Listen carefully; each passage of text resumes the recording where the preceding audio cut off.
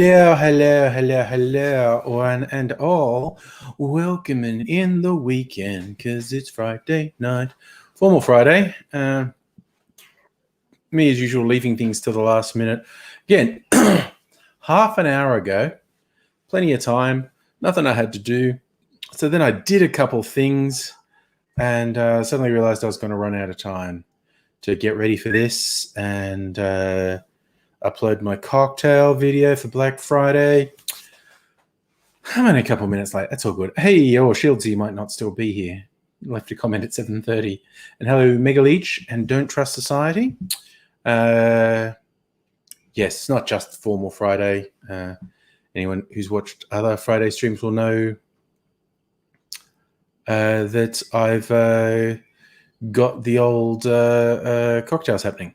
Yes, Mega Leech, that's a 30-second countdown, and I started using it because people were telling me the live stream was cutting in the middle of a sentence. Like, it's telling me I'm live, so I start talking, but then people saying they weren't seeing it until like some 10, 15 seconds into it.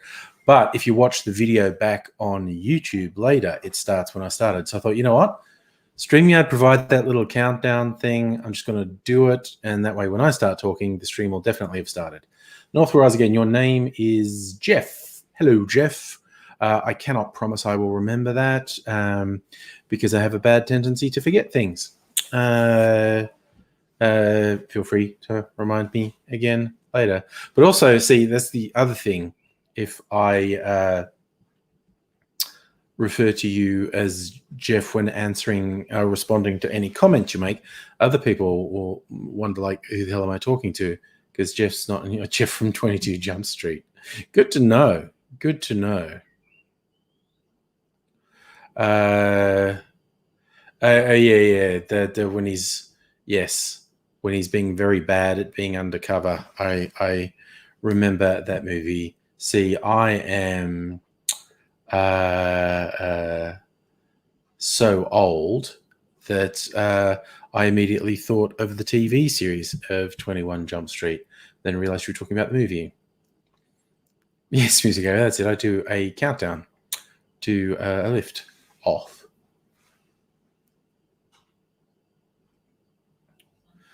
Oh, geez, Miguelich, I'd rather not think of Jeff Dunham if I could possibly avoid it. What's that tie doing? I don't know. Get that shit together. I haven't even done up the vest. Bleh. Oh, because I was running around at the last minute, as I said. To have a drink ready. I put a couple glasses in the freezer to chill, and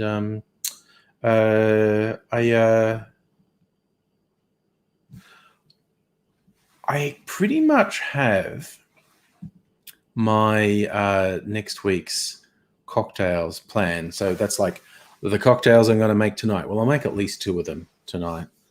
Sometimes I manage to make all 3 on this stream. But if I make at least 2, then I'm giving myself enough time to edit them. All right, I will call you Northwell Rise. Yeah, there we go. Oh, nice. Justin, sent your resume to the Biden administration. Good. So, yes, my themes for next week, because Monday is St. Andrew's Day, Scotland's National Day. And my name's Andrew. My heritage is Scottish. So I'm going to make a cocktail with scotch.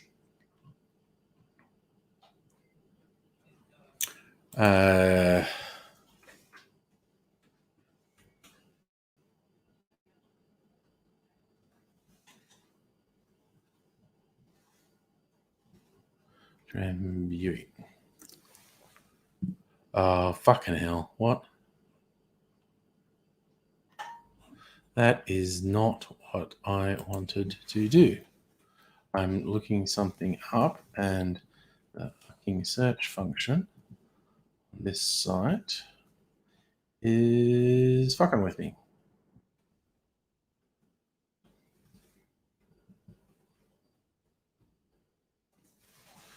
Okay. Drambuie cocktail competition. Ooh. So you got to. I want to do a Scottish Culloden Heather Drambuie, a 12-year-old Scotch, pomegranate juice, lemon juice, and sugar syrup. Ooh, geez, that's not bad.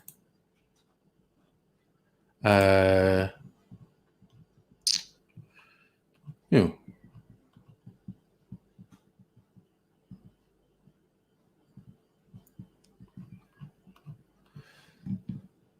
So yeah, so one of the stream regulars, Dingle Doty, who's somewhat disadvantaged by time differences at the moment, is actually in Scotland, and actually messaged me and said, or actually commented on YouTube and said, you should do a St Andrew's Day cocktail, which I had already been intending to do, and she suggested. What was it called? A Highland margarita, which seemed ridiculous to me. And it's basically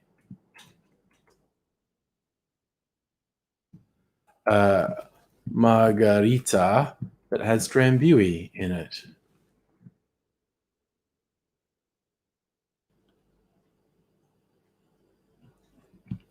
Okay, so Difford's does not regard that as a thing. A Highland Sazerac. I like the sound of that. So that's green chartreuse, cognac, and a 12-year-old Glenlivet. Pour chartreuse in a glass.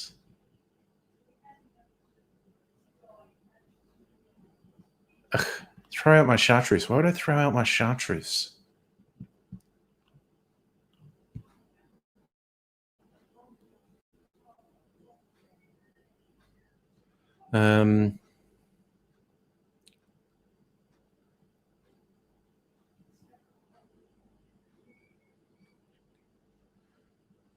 That's a bit different.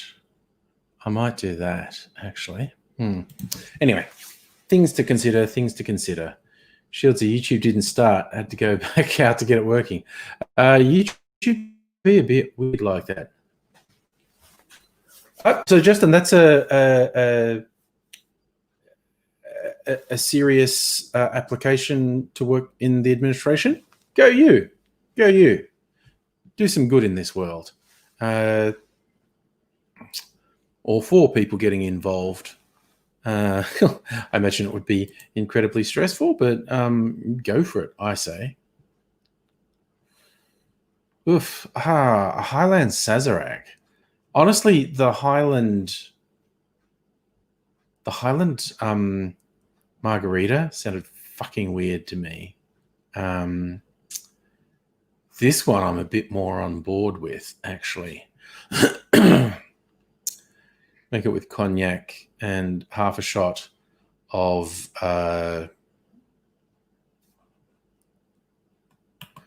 now, what type is Speyside Glenlivet? Double oak, malty creamy cereal, light honey, vanilla, ripe pineapple, fruity on the palate. Vanilla softens lightly oaks, so it's not a smoky one. Speyside is not a smoky one. An approachable and fruity Speyside malt. See,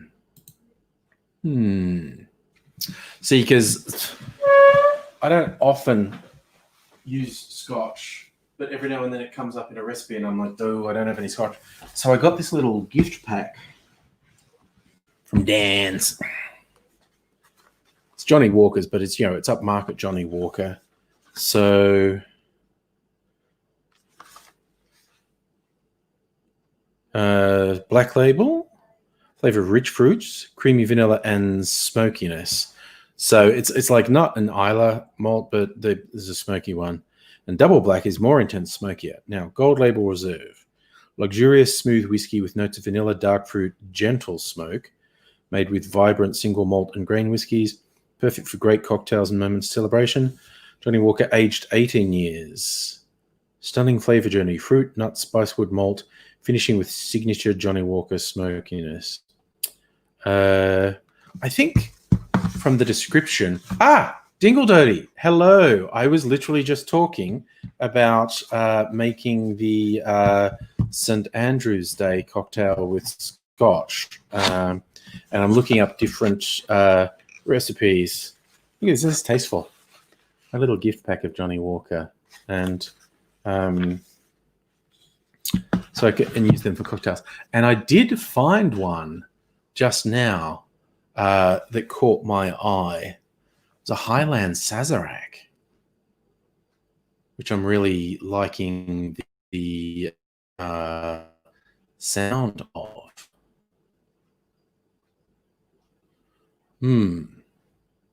Yes, indeedy. And hello, Nobody, as well. Justin, it would be a friggin' bold move to move to the US in these COVID times.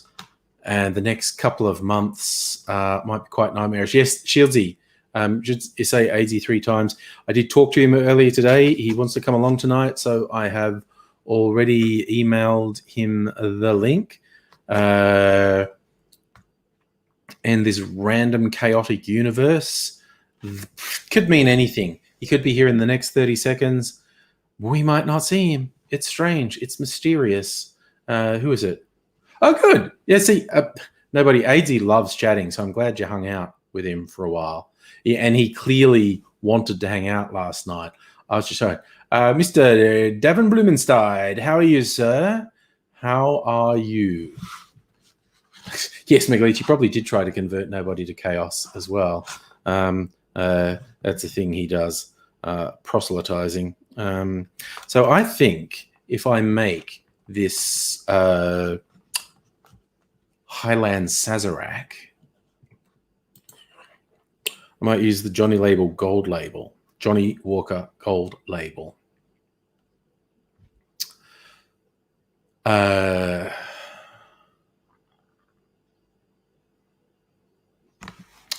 Yeah, no, because this is actually going to give me an opportunity to do something I've often wanted to do. Because a lot of the times, okay, and Sazerac is one that springs to mind, but some other drinks, when they say they want a little bit of absinthe in them, this one they've put green chartreuse rather than absinthe. And they say do a rinse, like just pour some in the glass so it sticks and sort of swirl it around and then throw it out. You just want that coating and going, absinthe is my most expensive spirit. The fuck am I going to throw it out for? But this is also, you're meant to be chilling the glass as well. So you put ice, and I might actually do it with absinthe rather than green chartreuse, actually. So you're chilling the glass, put some absinthe in so it mixes in, and rather than throwing it out, because if I leave that while I mix the cocktail, the ice will melt a little bit. I'm going to strain that off into a shot glass, and it'll be the chaser. But I forget where I saw that as a suggestion. Like, if you don't want to throw it out, just strain it off, make it a chaser. This will be my opportunity to do that. So I think I'll do that.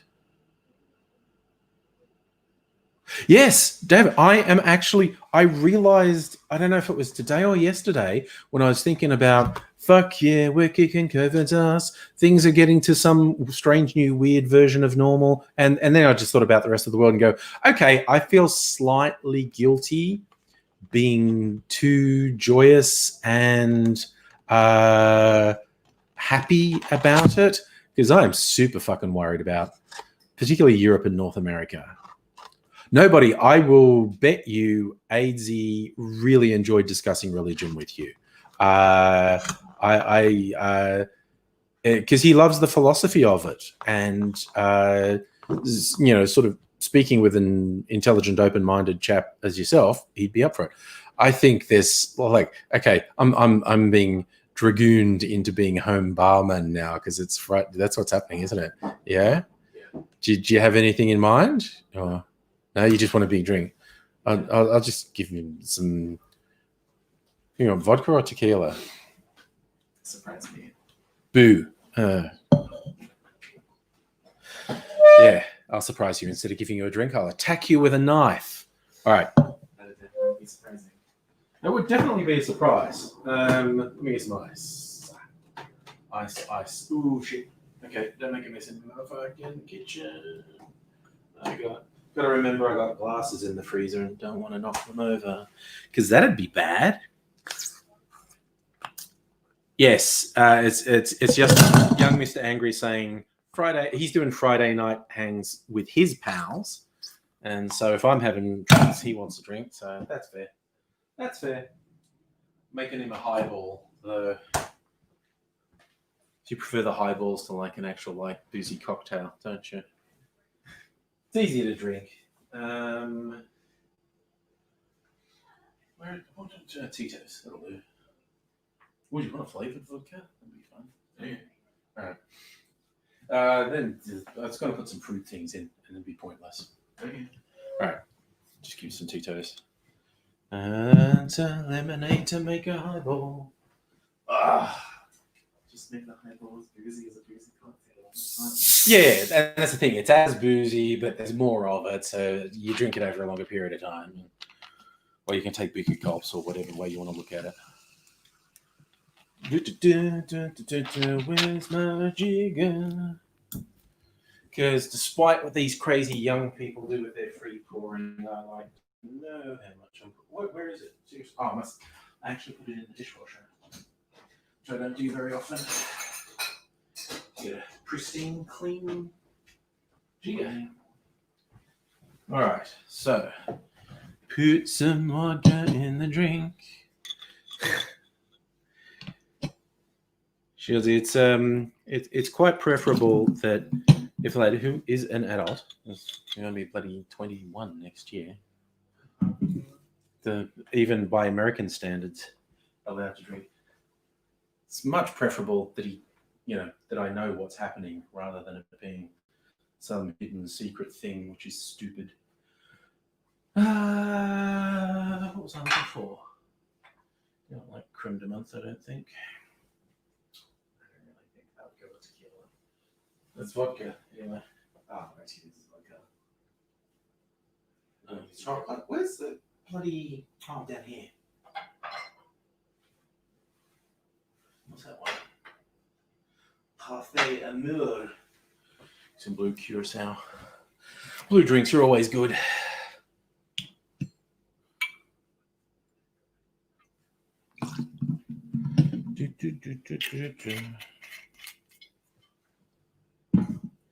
A bit of fruit juice in it, or some pineapple coconut, or yeah, that's always good. I like putting it in my drinks.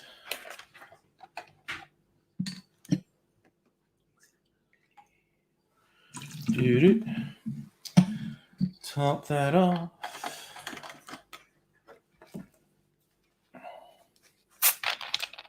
All right.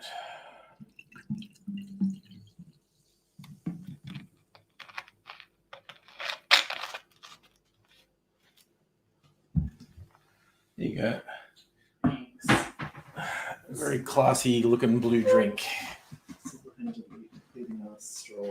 Yeah, that's better than them just sitting there going to waste.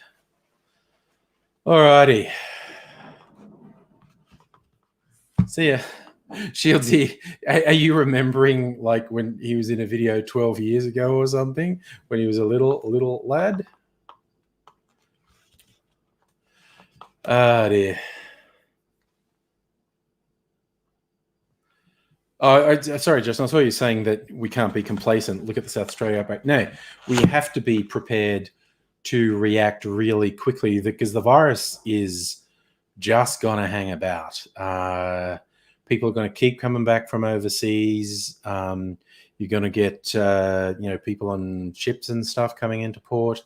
And we're going to have to keep certain distancing restrictions and numbers of people at events limited because we need to acknowledge that it's until we have an effective vaccine and or treatment, fuck is always going to be with us.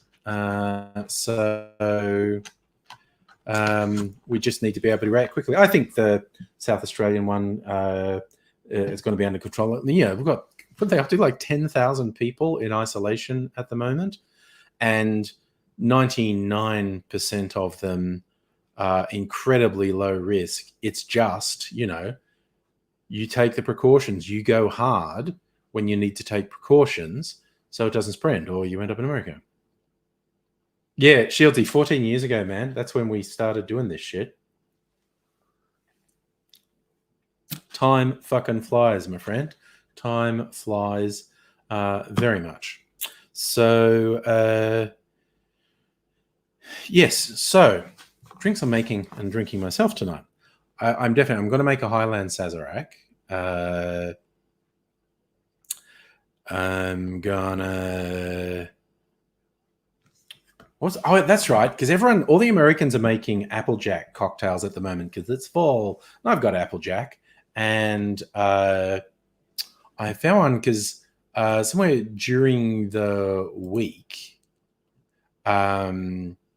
it's I think it's like Wednesday or Thursday is a significant date for Sir Isaac Newton. So what date would that be? If I remember right, I think it's Thursday. So I think it's the 3rd of December. Let me double check. Someone scandal. No? Okay. Wasn't that? Is it the 2nd? The Doctor? Is it the 4th? I'm sure I saw this. Okay. It's Sir Isaac Newton's birthday on the 4th, which is Friday.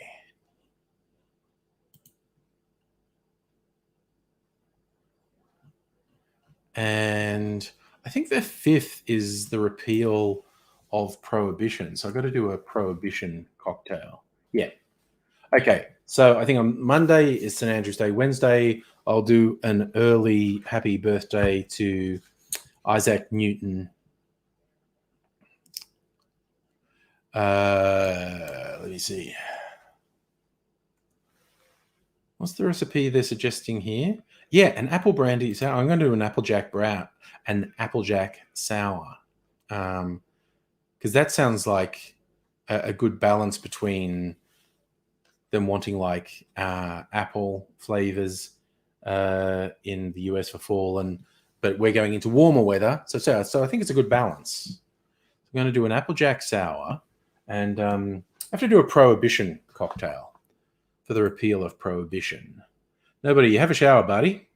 Chainsawing. Okay. See, if Aidsy was there, you'd be turning him on now. You're all sweaty and dirty. He'd like that. Big Bad Ads. I've been in Melbourne for...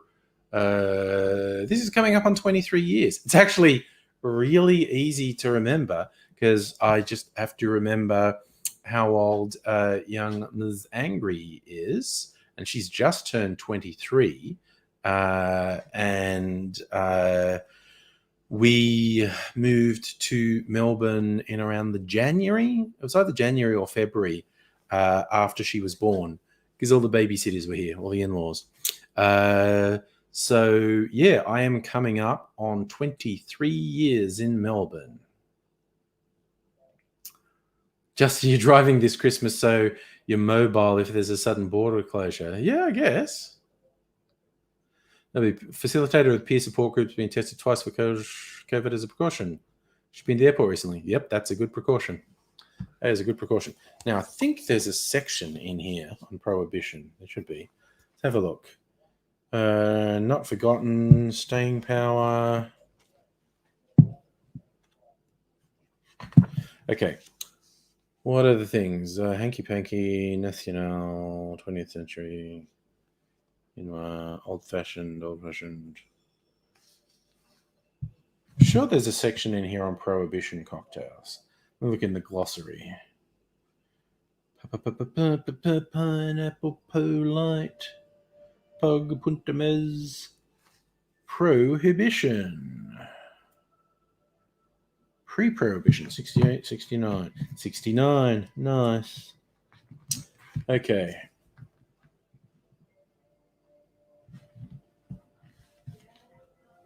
Orgeat. What do we got?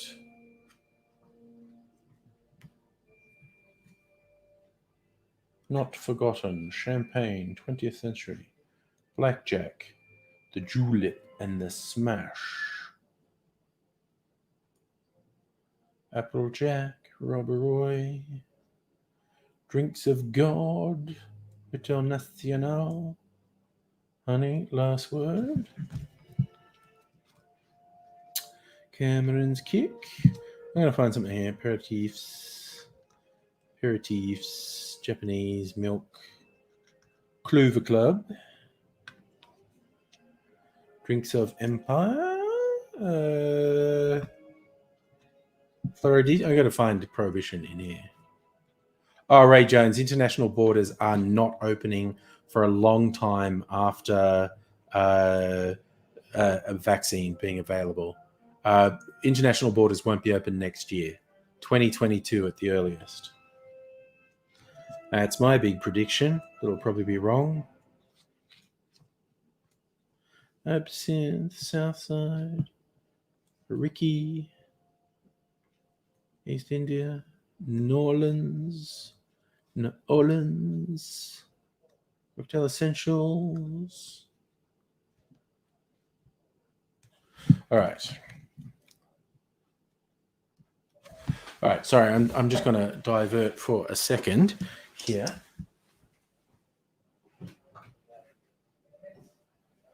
Could you turn it down a little just because I think I'll get spoilers because it's up really just a little. All right. They're watching Star Trek Discovery next door, and it was at quite loud volume, and I was worried I'd hear spoilers. I want to watch it properly tomorrow.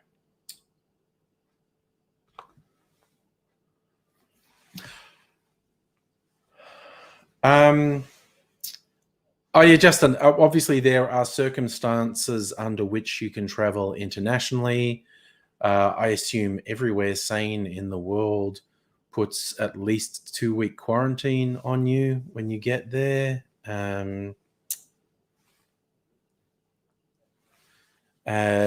So, yeah, when I was thinking about international borders, I just meant people just traveling. Because obviously in terms of international holidays without minimum 2 weeks quarantine are not going to be a thing until 2022. That's my bet. So yeah, the future is a dark and mysterious place, and it's impossible to know what's going to happen there because it's all very fucking weird. It's all very fucking weird. Oh, you know what I fucking should have done? God damn it. No, I'm sorry. I'm just annoyed at myself. I was going to do a particular thing. No, okay. I'm going to have an old-fashioned. I've got a bottled old-fashioned over here.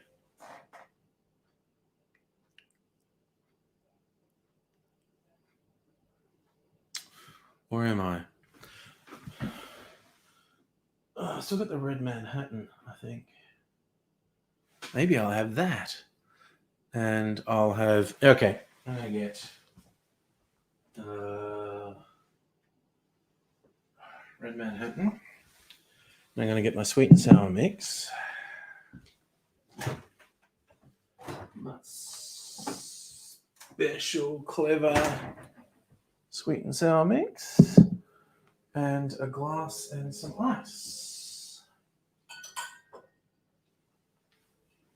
You know what? I'm going to use my invisible ice because I can. A little bit, anyway.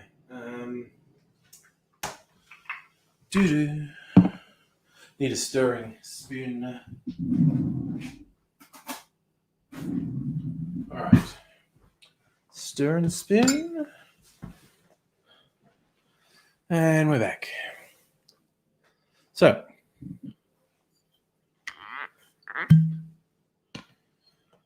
How much is in here? How much is that? Ooh, that's nice. How much is in here? No, there's another good solid drink in there. Good. Okay. I'll save that. I'll fuck this up. Here we go. Ooh, fucking hell. That was stupid. All right. Should have used a funnel, but I didn't spill much. Let's get a little absorbent cloth here. Clean up my mess. Clean up my mess, I will. And I'm just going to do some of this special stuff I made.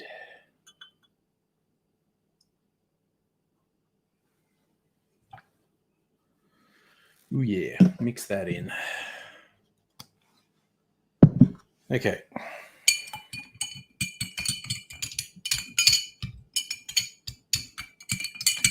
Come on, mixy, mixy. Is it like ASMR, or is that a really annoying noise?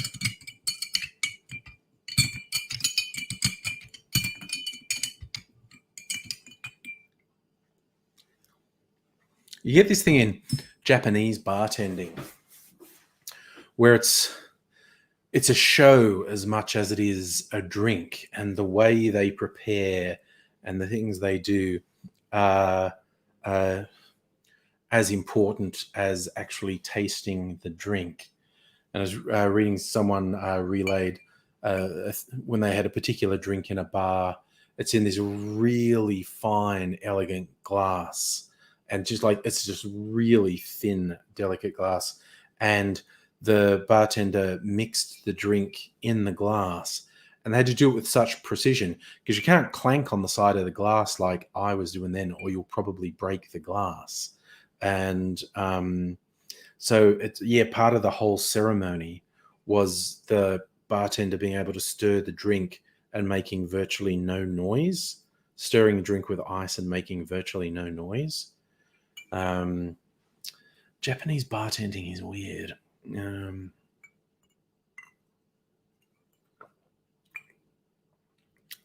Whoa, yeah, okay. So this is a pre-bottled cocktail made locally from Starwood, their Red Manhattan, which is not as good as their new Old Fashioned. And in all honesty, I probably won't get the Red Manhattan again. But I definitely get their new Old Fashioned again. But I also got some bottled cocktails from one of my favorite bars in Melbourne, Bar Americano. And I was going to have a Bar Americano cocktail, and I may still do that tonight. But I was planning to actually make some. But it's Friday. It's Friday. So who knows? Who fucking knows, motherfucker?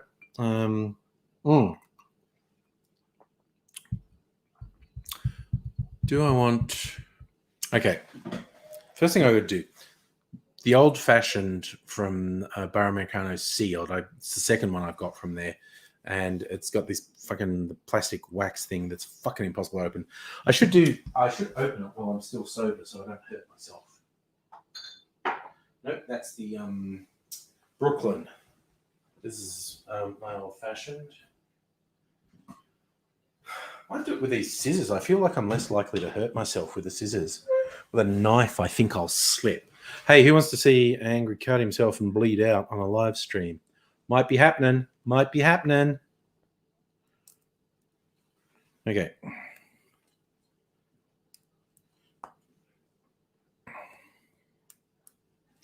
It's like, I know they can't just use candle wax when they do this funky hand sealing of bottles because it'd just break and be pointless. But fuck me, it can be hard to get off. Ah, I got it. Shit. There we go. Try not to make too much mess. It's why I like, who's it, Maker's Mark, the basically mass-produced American bourbon brand. They apparently hand dip their bottles in this plasticky wax stuff as a seal, but they put a helpful thread in it to get it off. Dingle Dirty. Christmas coming up, so you'll be able to get Starward Nova then. Nice. Single malts being most like the Scotch I drink. Yeah, I've got my Nova over there. It's pretty good. It is pretty good. Yes, I also got their one-off specialty one, the Sweet Dolce, matured in dessert wine casks. All right, I'm going to put this in the freezer so I can have it later. Maybe. It'll be nice and cold. I'm going to put it in the freezer. Go in there. Speaking of booze and my insatiable need to buy it, I did get an email today from Brookies, who make the Mac liqueur, the macadamia and wattle seed liqueur that I'm often putting in drinks because it's really fucking good. It's from Cape Byron up in New South Wales. They are releasing a moonshine, and I'm probably definitely getting some. It's going to be a very limited one-off run. It's probably not going to be cheap. And the story behind it is they were working with a brewery who had a bunch of beer that they couldn't sell to pubs because the pubs were all shut because of COVID, and beer goes off and they couldn't keep it around. And they worked with the distillery and they were like, what can we do with this? And the initial thought is we can distill it down and make hand sanitizer from it. And they were like, yeah, we could do that. And then someone just went let's just fucking make moonshine. And distilled it down. And so it's basically their explanation in this email, the closest thing to it's an unaged whiskey. It's like the base spirit that would go into a barrel to be aged as a whiskey, but they're not aging it. They're infusing it with certain things, but it's fucking moonshine. Toby, hello on Facebook. And nobody's now Mr. Nice and Clean. Yes, good. Dingle Doty, you could take advantage of Black Friday discount on Scottish dry gin called Crosspill. Nice. Yeah, get local. Get local, my friend.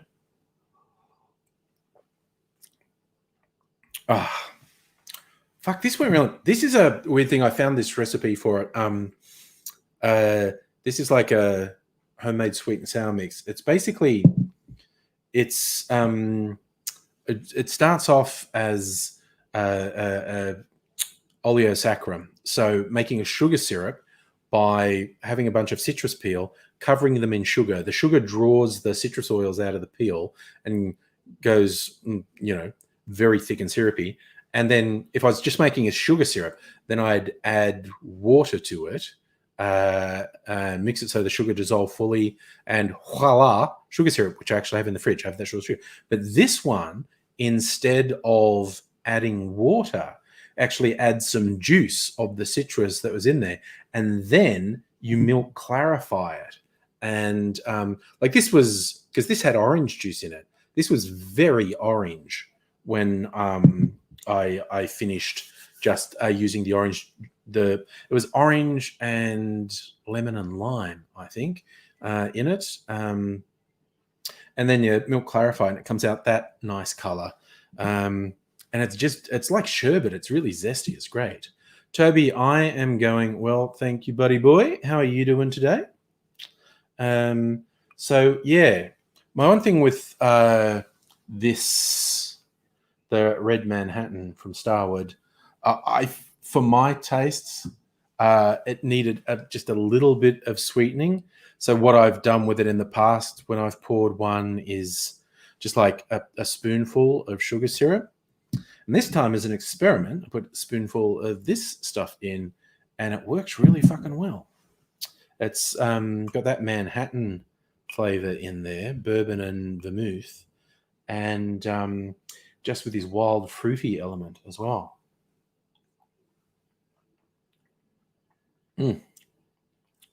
There's a whole bunch of different things going on there. It's really good.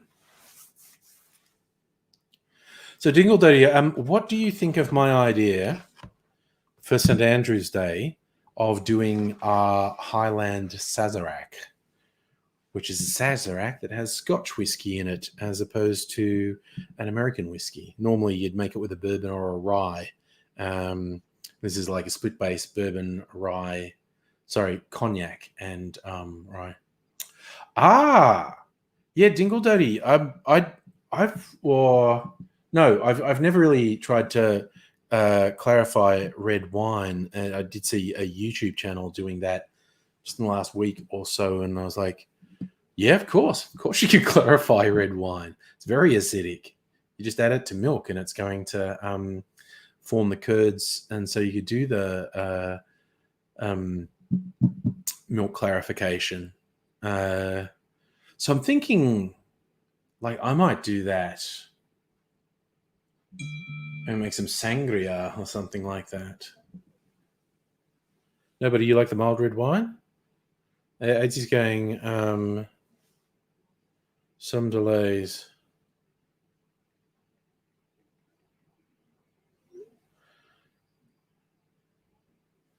I'm just telling him, don't fucking stress.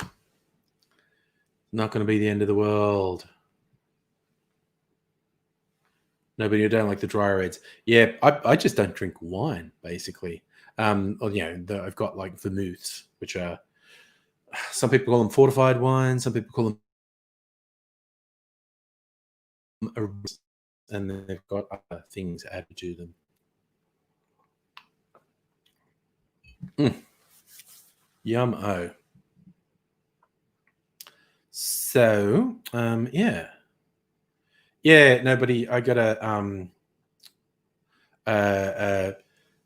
tell AZ, sort of not to sort of screw up any aspect of his life, thinking that he has to be here. Is like, if there's shit you've got to do, you got to go and do that shit.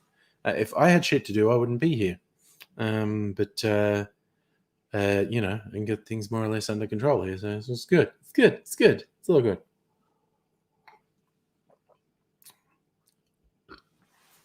Right. So, so next week's cocktails are going to be a Highland Sazerac, an Applejack Sour, and I have to decide which prohibition drink to do for the repeal of prohibition. Prohibition.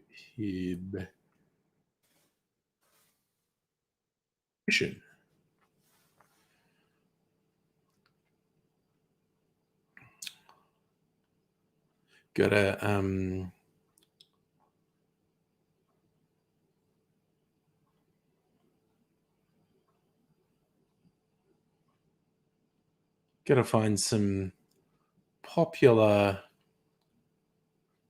prohibition cocktails and then pick one that I like the sound of.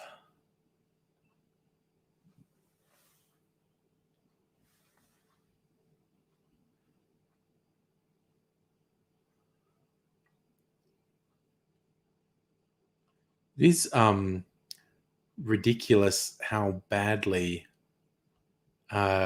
prohibition failed.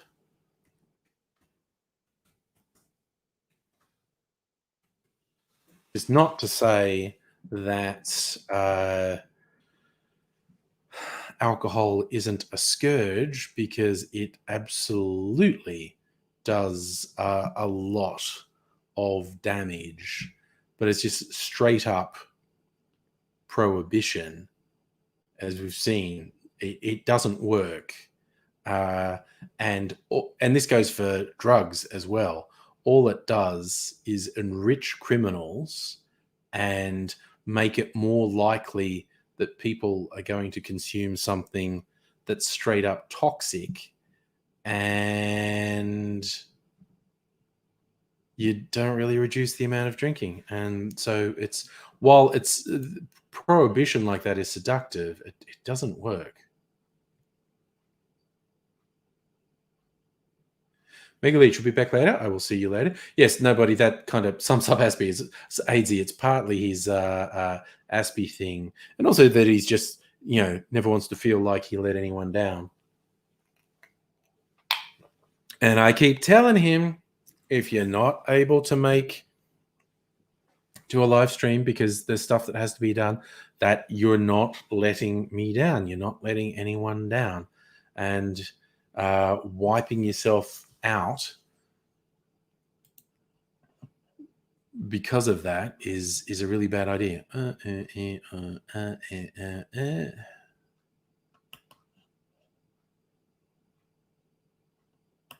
All right, I'm trying to find a good prohibition cocktail.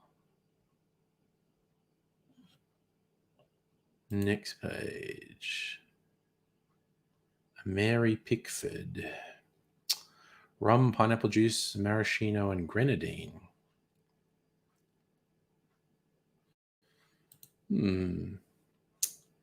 A gin Ricky, which is just a gin highball. Mint julep. What's he saying now? Yes, he's saying thanks because I said don't stress. Well, good. Don't stress then. Yes, the mint julep was rumored to be popular because whacking a bunch of mint into the drink masked the fact you were probably drinking a really substandard spirit. French 75. I don't like cocktails with fucking champagne. Tom Collins. I just don't really want to do a hiker. I think I've done sidecar before. It's definitely one of my favorite cocktails. A white lady. Gin, Cointreau, lemon juice, and egg white. Whiskey sour, also one of my favorite cocktails. A bee's knees. Gin, honey, and lemon juice. A gin sour made with honey. Or a Bacardi cocktail. Bacardi, lime juice, and grenadine. Actually don't have any grenadine at the moment. I usually make my own. Yeah, see, buddy, that wiping yourself out for others, I think all of us are guilty of that at some time. It's not a good thing to do that. Good Spirit, hello. Well, Thanksgiving's not actually a thing here, but I've had a perfectly reasonable Thursday and Friday. Thank you very much. It's funny, when I was looking it up last night, Franklin Roosevelt, when he was president, moved Thanksgiving to a week earlier because he thought that would help business. And apparently it was an incredibly unpopular move. People were very upset with Thanksgiving being a week earlier, and it got changed as soon as he wasn't president anymore. And some people disparagingly called it Franksgiving because Franklin Roosevelt put it in place. I did not know that. He thought because, the people sort of straight after Thanksgiving lean into Christmas and start buying up for Christmas. He thought if Thanksgiving was a week earlier, this was to help get America out of the Depression. If Thanksgiving was a week earlier, people would start spending a week earlier and it would help businesses. But apparently super unpopular. Making Thanksgiving a week earlier was a super unpopular move. So, Good Spirit, you reckon to be better a week earlier? Yeah, well, apparently, I only learned this last night. Apparently, it was very unpopular. Okay, what do these people say prohibition cocktails? A mojito, a last word. Don't think I've made a last word. It's a classic. Bee's Knees, Mary Pickford, Gin Ricky, Sidecar, White Lady, Bacardi, Award 8. French 75, Tom Collins. Oh, God, a monkey gland. That's like the worst named drink.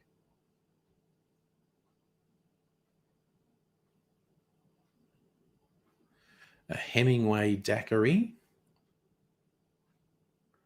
A Chicago Fizz.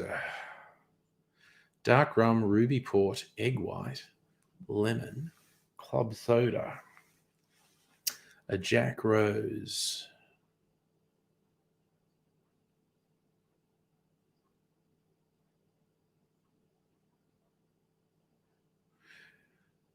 Maybe I have to. So many of the fucking prohibition cocktails have grenadine in them. It's time for me to make some more grenadine. The last word. What's in a last word? Gin, lime juice, chartreuse, and maraschino.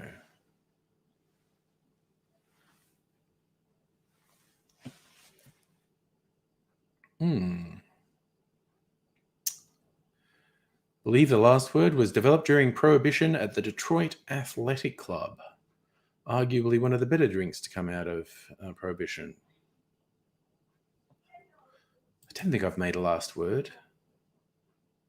Yes, yeah, good spirit. You're just learning about Thanksgiving now. I just learned about it last night. So, we're all learning. I was looking up stuff on Wikipedia and it's blah, blah, blah, Franksgiving. I'm like, what the fuck is Franksgiving? And so I followed the link and it was Franklin Roosevelt messing about with when Thanksgiving was happening and not popular. So that's the thing. Right. That's what I want. YouTube. Cool. My Black Friday cocktail is live. That's what we want. I'm sure I haven't made a last word, but it's got the stage where I've made so many, I can't be sure. I have to go right back to the start because it'd have to be at the start if I'd forgotten about it. So 1, 2, I was just looking at one. I made 1, 2, 3, 4, 5, 6 videos before I settled on I was going to wear the white shirt, tie, and vest in all the videos. So I got 6 videos of me wearing different shirts, and then I settled on this. So what did I make? Martinis, Cosmos, Paper Plane, Chartreuse. I'm sure one of those isn't the last word. Green Point, Emerald, Sizzle, Green Eyes. Stop that. Stop that. Stop that right now. Stop that right now. Homegrownies, clarified, infused vodka, martinis. Geez, I've made a few martinis. Mai Tai. What's where I'm double fisting? And I'm so easily amused just mentioning. Okay, I have made a Hemingway daiquiri. So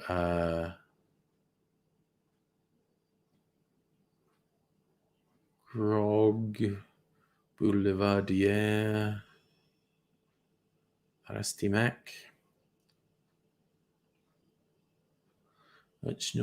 So I definitely didn't make a last word. Okay.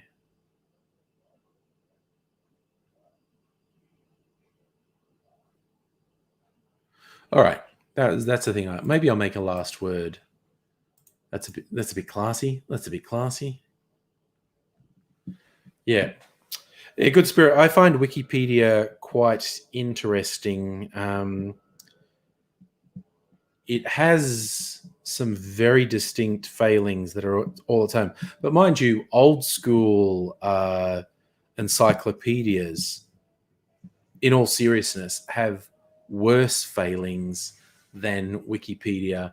And the worst part of the failings of the old encyclopedias and reference books is they can't be changed. Once the book's out there, the book's out there.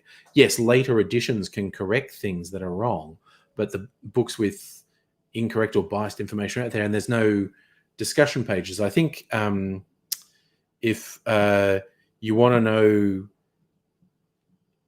how accurate Wikipedia information is, you should always look at the discussion page for the story, because there you'll find out if people are arguing about some of the content, like if stuff's being changed and reverted and if it's controversial.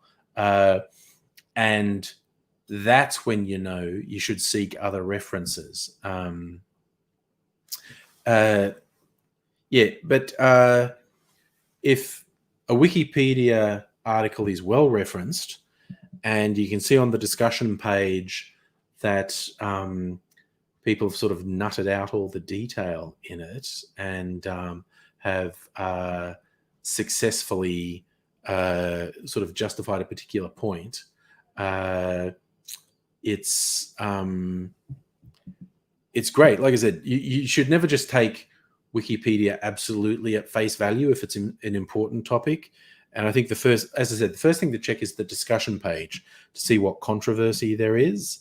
And then if there's controversy, you should look that up and try and find out what are the differing views about the controversy and which one might be right, in other words. Yeah, conspiracy QAnon people are terrifying. They're absolutely terrifying because they're so deeply invested in the bullshit. Every time there's more evidence that it's complete bullshit, they just dig in harder because they've self-identified with it. And it's like, because it's their identity, they can't, or they find it very difficult to admit it's fucking horseshit.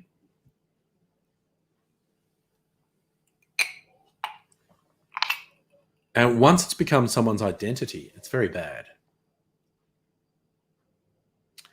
And that is also a good point, nobody.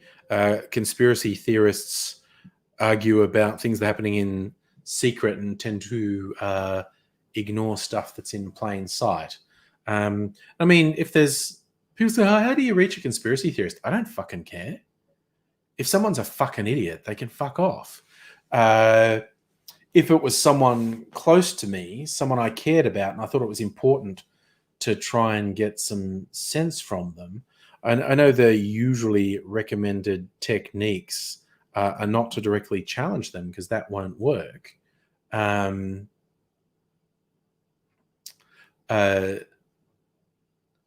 Because, what's the big thing with the conspiracy loons? They like, question everything.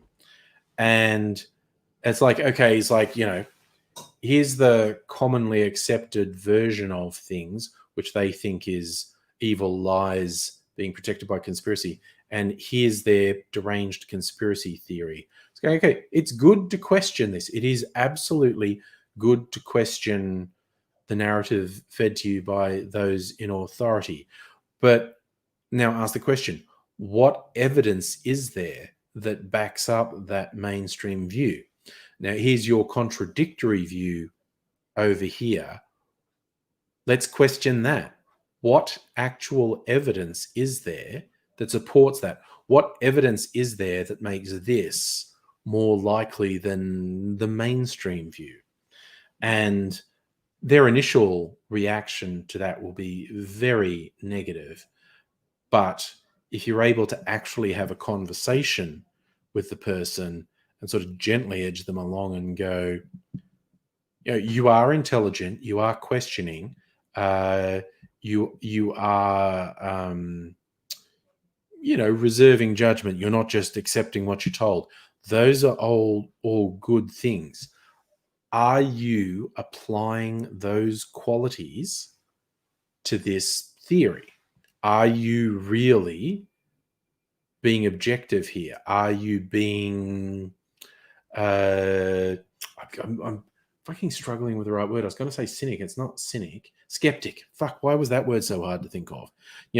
Are you applying a suitable level of skepticism to this theory you're adhering to?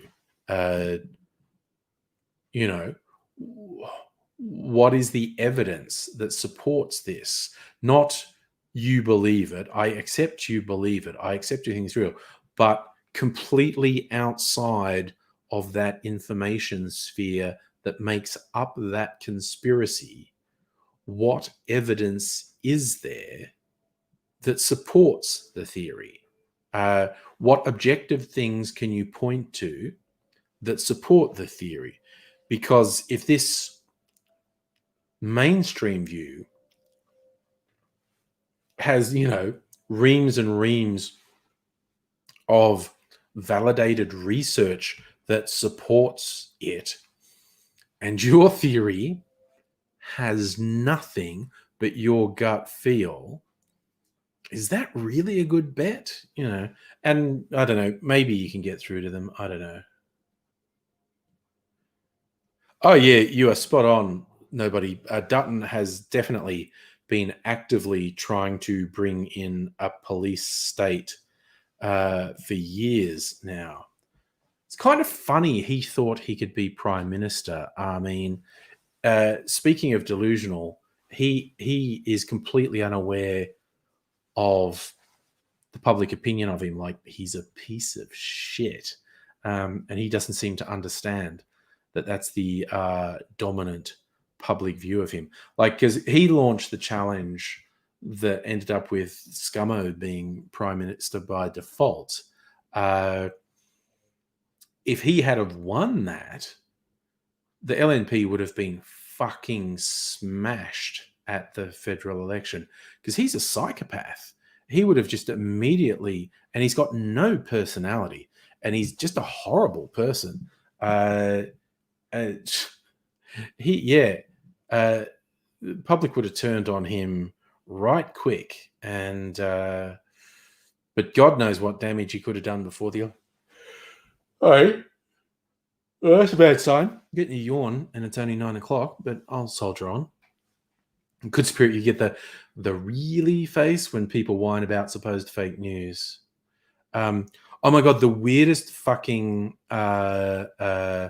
manifestation of those lunatics pushing the fake news angle. Don't know if anyone's seen this, but because fact-checking sites regularly highlight that people like Trump and his supporters are talking absolute shit. Like, the most cursory evaluation of most of the stuff he says shows straight away it's complete horseshit. So these lunatics have started going that the fact-checking sites are all a conspiracy, and they go, oh, they never had fact-checking sites until people started telling the truth. Whereas, fact-checking has a long history. The Snopes website's been around for ages, and the Trumpos fucking hate Snopes, because Snopes regularly highlights when Trump and his fucking toadies are lying, because they just lie all the time. And it's like there's two possible conclusions with why is Trump always being called out as a liar. It's like, either he's a fucking liar, or there's a vast conspiracy to try and discredit the only honest man in the world. And the fact that they run for the conspiracy is fucking weird. And hi, Raiders and Brandon, by the way. I got my spoon. Drop my spoon. So, the fact that they've decided fact-checking sites are a conspiracy and biased is fucking mind-blowing. And they go, it's got to be biased because they always say Trump's lying. Oh, just Trump's always lying?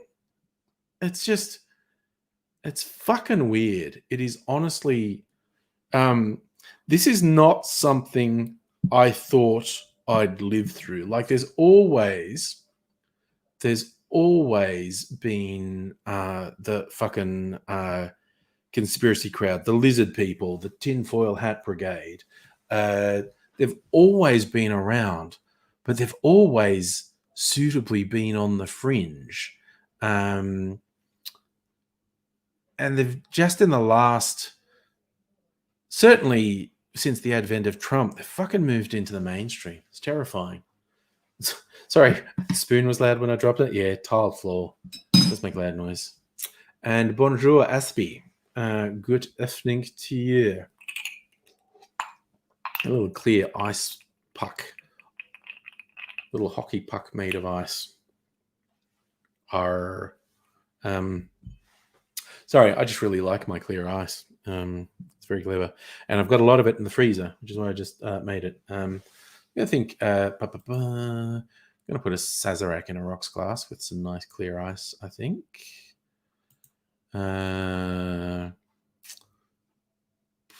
I could also do that with the Applejack sour, but there's no point using because it's not a clear drink, so there's no point in using up some clear ice with a sour. And the last word you do in a, I'll probably do it in a coupe, so it doesn't. You serve it up, doesn't have ice.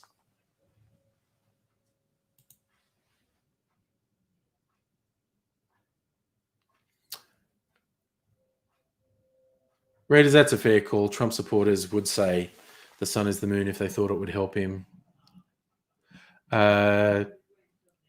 Justin, at least the flat earthers aren't in power. Flat earth thinking is the least damaging dumb conspiracy around. Brandon, I actually don't have any of the proper ice molds. I just use like an insulated coffee cup, and it goes. I've been really tempted to get one of those proper molds that have the chamber underneath, so you can either get spheres or cubes, and they're perfectly clear. But I've got this real sort of kitchen hack of just using an insulated coffee cup, and that does the directional freezing, and I get this neat sort of round or cylindrical clear ice. Yeah, Dingle Daddy, wasn't it fun when Alex Jones was just a laughing stock on public access TV or the fringes of the internet? Seeing that absolutely unhinged shit move into the mainstream is fucking terrifying. And see, that's also why I try very hard not to validate that ridiculous shit in any way at all. So I don't use the phrase fake news. Some people, use it jokingly. I try not to use it even jokingly because I think just pointing out, I'd prefer to say lies, like Fox News or that was that One America Network News that Trump's taken up with now. That's just lies. It's not fake news. It's lies and it's lies and propaganda. Because using the phrase fake news just validates Trump and his supporters as far as I'm concerned, and likewise, like even just on memes, it's that meme that's what's that stupid fuckwit's name who had the he on a college campus he sat at a table with a sign saying I think it's like gender pay gap doesn't exist. Convince me otherwise. Anything's clear. So people use that as a meme, and they put something else there like such and such is good. Change my mind. And that guy is such a lying, disingenuous, self-serving fucking prick. And that is not a meme format I would ever use because it just fucking validates them. Oh yeah, Raiders. Joe Rogan's a piece of shit. Joe Rogan is the absolute epitome of white dude who is completely blind to his own level of prejudice. Going, I think everyone should be heard. And it's like, dude, you are platforming people who literally get people killed. You are platforming people who advance persecution on vulnerable people. You're a fucking dead shit. That's it. Stephen Crowder. Thanks, Tinkle Daddy. Yeah, he's a fucking cock. He's a liar. Argues in bad faith. And yes, I know it's just a meme, but yeah, I just don't want to validate someone who's that fucking garbage.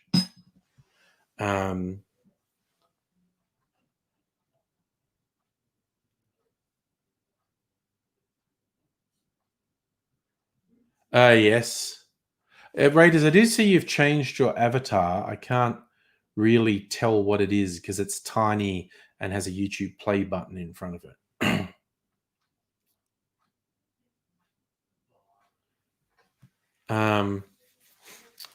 Yes, no, but I agree. Someone comes at you with okay, I've got a really fucked view of the world. Change my mind. I'm like, no, fuck off and don't waste my time. Biden 46, president number 46. Yes. Nice. Yeah. Uh, yes, my apologies. I couldn't actually see it because, like I said, it's really small and got a YouTube play button in front of it from my perspective. But that's cool. Cool. Oh, God, I hope he doesn't fuck it up. God, I hope he has decent people in his administration. Thanks, Brody. It is very good being COVID free, and I just feel slightly guilty about celebrating it too much because I am really concerned for other parts of the world. And because I've got friends in those parts of the world, and that's a pretty self-centered view of things. Even in the places where I don't have friends, I'm concerned for them as well. But yeah, I am extraordinarily worried about what the next couple of months is going to bring in Europe and North America. Don't know if there's any other trouble spots, actually. Don't know how it's going in South America. Haven't heard any real bad stories from Asia. Haven't heard any real bad stories from Africa either, for that matter. So, yes, but very bad stories from huge swaths of Europe and North America. Very troubling stuff. Because no one was willing to do the thing you had to do. Raiders, word on the streets that Glenn Kirshner is getting the DOJ gig. If so, he'll wipe out Trump's team. Good. I don't really know who Glenn Kirshner is, but yeah, cleaning out Trump's filth is fucking important. Oh, good spirit. That is an incredibly uplifting view. We'll prevail with love. I like that. Yeah, Brennan, I don't feel guilty for the assholes who are at fault with the not isolating and causing the spread. I'm just worried about people who are caught up in it and the damage it's going to do overall. Yeah, Dingle Dirty, I'm with you. Actually seeing what passes for American news is absolutely mind-blowing. It's been a decades-long effort from the right wing of the Republican Party to basically destroy the integrity of news media. The biggest thing was when they got rid of the fairness doctrine. It's like if you put someone who said view X, you had to provide airtime for someone who supported a contradictory view. And of course, Fox News couldn't thrive in that environment because they'd have to give up half their airtime to people saying, no, that's fucking ridiculous. Why do you say that stupid shit? Yeah,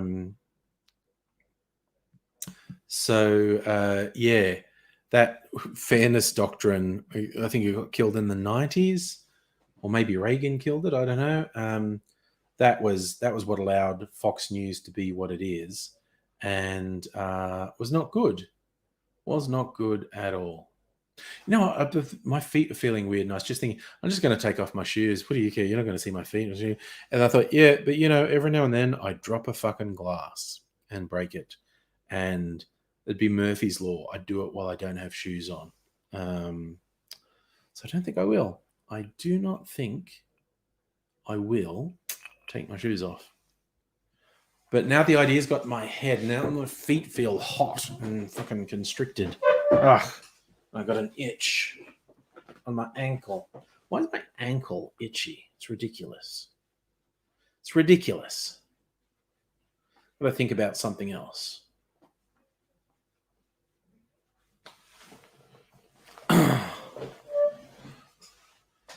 Good spirit. Just avoiding news on TV is a pretty good idea. There's a lot of very concerning stuff.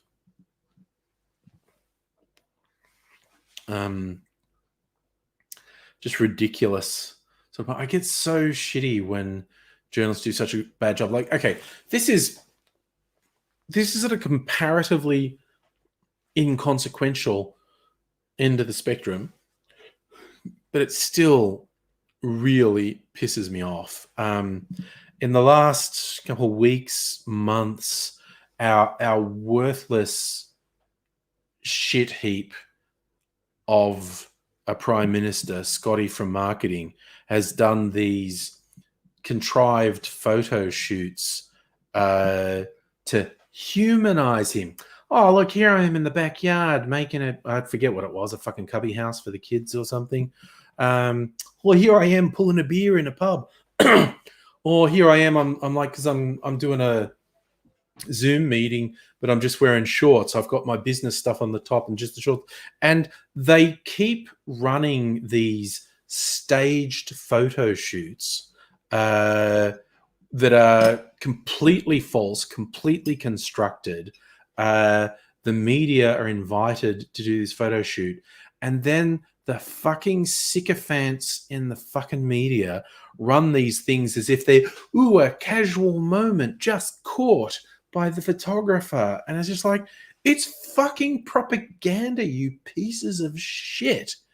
Like I said, on the scale of things, that is inconsequential, but it really fucking shits me. Thane, you're right. Black Friday has spread around the world. Capitalism, man. If people see an opportunity, they'll go for it. And Raiders, it is interesting that Friendly Geordies appears to be having an effect on the New South Wales government just by talking about corruption, because they are corrupt as fuck. They're absolutely corrupt. Yes, you're right, Dingle Daddy. BBC News can fuck up, like say, having transphobes on, because they need balance. ABC does that too, but yeah, it's not on the scale of Fox. But yeah, it just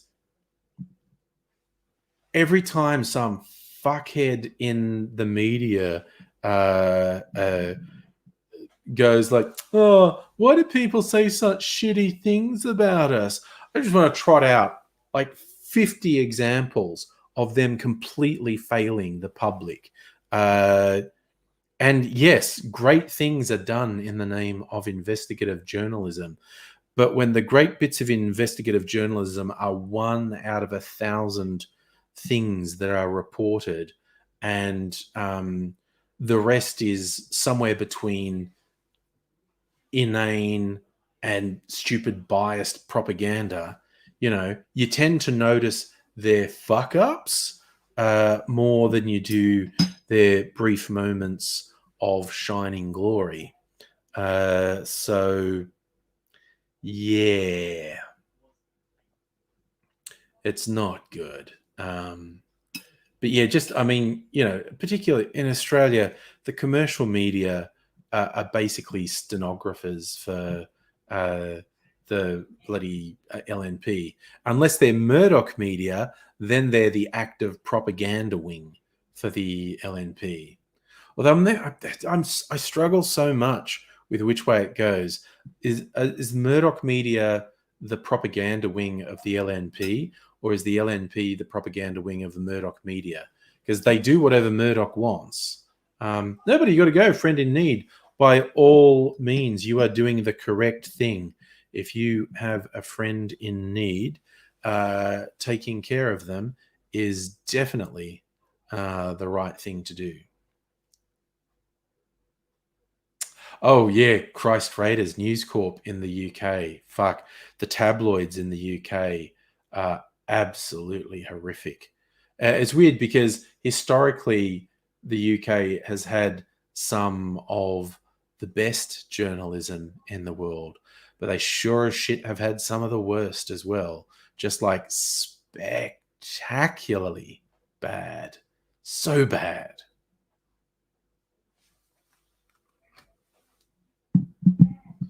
I'm thinking I might make my St. Andrew's Day cocktail.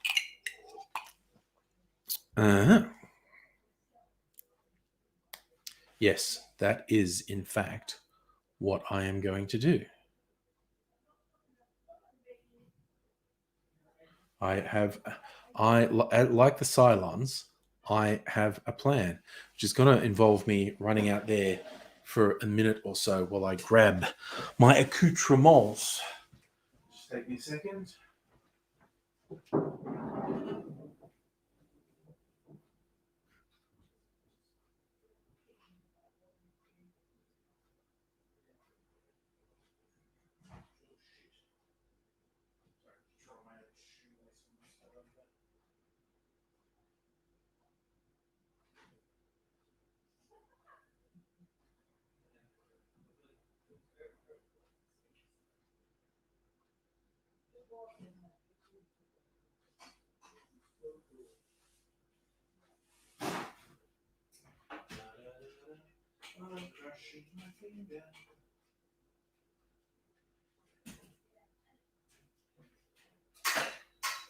No, a sensible person would have asked for help, but I'm not a sensible person. Alright, need to put some shit down. Alright. Got some things ready. And I fucking trod on my own shoelace and almost fucking fell over. Rick, you're on your second lockdown in Canada, banning gatherings with hefty fines. That's what happened here, man. Thousands of dollars in fines. In fact, I think the total fines given out in Melbourne were way into the millions of dollars. Okay. Redid my shoelace. Hopefully I won't tread on it again.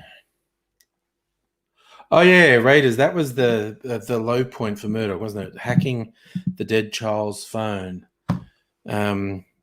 which made it look like there'd been activity, which made the parents think the kid could be alive. Murdoch media are filth. Yeah, Rick, I worry that your lockdowns aren't severe. For Canada, you might be okay.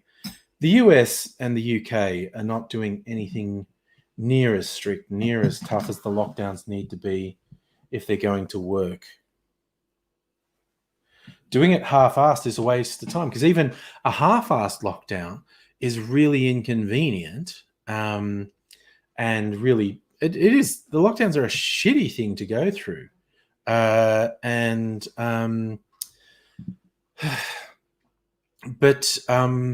pretending that, because it's shitty we shouldn't do it, is absolutely ridiculous.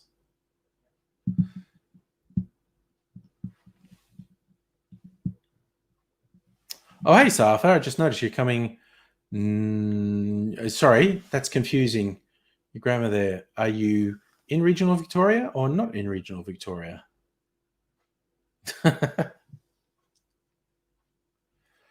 Raiders, you are right. The sheriffs will be busy for a while chasing unpaid fines. But there is legislation in place that unpaid fines can actually result in incarceration. So there you go. Justin, I'm not sure how you can bring down Murdoch. I mean, he's obviously he's got to die soon. He's got to die soon. He looks like a fucking corpse as it is. And I have no idea what will happen with his empire without him behind it. If there are other people just as bad or not.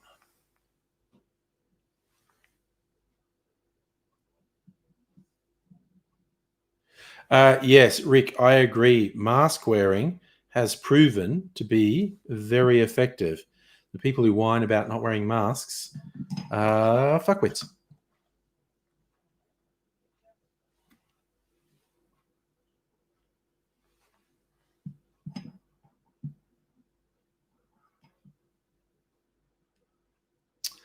Yeah, Brandon, that thing about businesses losing profit is ridiculous to me, because the fuck do they think is going to happen when you don't take the proper precautions? Infection rates spiral out of control. Hospitals collapse and can't treat anyone, and the death rate spirals out of control. Like shit's not going to be shut down then. So it'll be shut down, but worse.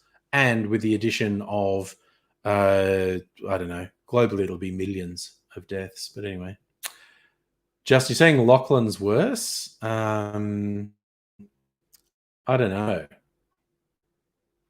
I honestly don't know. I know he's had problems with several of his sons who got sick of his shit. If Lockie's still there, he must be a fucking piece of work.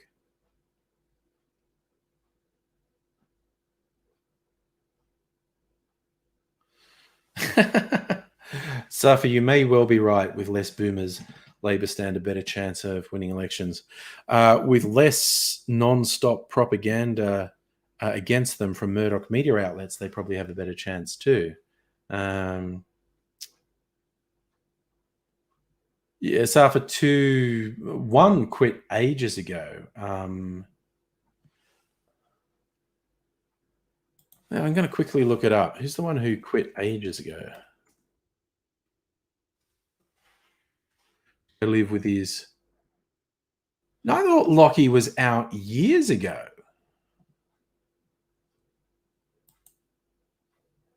No, look at him.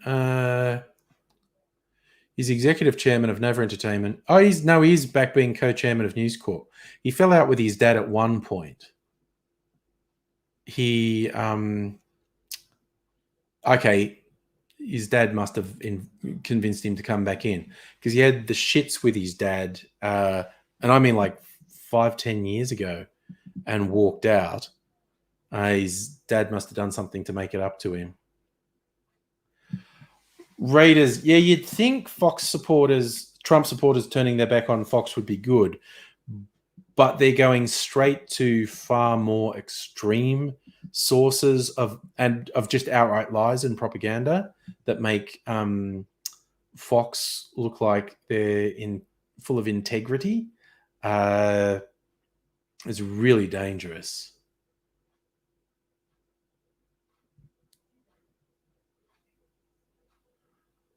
So, Jingle, you're saying in the UK, the devolved Hollywood Parliament's taking a different approach to Boris to the benefit of public health north of the border.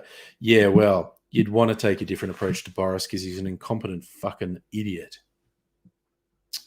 Safi only has the 2 sons. I thought there might have been 3.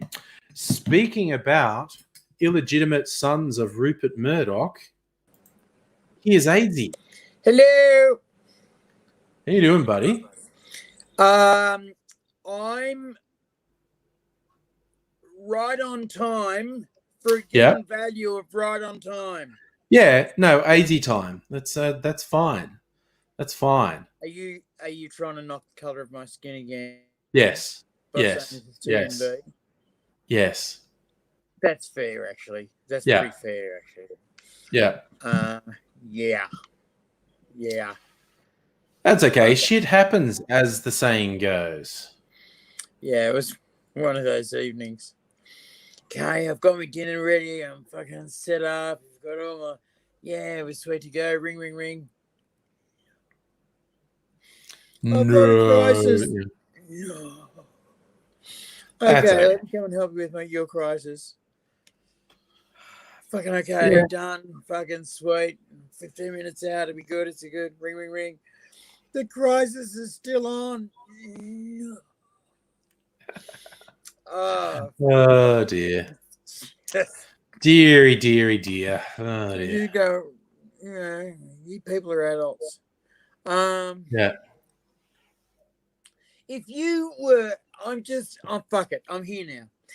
You're here now. You were confronted with a scenario that involved a breaker board, like a switchboard, like your fuse box. Yeah. We used to call them fuse boxes. Do you know how to change a fuse? Yeah. Right. No one does now. Because they're all circuit breakers now. Circuit breakers now. Okay. Yeah. So you don't have to change a fuse. They're fucking circuit breakers, which is a switch Yeah. It's green for stopped working and red for there's electricity going. Okay. This individual called me out for crisis because they fucking put all their circuit breakers to green for go.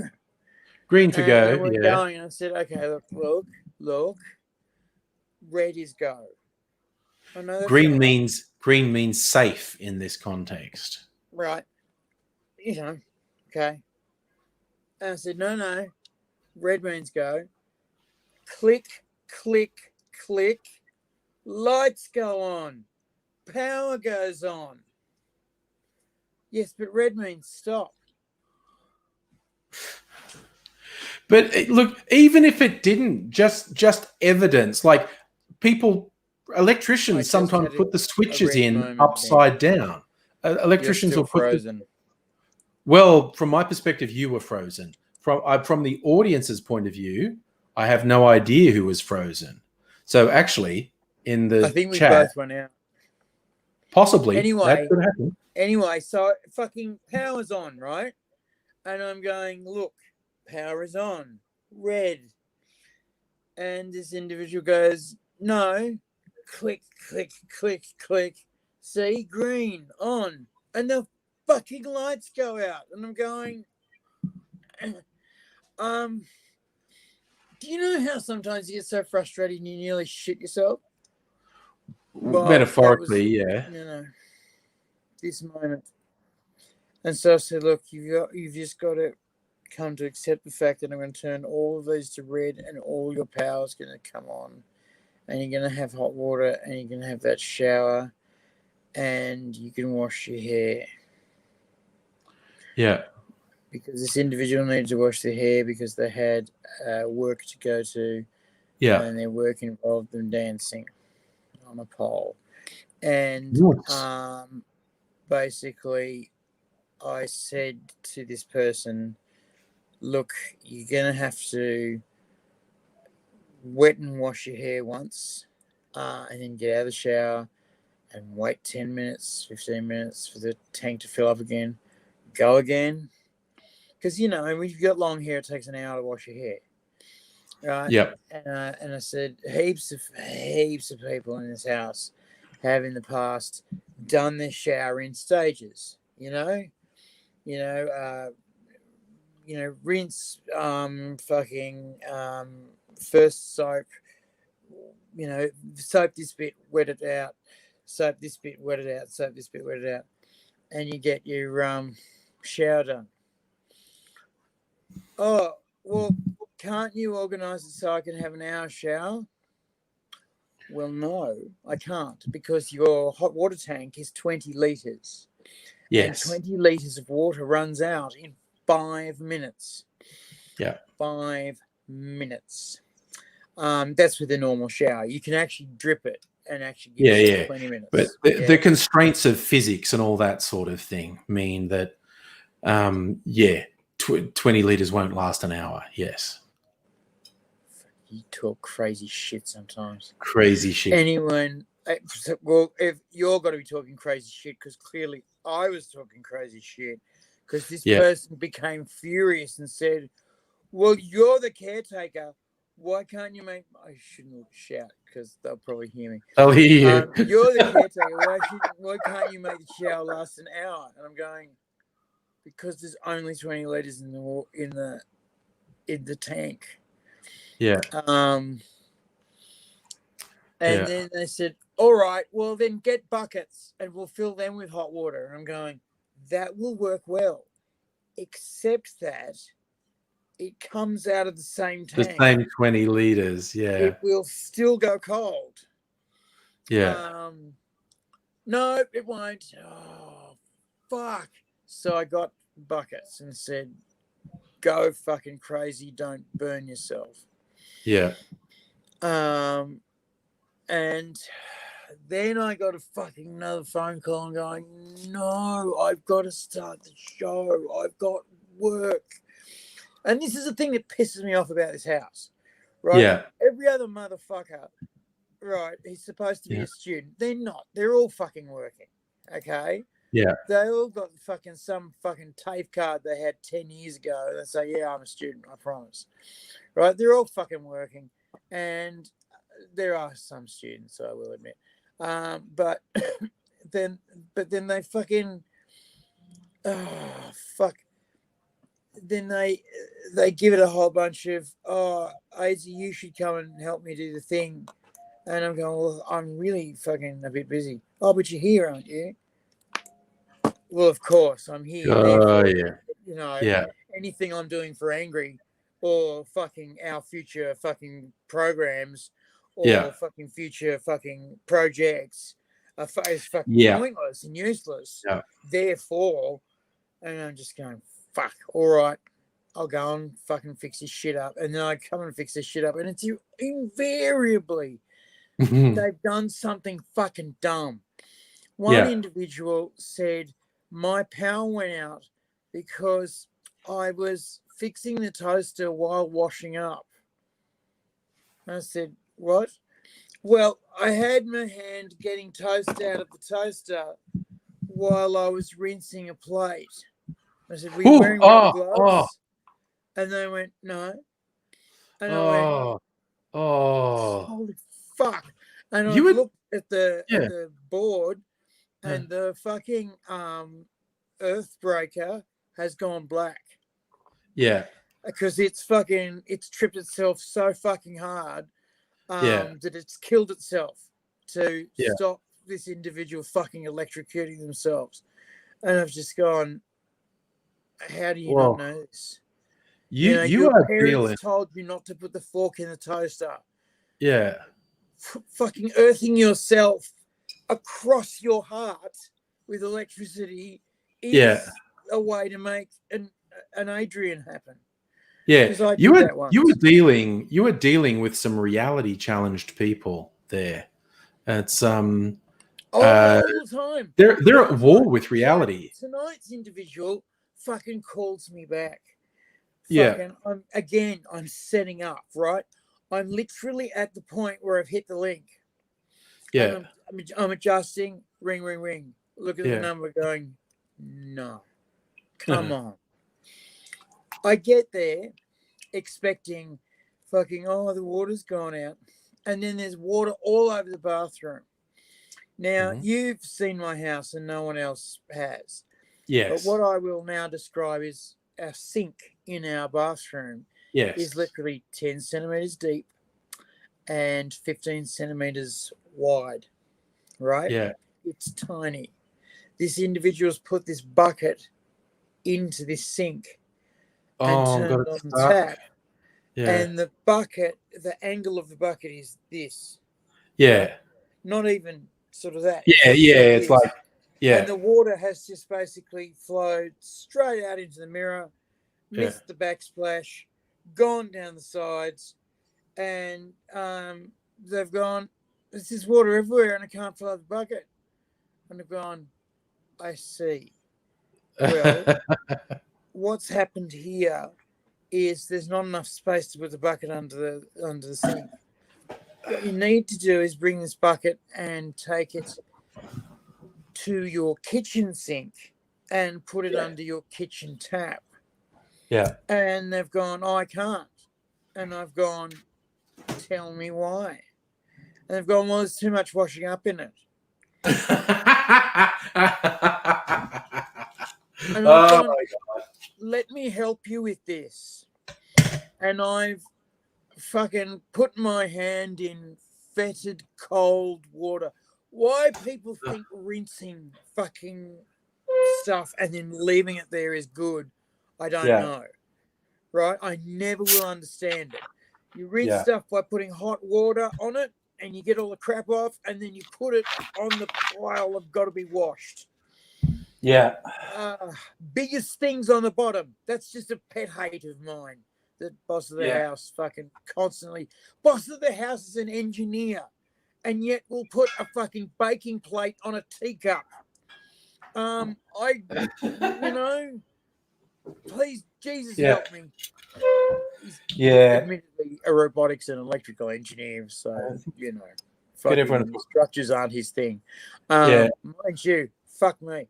With a screwdriver and a flat pack, he's as happy as a pig in shit. Anywho, It's his world. I've taken the stuff out of the sink and then I've pulled the plug and Yeah. it's not draining. And I've gone, Jesus, kill me. It's not draining. And I've gone, has it always been this slow? And she's gone, well, yeah, it tends to. So Yeah. I've then got the plunger Oh, and plunged it and was nearly sick. And Yeah. I've gone, you've been putting the fat from the pan down here, down the haven't sink. you? Yeah. And this individual went, yeah. What else have you been putting down there? And this individual told me, and I went, none of that stuff goes down the drain. Yeah. Right? This individual was putting, you know, the bits of plastic you tear off packets of things. Yeah. So I then had to take the trap off the fucking drain and literally poke shit through it Yeah. to take the crap out. Then put it back on. The drain's working again. I said, now you can clean up your sink and put the bucket under. Yeah. Oh God. You've upset Brandon. Brandon wants to come around to your place and just slap people for you. Please do. And sorry, I just quickly also want to say hi to Wrestle with Deep Thought. And who else came in? Oh,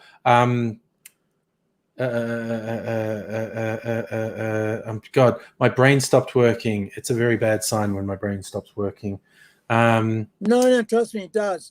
You can lose 25%. Yeah, no, Stella is working overtime. She's often driving home while we're talking, but they've got her working overtime tonight, so she's listening to us while watching us while she's working. Good on you, Stella. Listening. Listening. She's a supervisor. She's a supervisor. Take it on, Australia. She's a supervisor. Oh, that's fucking awesome. Terry, go and stock the fucking shelves. What are you doing? Fucking computer stuff. Piss off. Yeah. Above your pay grade, mate. Get out. Yeah, you wouldn't understand. This is top level brass meeting. Yeah. So you think, right? We're done. Yeah. Right? Yeah. No. We're not done. No. I fucking dragged my sorry ass because this is also downstairs, right? Yeah. So I'm up and down. Oh, right. So you've got to drag yourself up and down stairs. I love stairs. Stairs and me are friends. Oh, hang on. Yeah. No. The set of stairs I'm going up and down nearly fucking killed me. And I'm a fat old crippled bastard. So I get up the stairs and I'm going, I will now begin the show. And I look at the time and go, fuck, Adsy, you're an hour late. You know. You noticed that I didn't come on till much later. Yeah. Anyway, I get another phone call. I'm going, no, there can't be anything more wrong. There can't be anything more wrong. Yeah. I go, what seems to be the issue now at this time? But because of all our fucking around, the heater's had time to heat up. Right? Yeah. Yeah. So I'm looking at these buckets and they're pretty much full of water. This individual has worked out that how to fill them. You put hot water mostly and put cold water a little bit so you don't burn the shit out of yourself. Yeah.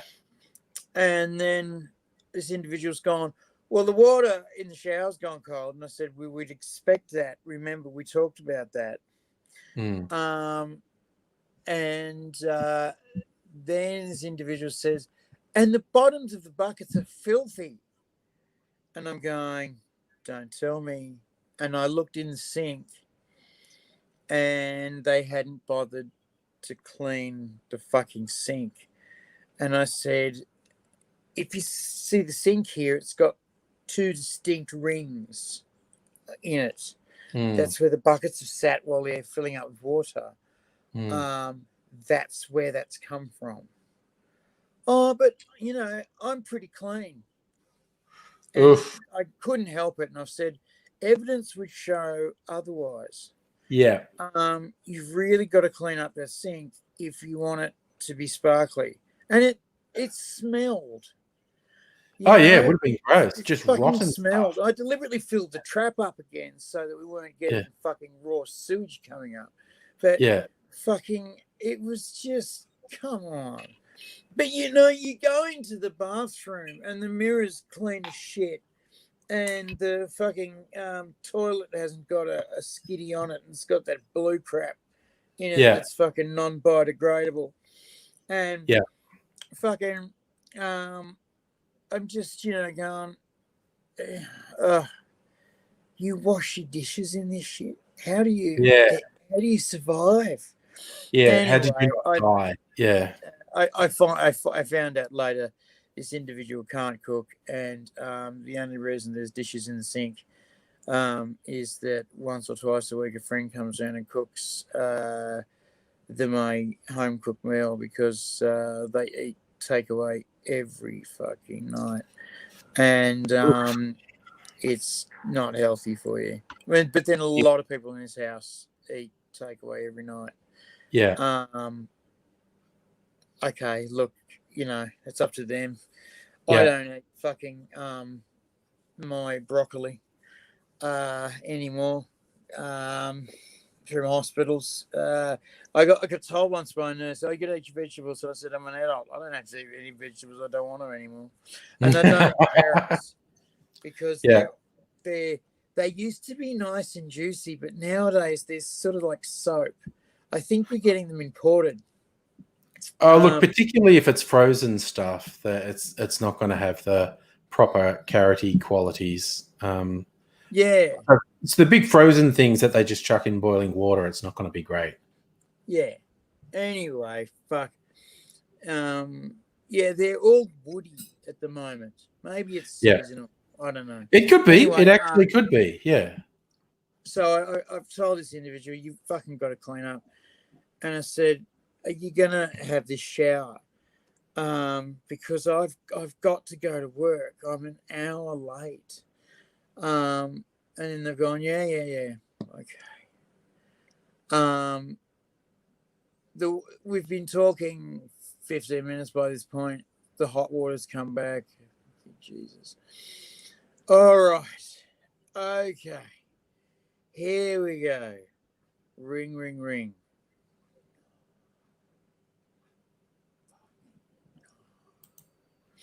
In I go. Lights are off. Yeah. What happened? Did something trip? Well, to save time, I there is no PowerPoints in the bathroom, by the way. Yeah.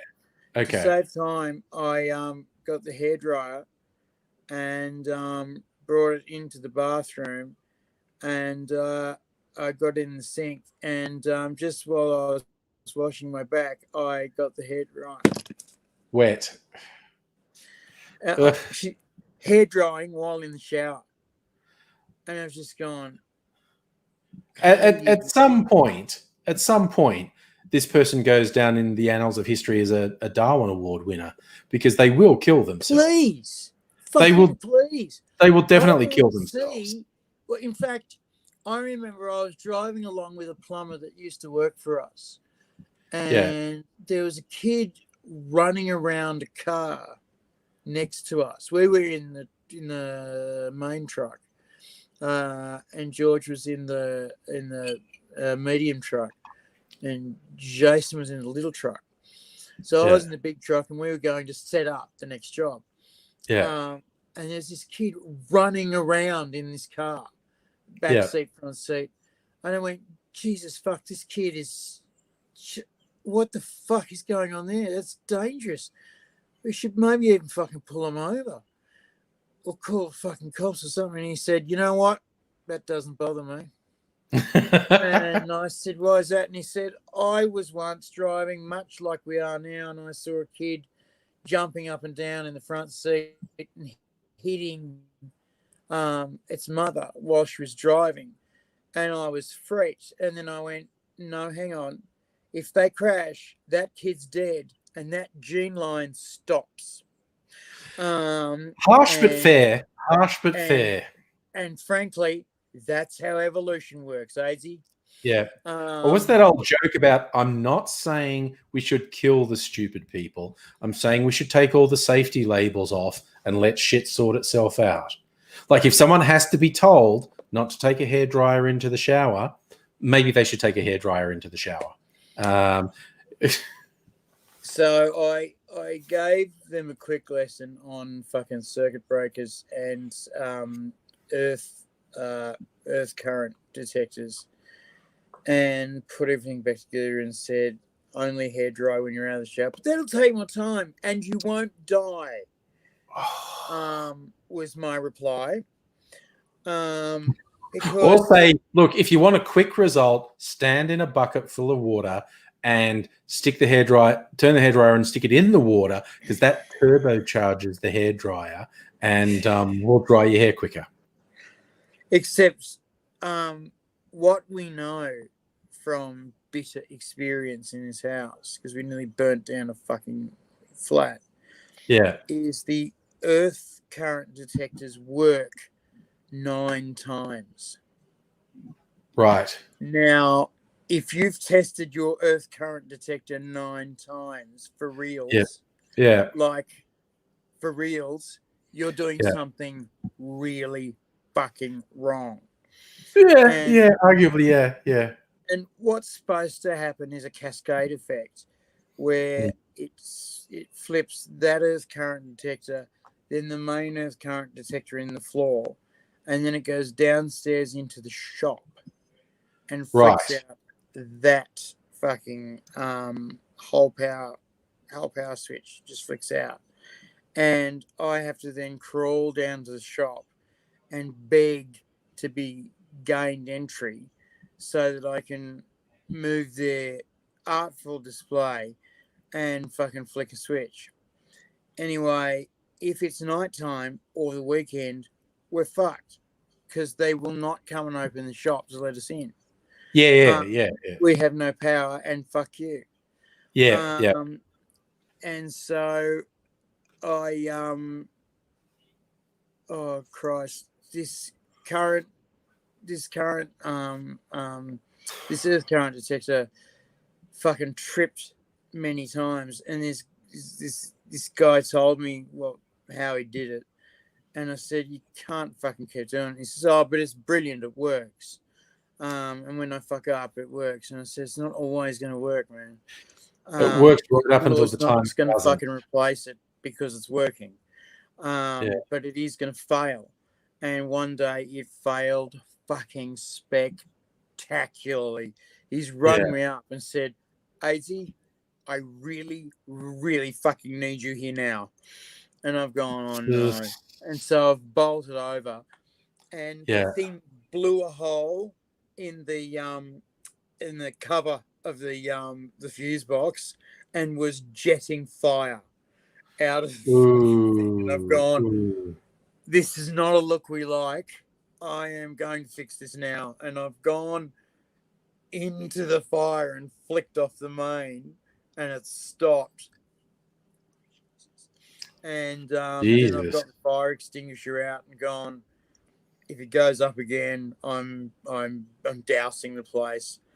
And we found another current device, and I took it out of its packet, and I got a file, and I filed down the points, the contacts, and I filed the contacts of the blown one. Okay.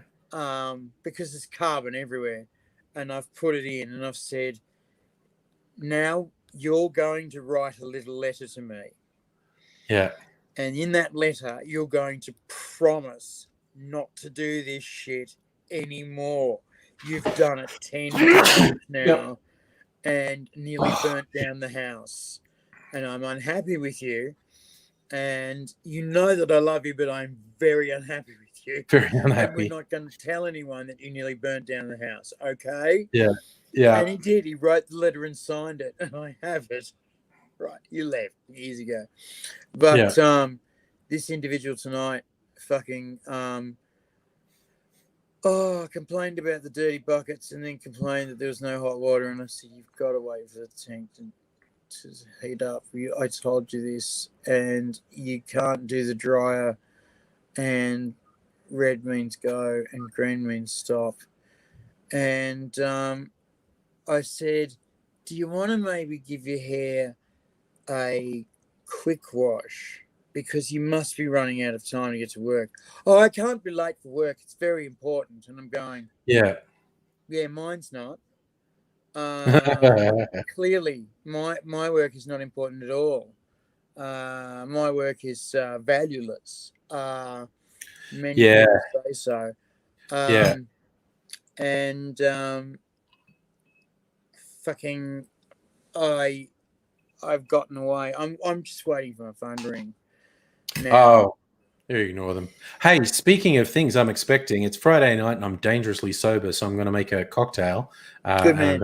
A video of it. Do you want company or do you just want to? I want company and I want questions. Damn it, I'm withdrawing. I'm withdrawing from 2-minute question time. I want people to ask me questions about anything and I'll tell them answers. I'm in that kind of zone. I'm going to get water to drink with Good idea. It's not Gatorade. It's actually just water with Barocca in it. Well, nice. Cheap Barocca. Yeah, it's nice. Not brand Barocca. It's cheap. It's got the Coles red ribbon on it. Yes. Down, prices are down.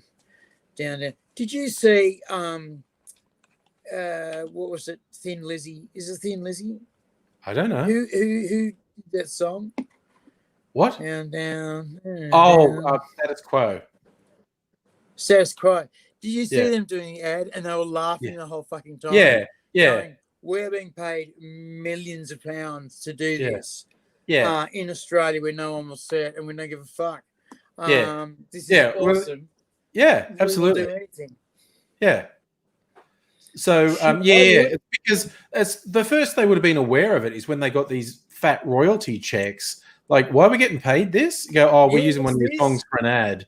And they should. I reckon one of them probably just went, no, they should have just got us to do it. And the record company goes, we could call them. You know the boys are available, don't you? Yeah. Really? Yeah. So okay. So I just put the link there in case anyone wants to join in on camera. And Aidsy would need a pair of eyes for questions. Okay, that's a good one. What's the easiest way to migrate to Oz via grift or loophole? Money is actually. So it's a question of how much money you have, because you can literally buy your way in. So to this chat, fuck yes, you can. Yeah. So they've closed off all the other loopholes like marrying someone and whatnot. Oh, you meant the country. I meant just to get on this chat. Oh, yeah. Sorry. No. Ahmed asked what we reckon is the easiest way to migrate to Oz. Depends how easy it is for you to get money, because you can literally buy your way in. It's explicitly in the rules. If you put... It might even be in the hundreds of thousands of dollars in a bank account in Australia. You can come You're here. in some. They prefer or if you're going to invest in business here.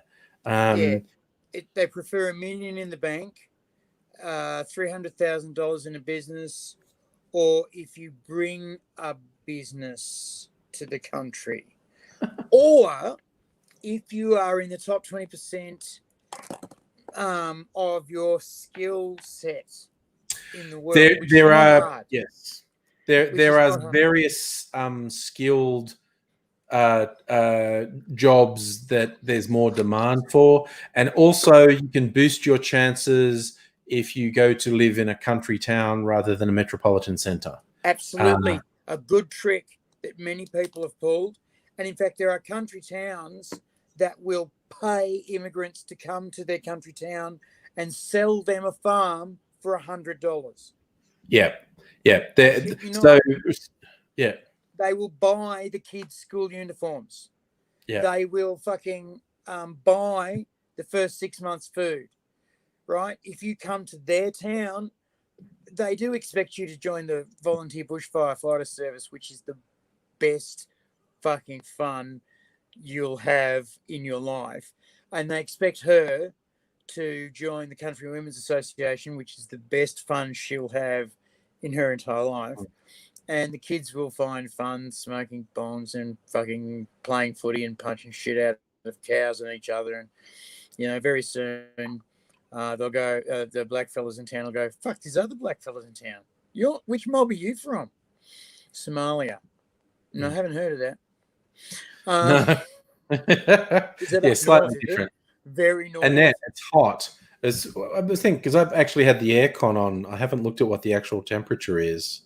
Oh yeah, it's still, depending where you are, it's still somewhere around fucking 30. Well, dude, in my neck hot of the day. woods, it is. Hey Siri, what's the temperature? It's about 27 degrees outside. The temperature? Hey Siri, what's the temperature inside? It looks like How's Siri going to know what the temperature is inside? I'm confused by that. Hey, Locust Trooper. Okay, so Ahmed, you're Canadian. Sorry, what did it say to you? We can't hear it. It fucking told me, oh, you haven't got a home app. The home kit. Oh, yeah. So you've got to set up the home kit. Yeah. If you haven't got the home kit, then you're fucked.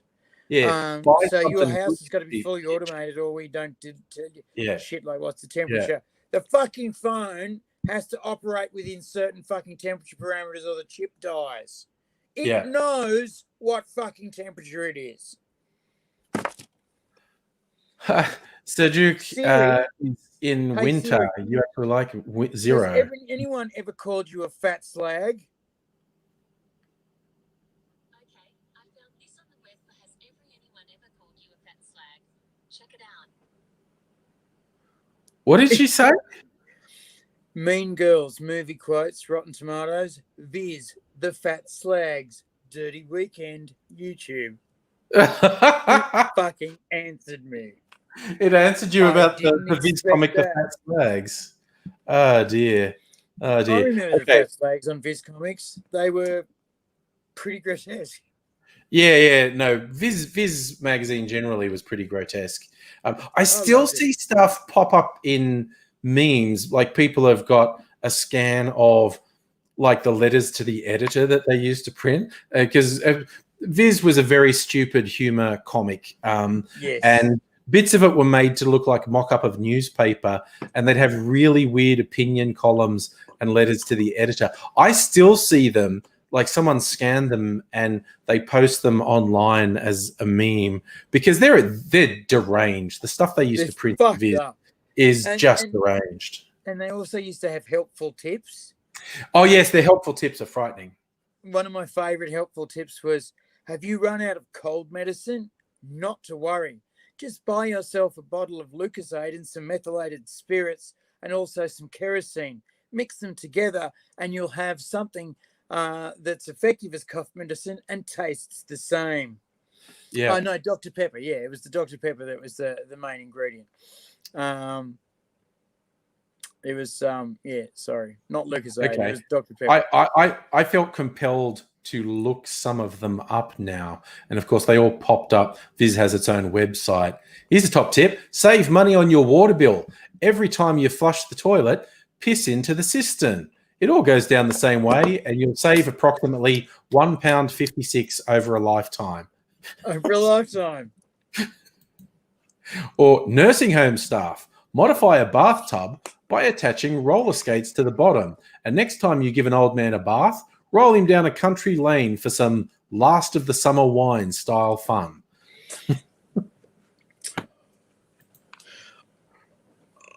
Oh, here's a good one. Football managers. force the opposition into committing foul after foul for dangerously high feet by fielding a team consisting entirely of dwarves.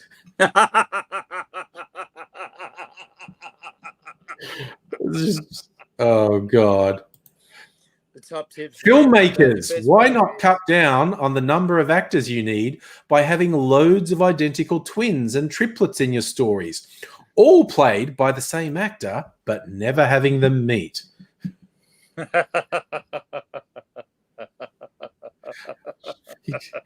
Just profoundly stupid. Love it. Locust Trooper, I've been up to the usual. Look, I'm going to make a cocktail, and no one's joined in, so maybe you can just play along with me while I make a cocktail. No one unless you want to fucking follow wants to talk to me. What did I do? I smell or some shit like that? I don't know. It's not that many people in tonight, but okay. No, Lee's taken pity on you. Good on you, But Lee. where's the Quebecy billionaire? We're waiting. AZ's still waiting for that money. Quebec billionaire to give me a. Look, I'm going to leave you. You can argue about where your money is. Hang on. Where's fucking gorgeous Abigail? She is not on, which is troubling because that could mean she's having a very bad pain day and can't join us. But I choose to go glass half full. Maybe she's on a date. So, Oh, I hope so. Yeah, that'd be good. Because I want fucking rich stories. Rich, detailed stories. Detailed and lascivious stories. I want the kind of detail that goes blow by blow. If you know what I mean, Lee. If you know what I mean. Do you know what I mean, Lee? I do. What kind of detail do you want from Abigail's date? I'm not too sure. I think Lee might be a bit more circumspect. I don't know. Why? It's fabulous. It's an Abigail date. Can you imagine how fun that's going to be? She's probably going to wear a stars dress. And you're going to go, you're a cosmos of gorgeous, right? Pickup line. Right there, pickup line. You're a cosmos of gorgeous. I want to see the stars emanate from you, Twilight style. Instant date death. Don't fucking mention Twilight in any date. Because if you mention Twilight, you're basically talking about a woman who fucking wrote a series of Potter fan fiction and effectively has never had sex. She's a woman. It's a bit like 50 Shades of Grey. Someone who's never been involved in BDSM talking about BDSM. Anyway, so yes, I'm thinking about the stars. Oh my God, it's full of stars. Oh, I like that. Oh my God, it's full of stars. What are you talking of, you filthy man? Your eyes, gorgeous. I see what you did there. Yeah. Yeah. So, Lee, what kinds of things do you want to hear from Abigail's date? Because you clearly haven't come across with the Quebecy. I don't think he exists. Oh, he exists. He exists. He said he's not gay. Oh, I see. What does he do? He does nothing because his parents gave it to him. Ah. Well, that is one way to get it. That is one way to get it. To be born into it is a fucking very convenient way to get fucking billions of dollars. How would you be though? You turn 18 and go, I want a yacht. Oh, I've got one. Oh, we want a bigger one. It's an ocean-going yacht, AZ. It's fucking got 6 decks and 15 fucking staff. Well, we'll get a bigger one. We'll put the same 15 staff on and I'll train the extra 30 and I'll have parties involving 6 of my mates. And we'll fly around. Do you know what I'll do when I become a billionaire? Is I won't fuck around with a yacht. What I'm going to get is a double Zeppelin. Like a double shelled Zeppelin. and fill it with hydrogen. Fuck helium, because helium's A, getting hard to get, and B, it's a pussy lifting agent. You know, it's got, you know, fucking Yeah. 8 times less the lifting power. And hydrogen, that's got some fucking lifting power. You want some fucking cargo in your fucking luxury Zeppelin? Fucking hydrogen's the go. What you don't want is a saboteur or lightning to hit an aluminiumized surface of your fucking ship, because it's effectively Over covered in humanity. thermite. Oh yeah, it's really Yeah. funny when an American says to me aluminum. I'm like, no, aluminium. Do you know? Here you go. Here's something we got taught, and Angry got taught this too, and I don't know if he can still say it. Are they copper bottoming the bottom of the war memorial, my man? No, ma'am. They're aluminiuming it. Can you say that, No. Lee? I'm talking to you. The buddy. aluminium, Aluminiuming it. aluminium in bit. it. Are they copper bottoming the bottom of the war memorial, my man? No, ma'am. They're aluminiuming it. And I got it first out of the whole class, and the whole class went, because I was the dumbass of the class. I was the dumbo. And I know this because I was chosen last to go into that class. It was 25 people per admission, and on my card it said 30. So 5 people had to drop out before I got accepted in. Oh no. And I never found anyone with a number higher than mine. oh no. And when I asked one of my lecturers how I went this year, he stopped and paused and went, well, yours was the longest journey.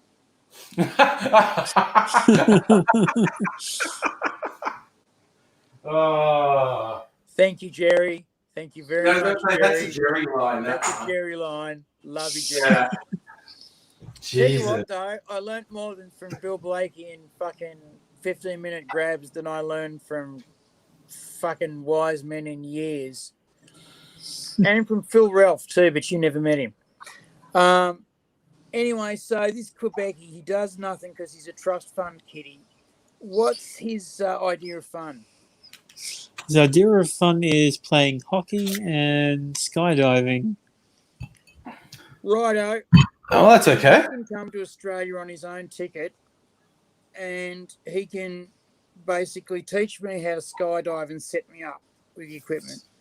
And he can teach me how to play hockey because I'm a manky cripple. But I used to skate, and I used to play hockey when I was a kid. But I was sucked in because I was the new guy and quite big.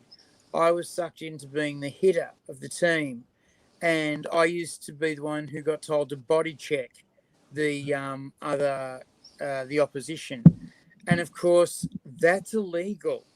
And I used to get sent off pretty much every fucking game, and eventually the association said he's a dirty player. We don't think he should be representing fucking the interests of hockey in Canberra. So they fucking assholed me. My team assholed me without a second thought and fucking got another hitter in. And I just went, I've been used pretty badly here. I've spent like $180 of my own money because my parents were so not into hockey. And then fucking, yeah, it was all over. I sold most of my gear at, I think I got $50 for the lot. And I kept on skating. I was never very good at it, but I kept on skating. And then I stopped because I moved to a place without an ice rink. Do you know how to skate? Me? It's been a while. It certainly's been a while.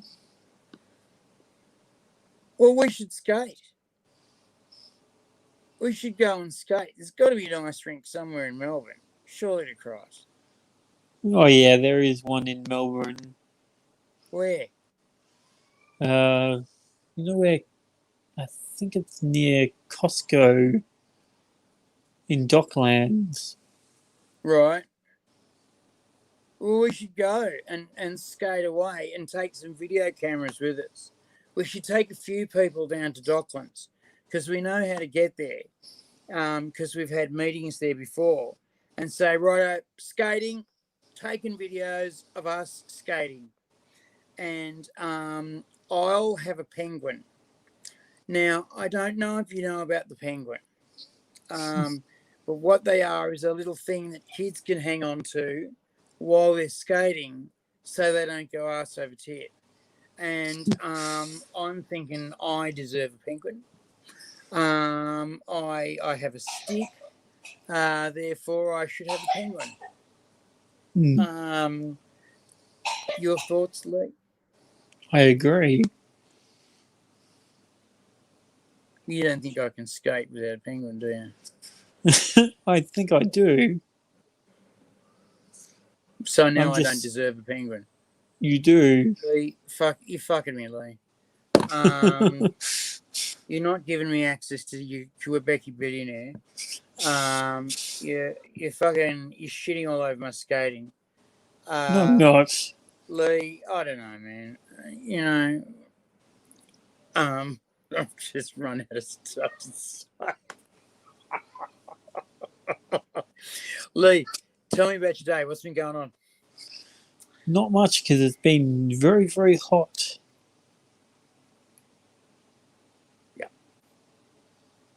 Today was the day I decided to go fucking out into the world and buy new headphones. When I did, and these are they.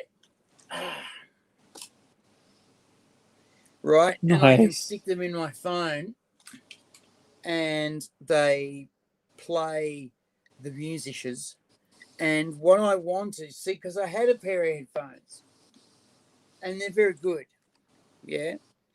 But I didn't have a cord that had button for calls and volume. Yeah. And you can get very cheap headphones with button for calls, but no volume. Now, putting my hand in my pocket to get my phone out to fucking do this is bullshit. When I can just go, hey Siri, call up Lee and get his. Sorry, I can only call one person at a time. Who would you like to call? Siri just told me she can only call one person at a time. Who would you like to call? And I don't know if she's got your number. Nobody. I don't see a Geddes in your contacts. Who would you like to call? Cancel. Okay, I won't do it. She just said, okay, I won't do it. Fair enough. And now she's fucked off. I've got my phone on voice control and notice me. So it'll be black and I'll look at it and it'll come alive and it'll say who it is and it'll go, oh, it's you. And go bling and open. And then I'll go open Spotify. And because I've got it on voice control, it'll open Spotify. And I've got to get the nuances down to pick the songs and shit like that. But I can get weather and I can get phone calls and I can get, and the trick is to know what to ask Siri and what to ask the phone. Mm, And there's a distinct difference. See what I'm saying? Do you see what I'm saying? yeah, Are you with me on this? Are you on the same page? I'm with you. Is it possible for you to put your camera so that you have more chin space and less head space? That is perfection. That is perfection. Because you're like this. Hello, I'm a munchkin. And you're not a munchkin. You're a fucking decent human being of this land. Look at fucking angry with his pouring of his fucking shit. Yeah, it's all very self-important. Pouring of shit. He's not very confident with this one though. Oh, he's doing another take. He fucked up and he's doing another take. Oh, He no. never does that. He does everything in one take. Shit. This one's important and he hasn't done it before. He's got a box. Why has he got a box? Anyway, you look great on camera. Thanks. So, yeah, today was really hot. I went out and got myself a set of headphones. And I've got a JB Hi-Fi gift card. That's like $50, which will get you something. And I didn't want a lot. I wanted one cord with a fucking button and a volume slider. They don't sell them. Oh, yeah. And I'm just fucking going, what kind of electronic shop are you? You're a bunch of cocksuckers, and not in the good way. Fucking, I'm unhappy with your fucking faggy form, and not in the good way. You don't deserve a flag. And I've gone, right, I'm leaving here. Much like, the Simon and Garfunkel song, The Boxer, I am leaving, and I won't be back again. Dude, Lee, what are you doing? You look like a serial killer. You've just moved into a doorway. What are you trying to do, Lee?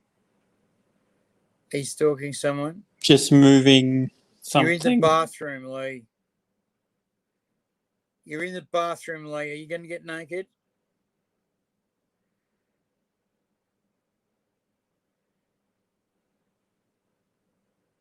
What are you doing? You're freaking me out. Oh, I like your kitchen.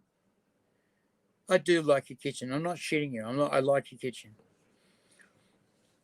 Okay, well, look, you're clearly not answering any of my questions because you hate me because I'm Sorry. white. No, I don't hate you because you're white. Well, some of us are born with fucking skin color that gets us fucking places, and some of us, like you, are born in the underclasses. Pick some cotton lately, Lee. Anyway, I am saying something. Oh, yeah, headphones. Couldn't get a fucking cord, so I went to Kmart, and there was this set of headphones there for like $15 that had everything I wanted. And I went, okay, I'll get it, because the cord comes out, and it'll sound like shit, but I'll have the cord. And I get it, and I look at where the headphone buttons are placed, and I go, I'll never reach them near my head. I'll put them near my pocket, and I do that. And I quickly find out that it doesn't work. Oh, shit. So I wrap everything back up badly and take it back to the girl who's just there, and she remembers me, and I said, it doesn't work, can I swap it over? And she did, and we opened the new one because I've got manky fingers. I can't use the scissors to open. You know those plastic shell packets that are impossible to open? There's a guy who invented a set of shears which would cut through them, and guess what they packaged them in? Apparently, when he found out, he fucking did his brain. He's just furious. Anyway, so she's cut it open, another one open again. I've gone to the same table just outside the Kmart and put it together, and it doesn't work. And I'm going, I can't fucking go back again. And I've taken the cord out and looked at both ends and noticed they're different. And I've gone, oh no. And then I've put them the way they're supposed to go, works perfectly. and I've gone, maybe I just trashed a perfectly good set of headphones. Awkward. Oh no. But I didn't say anything. I just went, dum-de-dum-de-dum, recycling, not recycling, recycling, not recycling, dum-de-dum-de-dum. I'm listening to my tunes on my new headphones. Dum-de-dum-de-dum, back out into the heat. And went home. And was going, right, I'm going to get set up for the show. This is at 2 o'clock in the afternoon. I deliberately left early this morning. So I'd beat the heat, and my chemist made me wait for an hour and a half. I couldn't fucking believe it. No. My previous record was an hour, but today was an hour and a half. And I've never been bitter before, but there were like 6-8 junkies waiting outside the chemist. And 2 of them were in front of me anyway. And they said, oh, did you get knocked back? Because they're busy. And I said, yeah, just as long as the junkies are served last. That's all that matters. And they all laughed and went, yeah, that's right. And I thought, you're a dickhead, Claire, because what's going to happen now is they're all going to go in there and they're all going to fucking bitch about it, because that's the way they are. And either they're going to say, I said it, or, the boss is going to be in a foul mood. And as it was, he saw me and he was in a foul mood. Turns out I was also in a foul fucking mood, because I'm usually, hey, how you doing? Everything's great. I've got a massive dick. I was like, hello. And he's presenting me my stuff, and I said, thank you. And I've drank it, and I've put it away. I've put my paper away, and I've walked out, saying not a fucking word to anyone, except for someone who called me by name. And I said, hi, how you doing? You gorgeous. And walked on. But usually I'm life of the party, but today they can all go and get fucked. Because it was such a case of the junkies can go last. It was like, doesn't matter what time you turn up. It's like, fuck you, we've got real customers. And, those junkies are paying $60 a week for the privilege of being stood in line and being shat upon by Mr. and Mrs. fucking respectable. So my whole fucking point was to get in early. This is the other thing too. You're not allowed to go to the chemist when it's open. You've got to go during the times they say. They say, these are the set times for dosing, and you may not come outside these times. So, fuck if you've got a job. You can't say to your boss, oh, do you mind if I duck out for an hour and go and dose? They're generally not keen. So fucking anyway, I was sitting there for an hour going, if I had a job and I'd managed to convince my boss to let me dose, I would be out of the office for 2.5 hours. And how long are you going to last in a job like that? How long is that going to take before the boss goes, it's not working, mate? Fuck on. Anywho, fucking, I get outside. It's hot. I get over to Brunswick. They, for some reason, their air conditioning was set at Blur, 36. Hi. And hey, Blur, how you doing, man? Good to see ya. So for some reason it was set at 36 over at Brunswick. I'm sweating like a pig because I got my mask on. I go into the mecca of electronics, and they've got nothing. Then I go into Kmart, and they've got everything. And I've gone, I should have just gone to fucking Kmart. Did I come home, like I said, set up, and I fell asleep till like 6:30. And I'm just going, oh, that was a long sleep. And I thought, I've got to go down, get dinner, get back, get ready for 8 o'clock, which I did. Now, if you'd have heard me talking to Angry before, you would have heard that I was ready before 8 o'clock before I started getting several phone calls. But yes, Yeah. many misadventures happened. Many misadventures. So, Anyway, yes. I don't know if someone relayed this to you, AZ. But also, poor Mr. Grant Gregory was confused by me talking in silence. I was, in fact, making my Highland Sazerac, which is really good. And Blur, what have you been up to, my man? I've been just working with my Unix classes, learning that, and doing some C programming and some nerdy stuff. Nerd! You fit in really well here. Everyone's Yeah. a nerd in their own way here, so that's excellent. That is excellent stuff. All right, I've got to go because it's nighttime and it's bedtime. That's fair. That's absolutely Right. fair. All right, thanks for dropping Right. in, Lee. See you later, man. Later, man. Peace and love. have a good one, lady. And I don't know if anyone relayed the question to you, AZ. There was a question: have you ever seen Auntie Donna, particularly live, or do you know who Auntie Donna is? I'm having a lot of trouble hearing because I'm getting a lot of flutter on the line. Oh, But I okay. know it's going to clear up, so it's not a problem. Okay, we'll soldier on. You're sounding perfect, by the way. So, And you're clearing up now. Blur, are can you give me, aware a few of? lines of your fabulousness?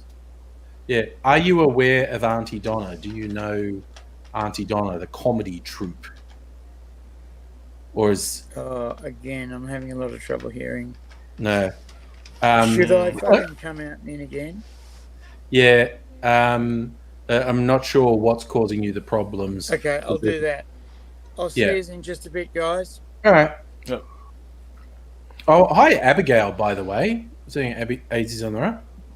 So, Blue, you're doing Unix? Did you say?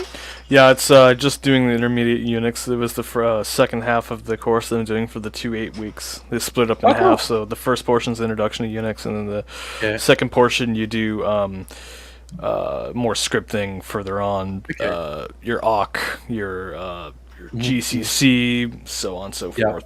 And all So it the, sounds like, yeah, it sounds like this is like a fairly career-oriented course. you're yeah, it doing. is. Yeah. Cool. What are you hoping to be doing when you finish the course? I'm almost done with with the information system security, which is like an infosec degree. It's only associates though, but it's in that field within that Yeah. thing. I don't know. Probably once I get out of it, I'd probably find some sort of local job or something that would require someone who has some knowledge of security-based Nice. network Security's or a whatever. big field. Hey, Yeah. speaking of nerds, hi Abigail, the best nerd Hello. hang out here, and AZ's Oh. back. AIDS Yeah, back. yeah. Hello, There's my girl. Mr. AIDS. How How are you? have you been? I was worried you were having a bad pain day. Oh, today has been so busy. I started at 10 o'clock with a crochet class that I teach, then What? a telehealth appointment at 10:30, and then 11 o'clock was another appointment. What was it? I don't even remember now. Another appointment. That And time then of 2 o'clock was sewing class, and then that 11 o'clock was a tech run I had to do for a show that I did tonight. Oh, cool. And tonight was a show that I streamed that got it's a drag king show. I'm just the tech monkey. We have a producer, Yeah. a host, interviewees. It's all coordinated via Skype. I Yeah. stream it through OBS with fancy graphics and stuff. And I hope there's We no got- homosexuals in that show. it was nothing but homosexuals. Oh my god! Pansexuals. Sorry, I Yeah. wasn't prepared for that. I was not. I know. Oh, dear. We got zucked halfway through because drag performances lip syncing to copyrighted music. It's never happened before. Never Yeah. happened before. But this of time course. we got the big Zuck hammer. So I had to move the stream to Zoom and Yeah. do the streaming onto Zoom, which I managed to do eventually. Had sound problems, I had video problems, but I got there in the end.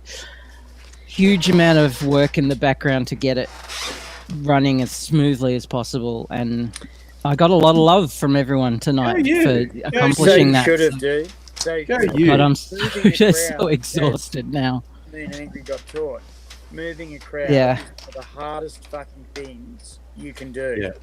Getting a crowd Yeah. to move. Once you've got a crowd, moving them is Yeah. fucking virtually impossible because, you know, you say, oh, now Yeah. we can go over there. It's like, fuck that. I've been Well, here now. I'm going home to smoke. We fucking only bongs lost and 10 watch that people fine. from moving from Facebook to Zoom. Well, that's we only good. lost 10 That's 10 good. viewers.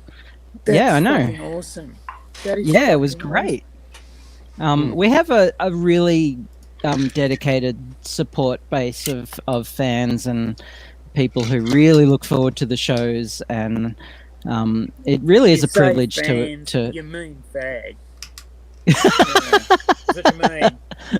there's like Yeah. 90% They lesbians. stick together. Yeah. man. The other Yeah. the Know what other I'm saying? 10% Stick are together, also means lesbians. stick together. Yes, I like that as a crowd breakdown. Oh, it's at least 90% lesbians. I'm pretty sure the other 10% were lesbians too. But There's a lot of bi, pan, trans people in the community. It's so accepting and so loving, and we get That's good. Auslan interpreter in, who's amazing, Oh, and all the performers get paid, and it's just it's really great. We actually got a grant Except for the from Auslan someone. except for the Auslan interpreter. 'Cause She's fuck them. straight. Right. I mean, they're dead. You know. no, one thing that came out of all the COVID press conferences is I fell in love with Auslan translators because they just get so into it. They're not just going, it's this. They're like, and No, fuck they're yeah, we're going to do animated. that, and we're going to do that, and fucking, he's talking about the Liberal Party now. Fuck those guys. Yeah. You can always tell. I You can always I, tell I love it how the- the guy they got for They give it this for the state Liberal Party, and they give it this the federal Liberal Party, and they give it this for the Nationals, which And- bothers me. But the blur, you're letting me side down, mate. Don't be just fucking laughing into your fucking eyebrows there, bro. These are and Just and with and if 80s masturbation. someone has bipartisan support, then it's Yeah. I'm trying to think what the show was I saw, but there was a sketch thing about the horns of the Viking. yeah, a sketch show that had a thing of like a married couple who were mimes, and at one point the husband walks in the bedroom and the wife is there and she's by herself, but she's just going, and the husband's like. He's walked in on his wife having a mime gangbang. It was just like, nice. this is the weirdest shit. That's nice. That's nice. Well, I forget what I was going to Myself say and before, the but crew who will remain been a- nameless punched a mime in Hyde Park. Yeah, we shouldn't have done it. He might have been American. Fuck. He was shit. That's okay. So, Abigail, when you say, again, this is showing my age, but whenever you say drag kings, my initial thought is it's KD Lang in the 90s. Everyone wanted to look like a hybrid of KD Lang and Elvis. or that was the Melissa thing, Etheridge. Oh, Melissa Etheridge, yeah. Yep. But I mean, I was, not that I was ever going to get a look in, but I was in complete agreement with the whole KD Lang worship thing. She is bloody amazing. Just when she crooned, like the one for me, the high point for me is Constant Craving. That was actually, and the duet she did with Roy Orbison Roy of Orbison, crying. yeah, it's Oh awesome. my god, that was, and because Pretty awesome. Katie Lang's doing all the low notes and Roy Orbison's doing all the high notes, and that signature falsetto of his. Yeah. But yeah. So, Safa, Melbourne has tons of drag queens. It just, like the drag queen community in Melbourne is just part of Melbourne. Whereas in Sydney, like, because Sydney is a bit less cosmopolitan as us here in Melbourne, they get singled out a lot. So they're a bit more visible in Sydney, but in Melbourne, they're just drag queens, whatever. Like, people, like, you can walk down the street in drag and barely anyone bats an eyelid. Yeah, no one cares. It's just a thing. I saw a great Just- thing the other day. There was a trans woman walking down the street, and a young man said, "Oh, Mademoiselle," and this trans woman was showing her age. Yep. And had some fairly largish top surgery done. This young fellow said, "Excuse me, mademoiselle, you're popping out of your top," and this poor girl's boob was pretty much fucking flopped Spilling right out. of her bra. She looked down and Whoops. said, Whoops. "It's the only look in I'm going to get today. Maybe I should keep it." And then straight up, and this guy had the grace to laugh, and so that gorgeous and walked on. It was Melbourne's like that. It's drag king, whatever. It's a thing. Because remember too that we have Muslim women in full burqa wandering around on the trams, and no one gives a shit. No one's sensible It's anyway. summed up by a comic I used to train, and he was a little bit Muslimophobic, and he said, "I didn't know about these Muslims, man. I was fucking not happy about it." And then I was walking into Centrelink, and these 3 Muslim girls were walking out, and two of them were black, and one of them was, Arab, and they were all wearing the white scarves. One of them turned to the other one and said, "You got my decker when he blows?" And she's gone, "Yeah, I'll give one then." And then the third one's gone, "Well, what the fuck was that all about?" And he said to me, "Well, at that moment I thought, I am, you are, we are Australian." Yeah. And he just said, "Sweet," One of my Of course, that's personal- what you say when you come out of fucking Yeah. Sonic. Like, what the fuck happened there? Yeah. Because they give you these strange words. Yeah. Oh, you're in breach if you touch the pony on the second day of the third Tuesday of the 8th quarter trimester of the what? Breach. Actually, that's your job search provider. So you were running an amazing event tonight, and not here. Yes. Looking at Yes. us, because I turned up early for you. Oh, really? Well, I'm glad I got here he's actually eventually. not joking. We were speculating. I was worried you were having a bad pain day. Then I wanted to make it better, so I was imagining you were on a date. And then I'm not gonna say who was speculating about sexual activity on a date. I'm not gonna say. Me. I was asking Well- me to describe to me some of the things that was going on. Okay, in the so- day. Hi, Well, I how you don't going, mean to feed the listen, speculation, but I won't be here tomorrow night, if you know what I mean. Unfortunately, every time someone comes on, the sound goes a bit buggered for me for just a little while. So I've walked Yeah. into the conversation at just the right Oh, now point. we're Something back. juicy's happening with Abigail. Abigail's got a date. I've got a date tomorrow night, so I Something won't be juicy's here happening with tomorrow night. Abigail. Abigail was basically on a date, in my mind, and very sexual things happened. Yeah, because she was out with my wife. She there keeps on was- taking my wife away from me. Yeah, yeah. I can't keep her away. Sometimes a stick works. But spare the rod, spoil the woman. You're only allowed to hit him with a rod as wide as your thumb, though. It tells us this in the Bible.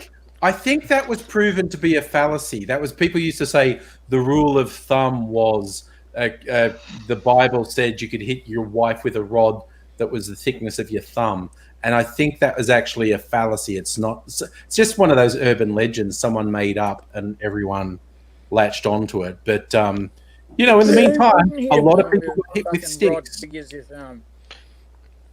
Well, Come on. I just learned where the term honeymoon came from, actually.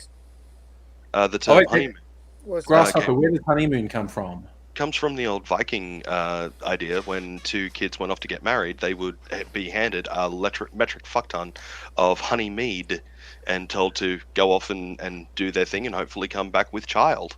Honey mead just kind of got turned into honeymoon over time. Is it because they were just drunk the whole time on mead? That was the idea. Get them drunk so that way they'd go off and fuck and come back with a kid, basically. There's all kinds of weird traditions. The tradition of not seeing your husband before the wedding is the tradition of your best man goes and kidnaps her and takes her away to a secret place so that when the angry father comes to fucking deal damage, he's either got to deal with finding the daughter or finding the guy, and so it turns awkward. And the tradition of carrying the woman over the threshold is she might not necessarily want to go, and she might not necessarily be conscious as well. Yeah, caveman style. Good but she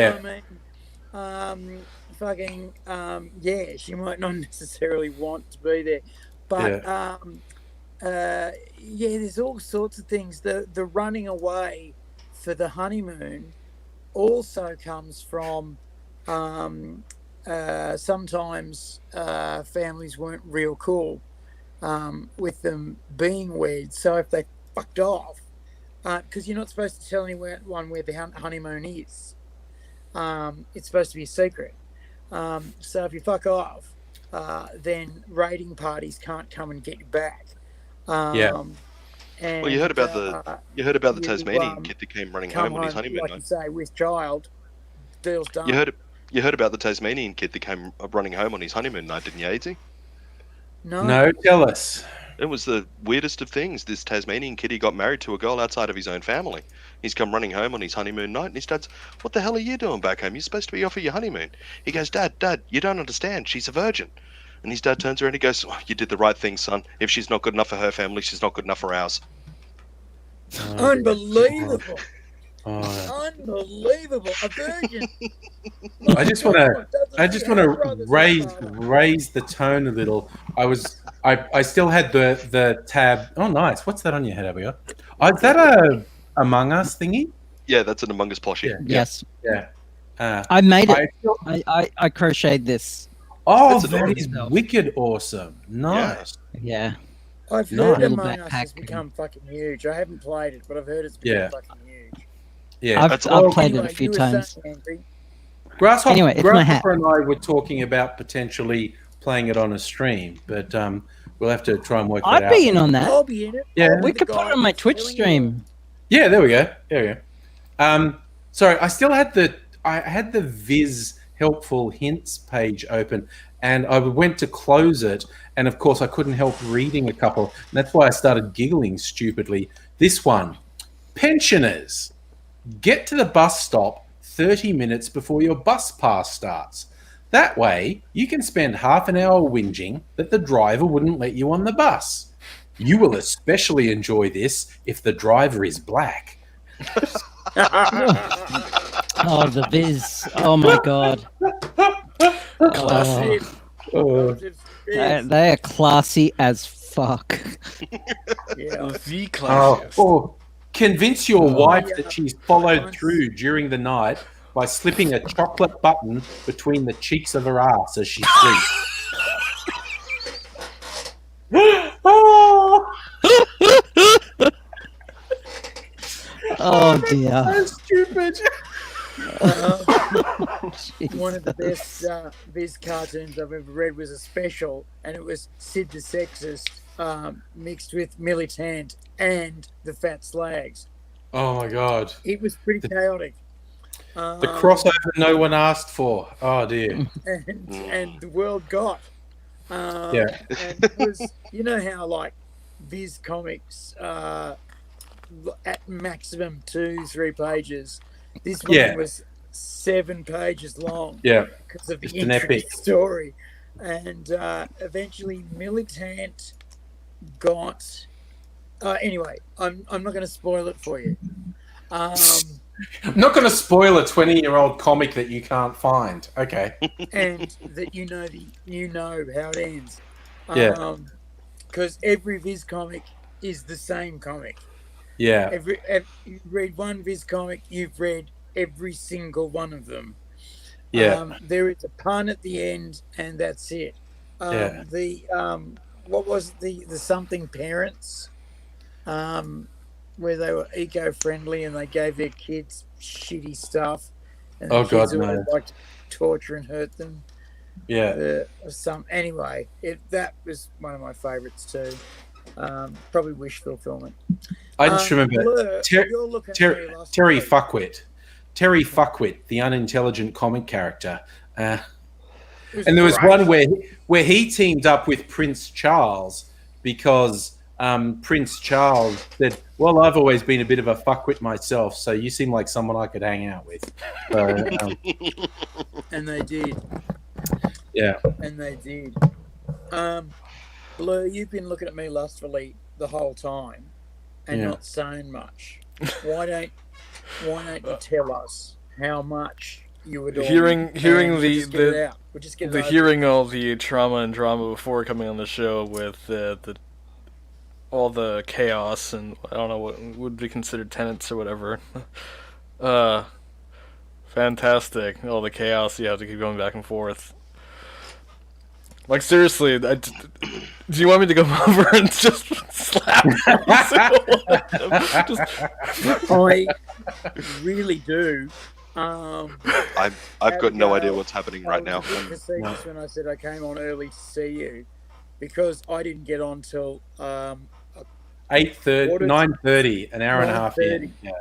right? I was ready to fucking go at 10 to 8. I shit you not. And then I got a phone call from my house saying crisis. And then I go and fix the crisis. Same house person, crisis.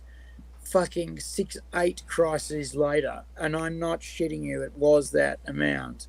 I fucking just go, I fixed everything that's possible to fix. I've got to do my work. And this individual's going, well, you know, I've got to get to my work. I wish you were quicker. And I'm going, I'm not going to punch you. I'm not going to punch you. I'm not going to punch you. And I was complaining that when you work from home, you're angry especially, no one thinks that what you do is important. No one, you know, like every time I say, oh, actually I'm working, they say, oh, but you're home. You're here. You can come and do this. And it's like, well, no, I've got to write this thing for Angry because he needs it by fucking 5 so he can review it, so he can fucking present it. And if he doesn't get it, he's fucking ass is in a sling and he's got to start fucking improvising again. And he's good at it, but it's a bit piss poor on my part. And I was explaining sort of something to this individual along those lines, and they just didn't give a fuck. And I was like, thanks for that. That's nice. So Abigail, I was going to ask everyone to ask me 2-minute questions. Are you in a timing frame or not really? I could get it set up. I could do that. You're a fucking legend, Abigail. Just give me a moment. I reckon if I could get boss of the house to go for it, you and me and him. Oh, They're dear. lucky that they have the ground faults. Otherwise, one of them would have died. Oh, There would dear. be a corpse somewhere. Oh, I'm lucky also- they have the what? The Okay, I'm ground just going to fault. turn my The camera on ground first. fault interrupt thing and the GFCI plugs that Oh, trip yeah. after. Yeah, Fucking so many people, Blur, in my house have fucking tried to electrocute themselves with by grounding themselves to the electricity. Usually it's they're touching something electrical and their sink. And Yeah. it's like, how do you not know that water and electricity don't mix? And B, not many people know that most electrical ground is actually attached to the water system of your house. Most people don't actually know that. yeah. So that's a bit unfair. But these days, because there's all plastic inlet piping, you've got to have a separate ground. That's worse because the water itself comes from iron pipes, Which have a lot of long way minerals and away deposits and stuff. in the ground, Yeah. and it's deeper in the ground than the earthing pipes, and the electricity just goes yum yum yum. I've got all this fucking positive ions to fucking hit deep underground, and they go fucking straight through one arm, straight through your heart, and straight through the other arm, and you are crispy and fucked. You become the relay of death. Probably shouldn't find that quite so funny, those but I fucking do. ground fault. That is an awesome image, Abigail. Abigail, that's an awesome image. Thank you. All right, I'm going to make another cocktail while you're doing this. Are you? It's meant to say strong women scare weak men. I like They don't that. fucking scare me. They fucking give me an erection. That's why I like anime that's got fucking like Matogo Kusanagi is my favorite anime character. Ghost in the And, Shell. Yeah. fucking the girl out of Psycho Pass does it for me as well. I can tell you that much. You know what? Ripley never did it for me. Oh, fair enough. Because I always saw her as the mother figure of the people she was helping, not the fellow soldier. I always saw her as the maternal instinct of humanity. I loved her to death, but as a mother, not as a you and me, babe, let's do it. And whereas Matogo Kusanagi, yeah, she's a robot. Yes, she was shown as an Asian in the live action movie when she got arrested as a militant, as a dissident. Everybody says that show fucking whitewashed, and it didn't. Anyway, Matogo Kusanagi perfected the Kusanagi drop, which is just got to be the fucking image of anime today. Yeah, for all the... That is something out of Akira, but not the monster growing into the horrible blurb, but just the fucking the initial bike fight scene in Akira. I'm talking anime now, aren't I? Yes, it's your... Fuck up. Yep. Not my interests don't interest everyone. Anime is a good. Anime is always a good topic. Myself often. And something Anime is always a good topic. Mega Always. Leash says we should buy you a wife. Buy me a wife.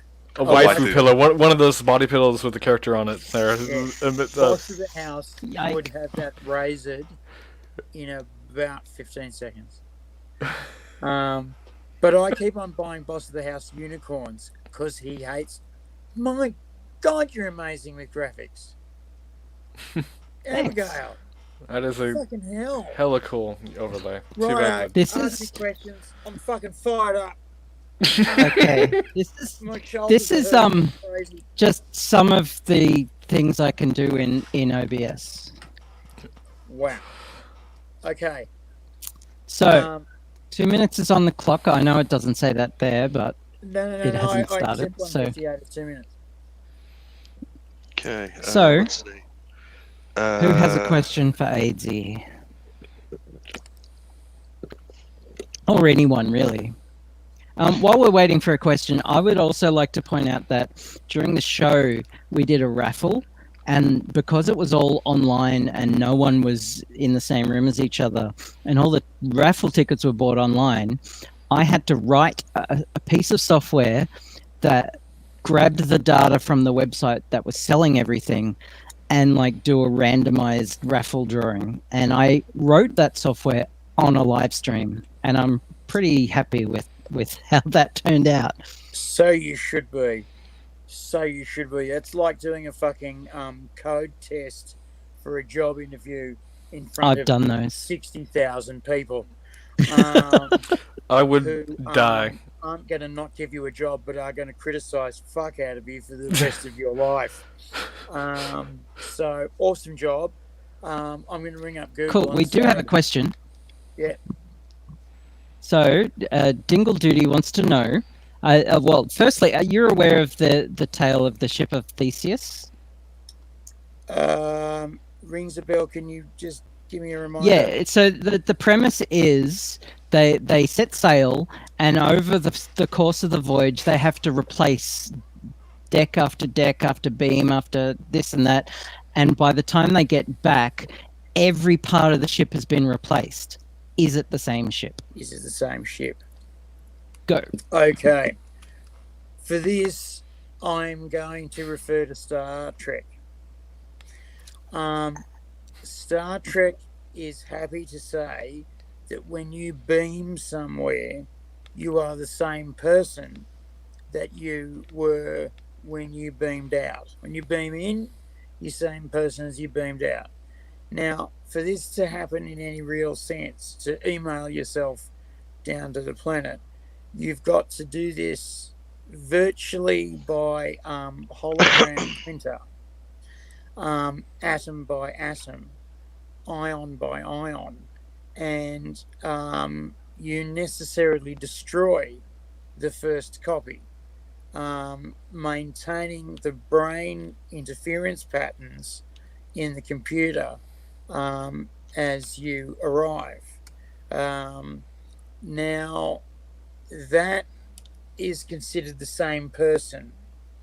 Yeah. It's also my grandfather's axe. My grandfather gave me an axe. It's had 3 handles and 4 heads, but it's still the axe of my grandfather. This has been an argument that has gone back and forward through the upper classes for a million years, but the lower classes have always said it's the same thing, because it was meant with the same intention, and it was made with the same love, and it contains the same essence. And I'm done. Cool. With 12 seconds to go. Ding, ding, ding. I tend to agree.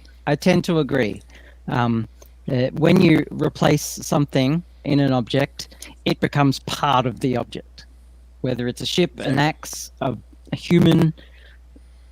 And yeah, so if you replace something piece by piece, that piece becomes part of the thing. Yeah. So over time, even if the whole thing has been replaced, it's still the same thing. I mean, Cool. Okay, Great space question. shuttles, right? How much of the space shuttles were fucking as they started? Fucking Yeah. none. No. I view Fucking, it was all I view- different. I view it the same way that people who buy cars to modify them, that the car is a shadow of its former self. When they first bought it, they do the interior, the exterior, all of that. It's still the same car. It just looks different. Yeah, which is what the problem is with Asians. What? Well, they're the same Where did people, that come from? but they look different. What the hell? Which is If you're why talking it's about like different. the beauties that comes out from like K-pop, then What? Sorry, Blue. What'd you say, mate? no, like if you're talking about like the some of the artists that come out of K-pop, some of the female artists there, they will go through so much plastic surgery because that's the major drive for their appeal when it comes to K-pop, which the K-pop girls fucking sadden me because they get treated like shit, and some of those girls finish their career with nothing. Yeah. And they've worked since they were like fucking 12. One of these girls was on an interview talking to a J-pop girl, and she said she didn't have a period until she was 21 years old. And because she'd been working so hard that her body just didn't, allow it to happen. And one of the J-pop girl she was talking to said, "Yeah, I didn't have a period until I was 18." And it's like, for fuck's sake, this vision of perfection that we've got for these girls is a fine thing, but for fuck's sake, pay them the millions of dollars that they generate. yeah. For fuck's sake, give them the reward that they fucking worked for. Because gymnasts, will do the same thing to their bodies, and motorcycle riders will deliberately starve themselves so that they become stunted and thin. You've seen my body. Fucking my family's body shape is fucking enormous and fat. 4 of my cousins are competitive motorcycle riders, and they are thin, tiny thin, stick thin, and short. They started that program when they were teenagers, when they were 13.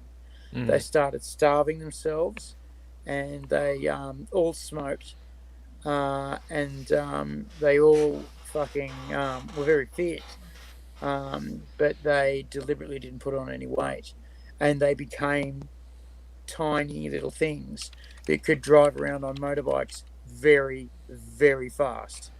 They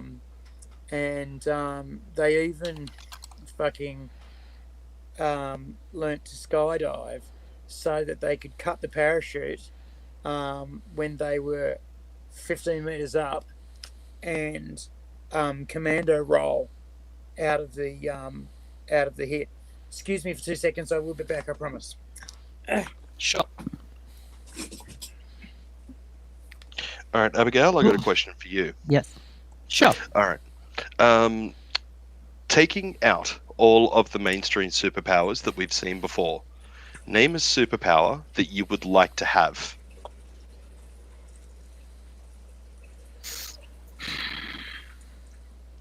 Completely unique to you.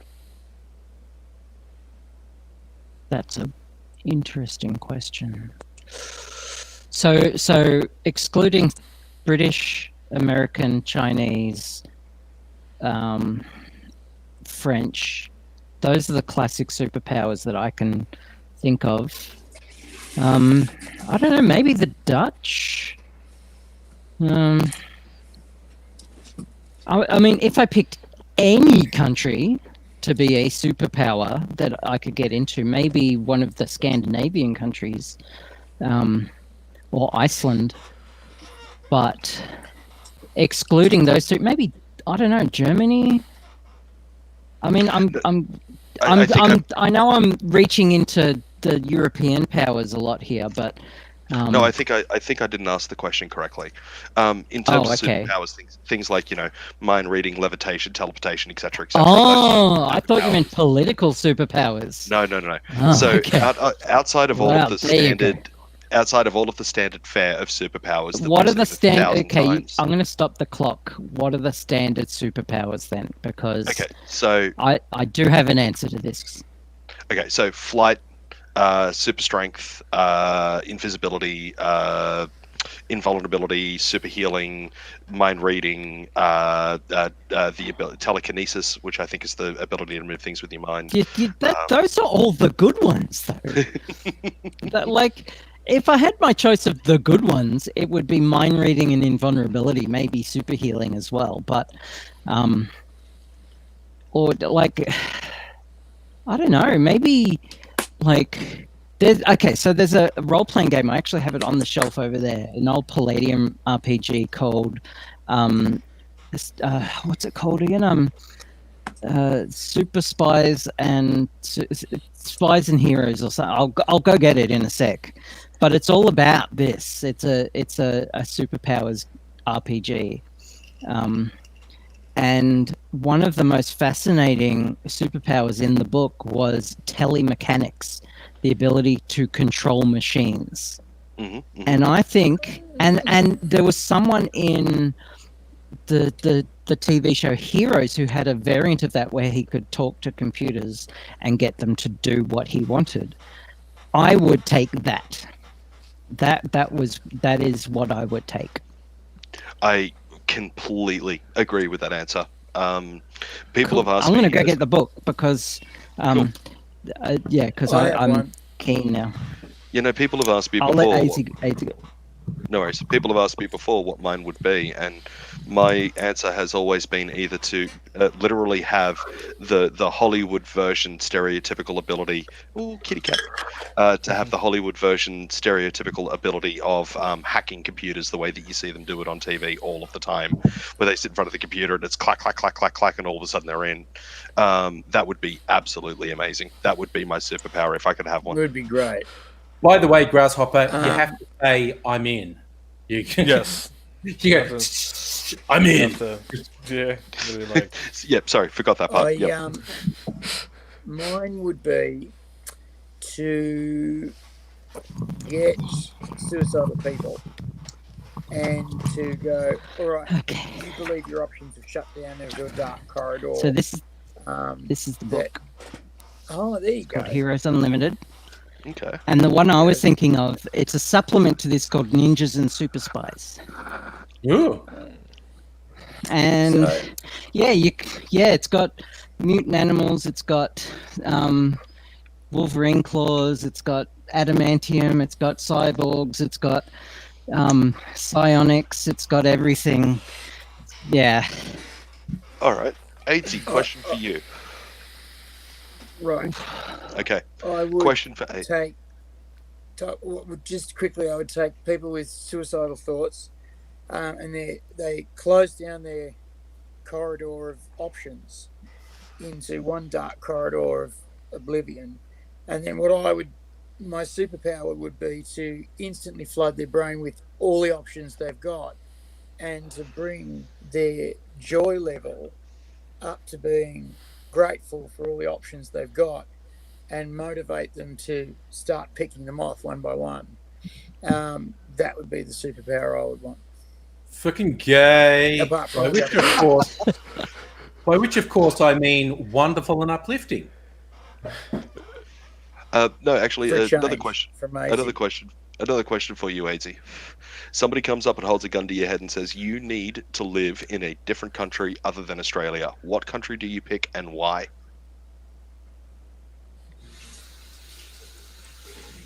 I pick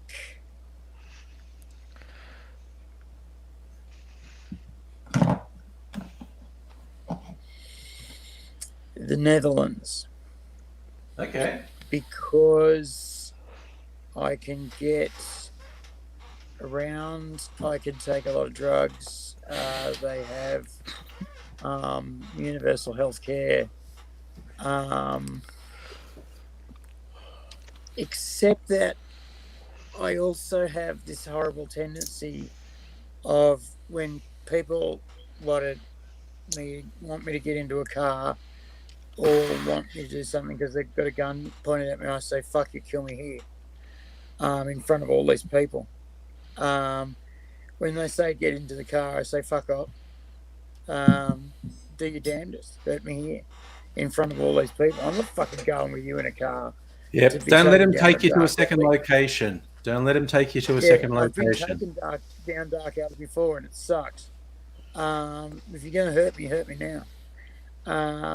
And I have been around a little while, and I've been to different places. And one of the things I like about Australia is the lack of automatic guns wherever you go. The In lack. some places you go, and there's fucking machine guns in front of shopping centres, and you say, "What the fuck?"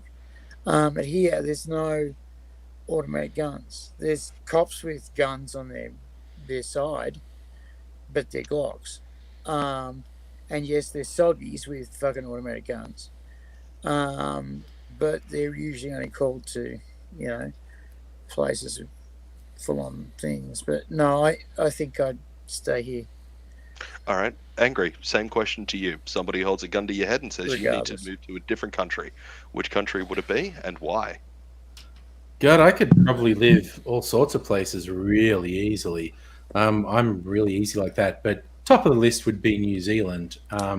Just because when I had a holiday there, it's like, damn, this is where you live when the apocalypse happens, because lots of fresh water, a fairly temperate climate, and a shitload of stupid ground-dwelling animals you can kill for food and fur. Mind you, they're mostly introduced. It's like possums and rabbits and foxes, but they're stupid as fuck, and so no end of resources for food and fur. So definitely New Zealand, actually. Also, they're kind of nice people. So Yeah. All right, Blur, They same are. question to you. I'm split between NZ and Finland. I New know Zealand's the- mine. Fuck off. All right. I know it is yours. I called New Zealand.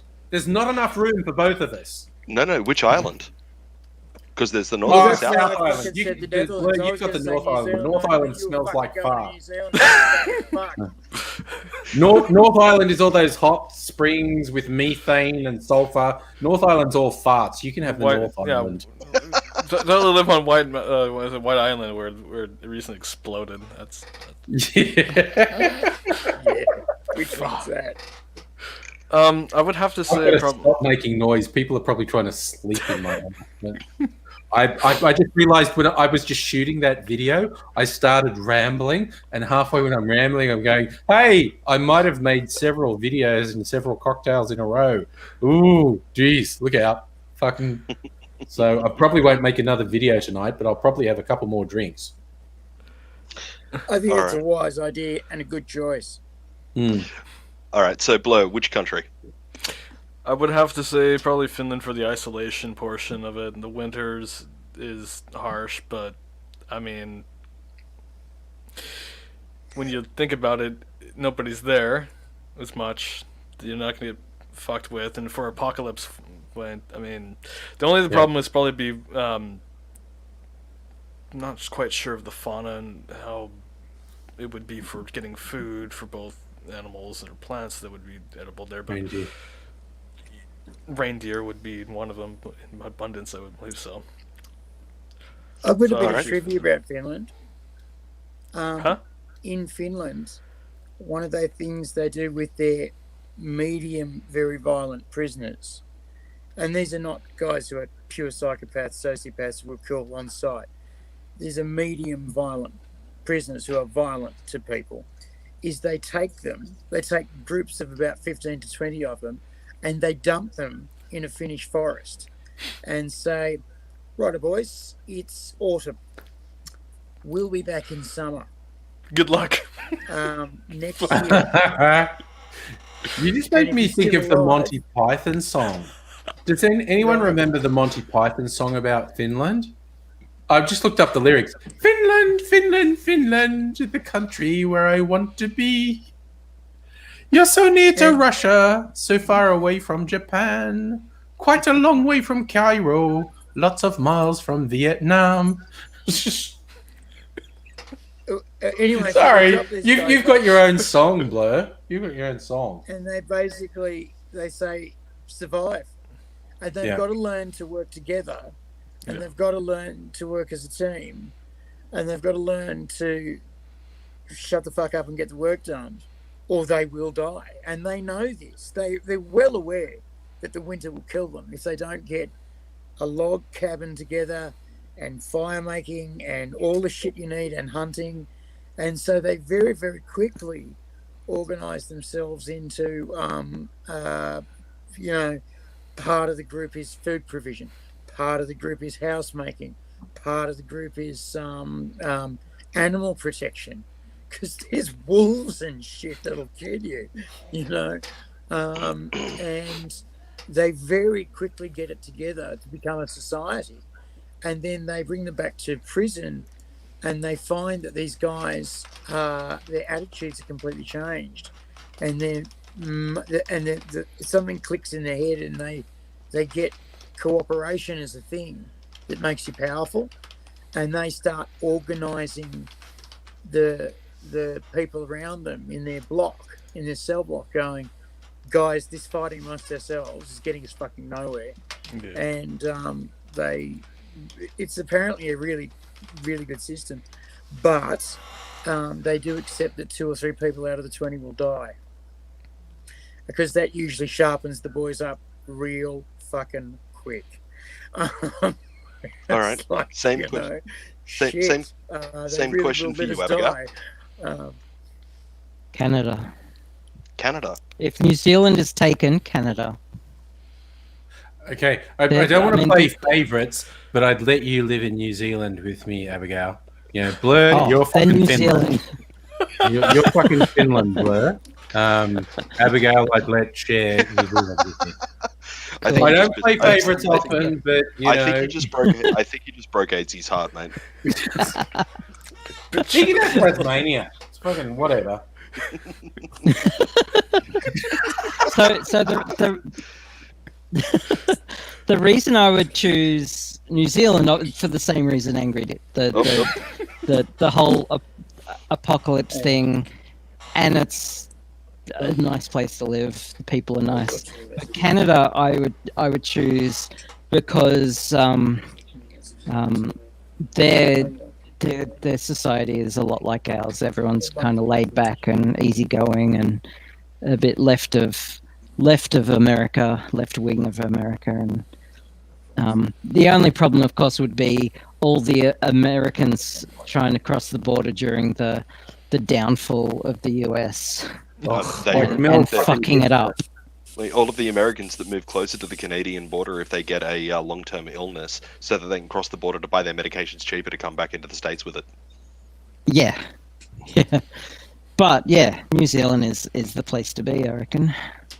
That's the reason we ended up with Mel Gibson in Australia is his dad was making sure his kids wouldn't get drafted into Vietnam.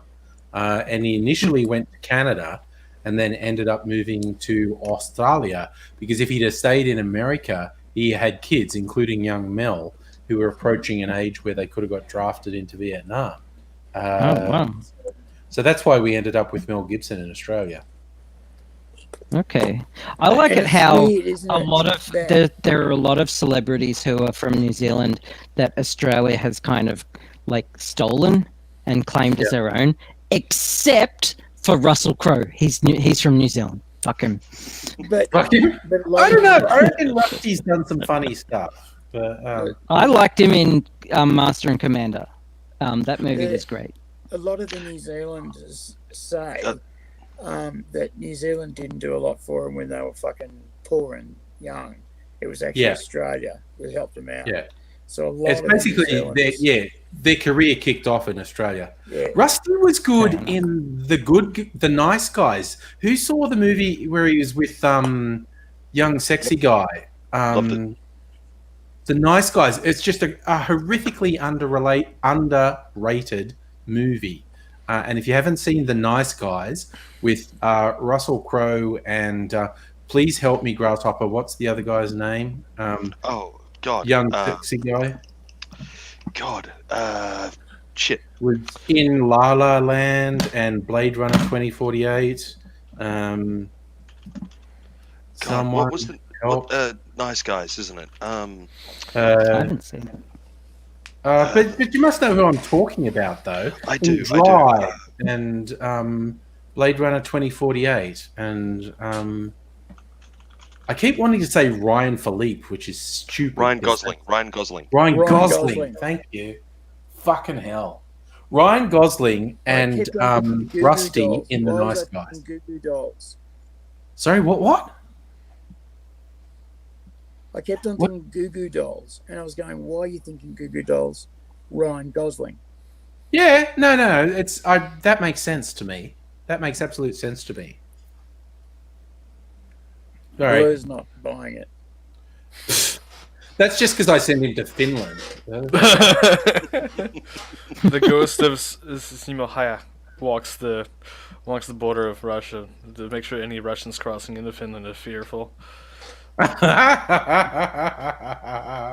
Nice.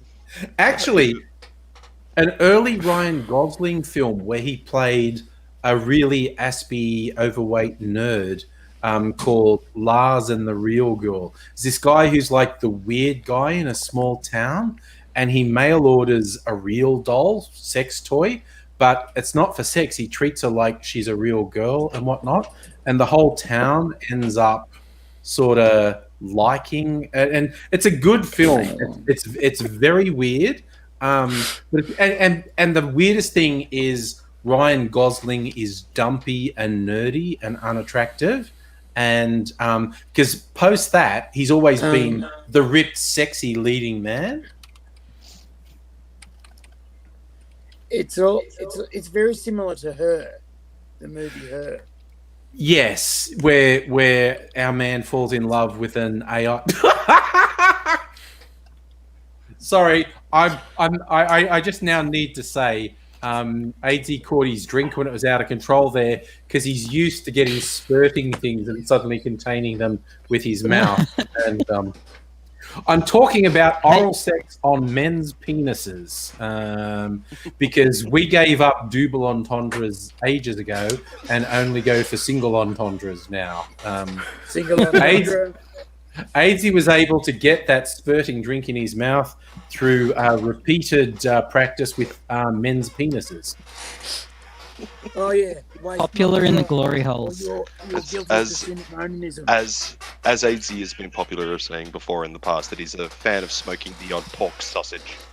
The skin flute, playing the skin flute like a virtuoso. Yes, I'm as queer as a tree full of fish. Yeah. Gay as a rowboat.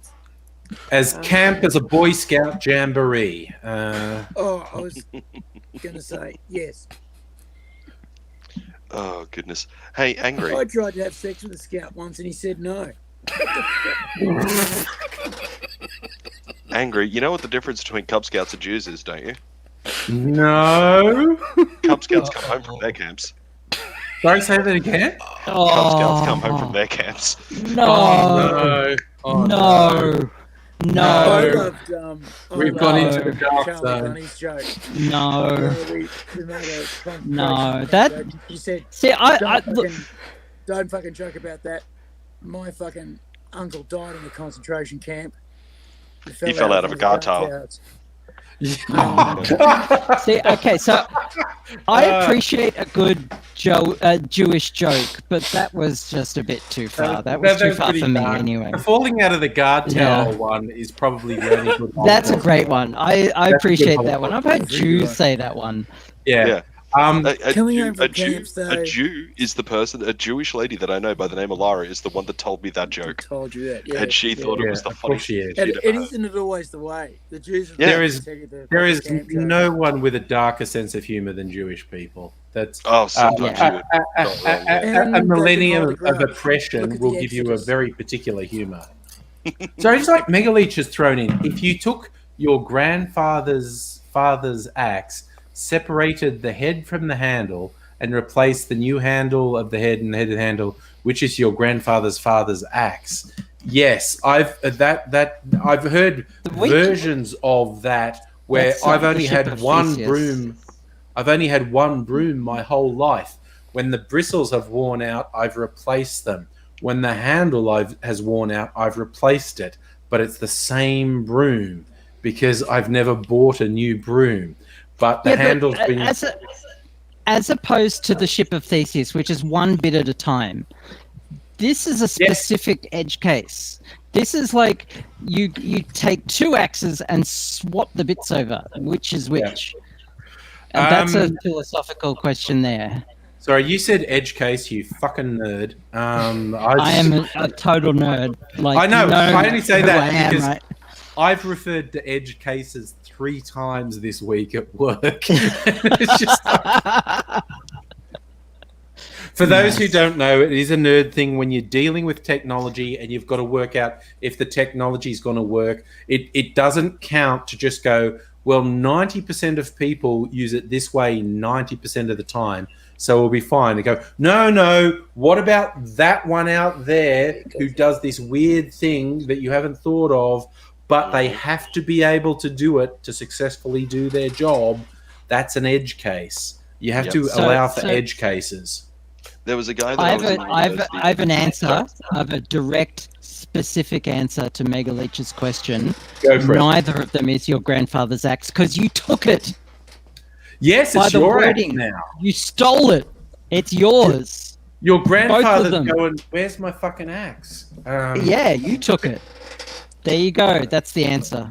When I was in uni studying network engineering, there was a guy that was in the class with us who he was like, everybody in the class ended up just referring to him as the wannabe edgelord, because every time that we were talking about anything to do, like we were talking about network topologies and we were like discussing the old school topology of the token ring network and upgrading to 10 by 100 and all of that. Ring, that's old school. Yeah, Jesus, that's 90s. Yeah. Yeah, and then he comes out and he's like, oh, yeah, but what about the old, like, trumpet topology networks that was used, like, in 0.1% of networks across the world once, and it barely fucking worked?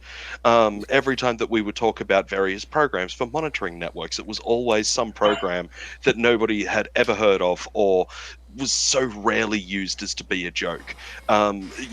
Different computer hardware, it was always like, this... Like, it was always, and it drove us fucking nuts. So we just kept on referring to him as the edgelord for the rest of the time.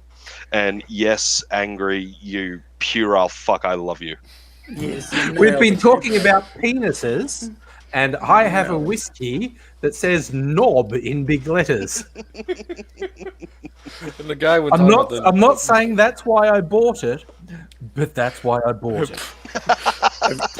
And the guy kept pulling that irrelevant old topologies, and that's also a knob.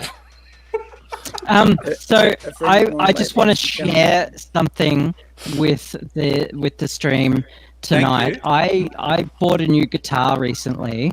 Yes, it's an acoustic, a Fender acoustic. Yes. I love it. It sounds amazing. And for everyone at home, I've been waiting days for this. Yeah. The peel. Hang on. Oh my god! Oh, you peeled the Yes. plastic off the bit. Yes. Yes. That felt good. Yeah. Okay. Now. Also, I haven't been playing guitar very long, but this guy on Reddit is starting a band, and he can barely play the piano. So we're just going to get together and play shitty music for a while, and it's going to be amazing. Yeah. We have another guy who plays the guitar, but he wants to learn bass. So he's going to come in as the bass player. This is going to be so awesome. It's out of tune at the moment. If I tune it, I have to mute my mic and all that. Oh, okay. If you want the world's worst vocalist for that band, I'm totally in. Oh my god! It's all coming together. It's all coming together. Unfortunately, they're all in Melbourne. So No, see, I'm a drummer, so you know that I couldn't carry a tune if it had hands. Oh, Right. of course. Yes. So if we're going there, I could be your backup dancer. Yes. Yay! That's the tiniest keyboard ever. Yes. It's like 1 octave. Or is it 2? It has an octave switch. You can switch it, but it's the Nectar Impact Nice. LX25. It's a MIDI keyboard. Has all the MIDI, including drum pads. Yeah. Nice. I think I should be your backup dancer because I have no sense of rhythm whatsoever. So Oh, you should be a drummer then. Cool. I knew a guy who had complete and utter tone deafness. It Yeah. was hideous. When he sang, it was completely monotonal and Yeah. never the right tone. Yeah. Ever. He was a freak of nature, and My- we should get him on backing vocals. My ex-workmate was exactly like that, and the worst part was I used to carpool with him into work, and he would attempt to sing along to the songs in the car, and it was the most, it was fucking auditory assault every morning on the way to work. It was Auditory absolutely, torture. yeah. No, he could, like, I always refer to myself as a car vocalist. I sing in the car when nobody else is around because I don't want to subject anybody else to that. But in comparison to him, Frank Sinatra, like right here in comparison, it was crazy. Yeah. I want to answer Mega Leech's question again, and this time with a serious answer. Yeah. And this is, I don't know if you saw before, Mega Leech, but AZ answered this very well, and I backed him up on it. Basically, when you exchange the ship piece by piece, the piece becomes part of the ship, part of the object. And so it's still your ship. Piece by piece, it's still your ship. The object is more than the sum of its parts. So the ship that Theseus is the captain of is his ship, even if all the parts have swapped. If you did a one-for-one swap, that would be different, I guess. I don't know. Wherever he plants his flag, I guess. But yeah, like if you take the ship and replace one deck beam, that deck beam becomes part of the ship. It's not a separate piece anymore. And if you replace it piece by piece and it's all different pieces, it's still the same ship. Yeah. Philosophy about- ended. What People about in my your life. body? What about I your must body leave with it. cellular regeneration? Everything eventually gets replaced. Are you the same person you were because every cell in your body's being replaced at a certain point? So Every Very 7 fast, years, though. every Trust 7 me, years, you not are a very new fast. you. Yep, no, every Um, 7 years, it is a new you. I have to go. you have to go, buddy. I love you Oh, guys. okay. I hope Live long and prosper, AZ. Don't let those you, AZ. people Be drive you best. insane, Ainsley. Tag it on. Love you, AZ. Australia. Have a good one, mate. Love yous. See you, matey. Yeah, Ugh. no, in regards to that, it's every 7 years, it's a new you. The thing that takes the longest to rebuild is actually the gel inside your eyes. Takes about 7 years. Oh, really? Yep. Even your brain? I heard that your brain doesn't actually do that as much. Depends on what. There's the neurons and whatnot that we have that are constantly being replaced. They always do, but brain tissue in and of itself, no. Okay, so I have a question. Yeah. If, just say you're functionally immortal, right? And you just keep regenerating new tissue, Yeah. and the same happens to your brain, how long until your memories are replaced until you don't remember anything from your former life? That's a really good one. There was a similar discussion that we had when I was studying This is from biology. Doctor Who, by the way. Yes. Yeah. We actually Shielder. this is what triggered the discussion at uni. We always did these thought experiments about biology and whatnot, and just kind of sat around and discussed it. And we were talking about like immortality. Was it like, is it actually a gift or is it a curse? And that was loud. Sorry. The overwhelming consensus from us was that it would be more a curse than a gift. In that, functional immortality doesn't mean that you don't get sick. It doesn't mean that you're not going to go completely nuts. It doesn't mean that you're not going to go blind or deaf or whatever for the rest of time. That would be horrible. Yeah. Absolutely Yeah, horrible. it would be awful. Yeah. But So- like And, there was, They also reckon that statistically, if you lived forever, and I'm not talking about immortal, I'm just saying you just didn't die, right? And you just stayed young. And, well, I mean, I guess that is immortality, but it's not like If you could die, but you just don't. We were just Yeah. really long lived, statistically, you would only live 1,000 years because you'd have an accident and get hit by a bus. Yeah, there is that as well. Look, I mean, Yeah. Statistically, it's the constant thing about this whole like eternal life with religions. I find that would be the worst punishment in the world Yeah. to live it Yeah. like eternal. Like have you watched The Good Place? I was I have- literally going to Yes. bring that up. Literally. They handled that Yeah. really well. In Yeah. as much as your consciousness existing for eternity is a really fucking bad idea. Yeah, the first Yeah. 1,000 years might be a bit of a blast, but if you've got an eternity after that, and an eternity after that, and an eternity after that, and an eternity, like, fuck that. Look, I'd take 5 of those. I'd take Yeah. a couple. But I'd want to go Jeremy, into my own Jeremy. terms, but Look, But, I'd like, love I to don't be able to know. live to the age of, say, about 250 or something. That'd be lovely, but That's yeah. too young for me. I think a few thousand years at least. I want to see how the story of humanity ends. I want to visit other civilizations in the stars. I want to there's boundless possibilities. The only thing we're limited by is travel and the speed of light.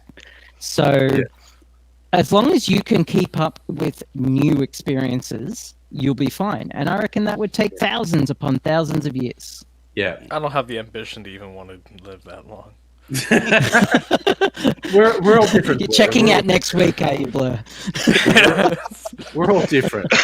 The speculative fiction writer Cory Doctorow has a few good stories on that.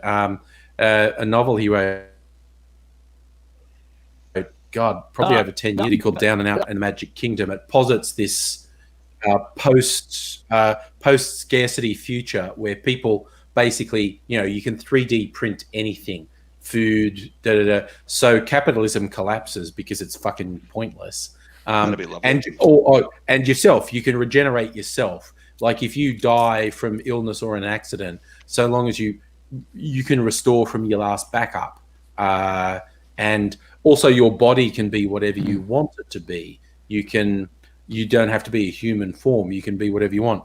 So, and he explores that idea in a really interesting way. Like when people have enough time, you fuck around for a few years and then it's like, oh, okay, I can afford to spend 50 years learning how to be a violin virtuoso because I'll live for as long as I want. And so you can literally do whatever you want. And he actually does a really good job of exploring the positives and negatives of a world where that sort of thing would be possible. It reminds me of the episode of Voyager where they free the Q from the prison, and he wants to die, and they visit the Q the Q continuum in the way that they can perceive it, and they've like nobody's talking, nobody's doing anything because they've done everything that there is to do. Yeah, and that was even in Anne Rice's vampire novels. The vampires who lived for a couple hundred years, they basically do everything. It's like, no, it's not so much that I'm gay, but I've been around so long. I want to try everything, basically. And just like the vampires who live for centuries experience everything over that time frame. And because they're just desperate for stimulation and finding something new. So no matter what it is, even if it's painful or terrible or whatnot, they'll do it just because they need novelty. Yeah, absolutely. I would say that'd probably be the biggest curse of immortality, would be boredom. Yeah, of course. That is the curse. That is, In one of Douglas Adams's Hitchhiker's books, there was a functionally immortal alien who just said his job. He had a list. He compiled a list of every living sapient being in the universe and was visiting them alphabetically just to insult them. And he would just cross them off the list. He'd just come out of his spaceship, land in front of somebody. Dent, Arthur A, you're a fucking jerk. And then get back on his flying saucer and leave. And it's like, because he's going to be around forever and he's got to have something to do. And sure, insulting every being in the universe is not a great goal, but at least it's a goal. You know, it's just Mm. Yeah, I could imagine. Yeah, if I were in that shoes, I could definitely see me doing something like totally arbitrary like that. yeah, That and Yeah. I'm just an asshole, but you know. yeah. Good. Okay, the other philosophical question I remember hearing once, someone said, like, what if instead of having to travel places, you could get there by you ceasing to exist, but at the destination you wanted to be at was a perfect copy of you that thought it was you and had all your memories and would continue to living as if it was you because it was an absolutely flawless copy with all your memories. Would you agree to that? Would you be destroyed in order for that to go on? People say no. Yeah, fair enough. Hey, do you like the transporters in Star Trek? And Yep. because Yep. there is the theory that the transporters in Star Trek kill you, and they just create a copy at the other end. It was one of the rare things in the Big Bang Theory that I actually kind of enjoyed that they brought up was Sheldon said that, like, you know, if teleportation became a thing, that he would never do it because basically it's destroying who and what you are to make a perfect replica of you somewhere else. It is literally destruction, rebuild, rebuild. So, yeah, I mean, there have been tests done where they've been able to kind of transport photons of light from one point to another. It's not really teleportation. It's like I more said, it's the kind information. of. They teleport the information. So Yeah. It's But yeah, it's that's what the argument is. The Star Trek transporters do. They Well, they send the information. based on the technical manual, which is complete like technobabble. It's not real, but based on that, there is a matter stream. They actually break down all your atoms and transport them physically through a matter stream. Okay, so Mega Leech has added on, he says, with my Theseus question variant, if both Theseus and Pirithous died before the journey's end, and the crews returned to port sans captains, would their heirs claim the correct ships? Yes, because the ships will have names and a crew that knew about the ships, and yes, I believe they would. Yeah. They would. I mean, they wouldn't have a registry number or anything, but the ship would have a name.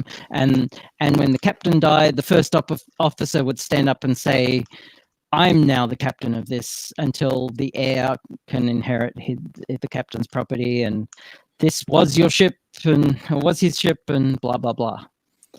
No. So to go back to my earlier question, the destroy function. The name panel was swapped every part. Well. Would you swap the name? Would you? It'd still be the same. Like you're just changing the name of a ship. Then I don't know. I think that's just semantics at that point. I think that's just like, yeah. I don't know. They're the same. I reckon they would. I would. It's practical. No, I yeah. I don't know what else to say. Yeah. No, I'm on the same path as you actually. Now, to go back to my earlier question, if somebody were to hold a gun to my head and said you need to move countries, my pick would absolutely be Iceland. For no other reason. That's up there. Yeah, no, just to live in a country where they are so militant about social health care. They have the best funded and most controlled healthcare system in the world. And apparently it is absolutely mind-blowingly good. Also, Icelandic women are gorgeous as. Yeah, there is that too. I've always been a fan of Scottish women because pale. I like my coffee with a lot of milk. And I almost married a Scottish woman. All right. I agree. Yeah. My wife takes off her pants and you get blinded by the glare, and I love it. I'm attracted to that too. That glare. Yeah. Whenever you say Iceland, specifically your wife. Yes. Yeah. I think there's an Aussie indie band. Like I can't remember who it was, but they had a song called Bobby Fischer about the chess player. But there was just this random lyric in the song that I loved. That's right. They were called Lazy Susan. And I just looked it up. I just put Bobby Fischer song and it came up. There's a lyric in there where they just randomly go, Reykjavik. No one ever says Reykjavik in a song. And it's just like, okay. I'm like, okay, well, someone said it now, so that's good. Yeah, Dingle Doty being Scottish is affirmed by your statements. There you go. Well, I'm part of a Scottish clan. I'm half Scottish on my father's side. Yeah, and tartan. we have a the tartan and everything. So. Yeah, the tartan for my Yeah. kilt is my old family tartan. Like way Cool. back in the way back days. Yeah. we But had enough. we were a clan from the lowlands, so we're Okay. lowland scum. Yeah. No, we were a part of the McLaren clan, and we had enough sway to get our own version of the McLaren tartan. Apparently, like way Nice. well back in the day, and we had our own crest. So that's like the only cool part about my family history. Apparently, is that we have similar important type of thing in Scotland at some point. That was it. cool. We have the rubble of a castle next to a lake that's named after our clan, Clan Shaw, and that's about it. I've never been there. I wouldn't understand the accent even if I did. Would you? Apparently, in Edinburgh there is so context. Just around the corner from where I live. Sure. I'll be right back. Just around the. Oh, I love the shirt by the way. Green Day, they're awesome. Yeah. Just around the corner from me are two streets called Gertrude Street and Smith Street, Yeah. and Plumber's Crack.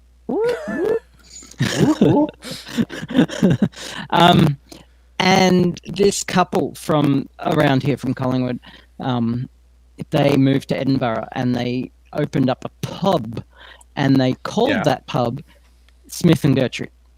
Yeah. In honor of the street. And one day I have to do this. I have to go to that pub and say I live just near that intersection and buy a drink. High five, I guess. Definitely. It's kudos. Yeah. Definitely. Sorry, I'm just I'm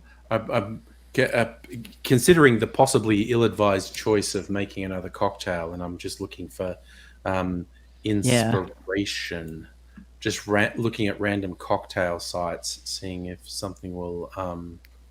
Oh no, I know what to do. I've got a fucking clarified cocktail in the fridge. I should fucking drink that because that's got lots of alcohol in it. I drank the last of my vodka tonight after being zucked. Yeah, so I now have a skull-shaped decanter with no vodka in it. Excellent. So, I bought that one specifically for the skull-shaped decanter too. Well, I bought it for the vodka. It's actually a really drinkable vodka. Crystal Head is really yeah. Vodka. Oh yeah. It's not like I wouldn't pay $90 for a vodka like that again, but it was very nice vodka. I did enjoy every bit of it. I would just get it just for the container itself. Yeah. Yeah, but vodka is, I know, it's just a mixer. I think anyone who starts talking about, qualities of vodka is a bit of a wanker. It's like, no, you drink vodka to get drunk. You can argue about gin, about whiskey, about rum, about various other fucking spirits and liqueurs, but vodka is meant to be neutral. Vodka is just to get you pissed. It's and apparently survive radiation poisoning according to the Stalker game. No, that's fair. Oh, you got radiation poisoning. Just in vodka. I like vodka because I like what you mix with it. I like the flavors. I mean, it could be a mocktail and I would enjoy it as well, except that I like to get a little bit tipsy as well. Yeah. So, No, vodka's Okay, a good so mixer. I saw you guys have a bit of a laugh when I stood up because my pants were falling down. I'd like to point out that I bought these pants about 18 months ago, and when I bought them, I could wear them without a belt and they would stay up by themselves. Yeah, Now, so that's a big can't. plus. oh, Now well, you can't see great. it. That's Yep. awesome. If I undo the So you belt, the lost pants weight? fall straight down. I've lost 43 kilos so far. Fuck yeah. And yeah, my aim is to Awesome. get to 90, and I am now at 104 from my heaviest at the better part of 150. So I'm Right. doing quite well. You were doing Well and done. stellar. Yeah. Also, Yeah. just to show you guys as well. Oh, a kill. Nice. Nice. That is her. Absolutely love it. Nice. Cost me $1,200 for this, and Yeah. I Oh, man. absolutely love it. Yeah. They cost a fortune. hmm Oh, geez. Yeah, my utility. The proper Scottish made Yeah. ones. Yeah. Yep. The guy that I found out at Potts Point, he was a Scottish history specialist guy, and if you give him like certain amount of details, he would go through your family history for you and find out which tartan and all of that, because almost everybody's got a tartan that they can wear. Especially if you're from places like Australia or America and whatnot, almost everyone's got a tartan that they can wear. And Yep. if, like, sometimes in rare cases such as mine, maybe yours and others, you get like a slightly different coloration on the same tartan, and he was one of the people that was like really good at finding that out. And then he would actually make the kilt for you based on the information that he was able to find. So he cost a little bit more, but it was always, and like his workmanship speaks for itself. That thing is absolutely beautiful. It was worth every penny. Cool. If I may, hang on, just give me one sec. If I'm sharing a screen, that is my clan's tartan. If you can, I don't know if you can see it. Oh, or wait, not. there we go. I'll add it to stream. Where are we? There we go. Oh, there we go. Yeah. So Oh, So your this is- desktop. Oh, that What? hurts me. Your desktop, What are you that talking hurts me. All the icons. I don't know are what stacked. you're talking about. Oh my god. All of the icons. All of What? the icons. Oh, But this, that's only wait, there one you of go, my let's do it. desktops. There you go. that's Well, I've Abigail. always got something open above it, so I don't really look at my desktop. It's at just, all. there's just so much. What? Oh, dear. By the way, that background picture is an in-game screenshot that I took from Elite Dangerous. I have 4 icons on my desktop. 4. Oh, how do you live? Quite How do you easily. do it? Oh, shit. Okay, sorry. I'm going to stop screen I sharing. just looked at my desktop. I hadn't looked at my desktop for a while. Uh, I have see if I can do it. about 8 icons. Okay, wait a sec. If I share my entire... Oh, what's that doing? Is that working? Is that showing my desktop? Not yet. Nope. No, I don't know. Stop. Cancel. What the? No. What the fuck? Stop it. Okay. Stream dies. Yeah. What the fuck was that? Dingle Dirty's asking, Grasshopper, did you wear a kilt at your wedding? Yes, I did, Dingle Dirty. You did. You've shared the photo at a previous occasion. Yeah. I did, yeah. Showed the photo where it's a photo of me with my groomsmen and my wife with her bridesmaids standing in front of a river and the reflection of us on the river. It's a beautiful photo, my favorite photo of the entire thing. And yeah, I got that kilt for the wedding, and my groomsmen were given kilts that were part of the main clan but didn't have the same coloring as mine as rentals. And it was really funny because one of the guys that was with us, who was my best man, happens to stand 7'1". So Fucking hell. yeah, no, it's always, hey, Mikey, the air nice up there.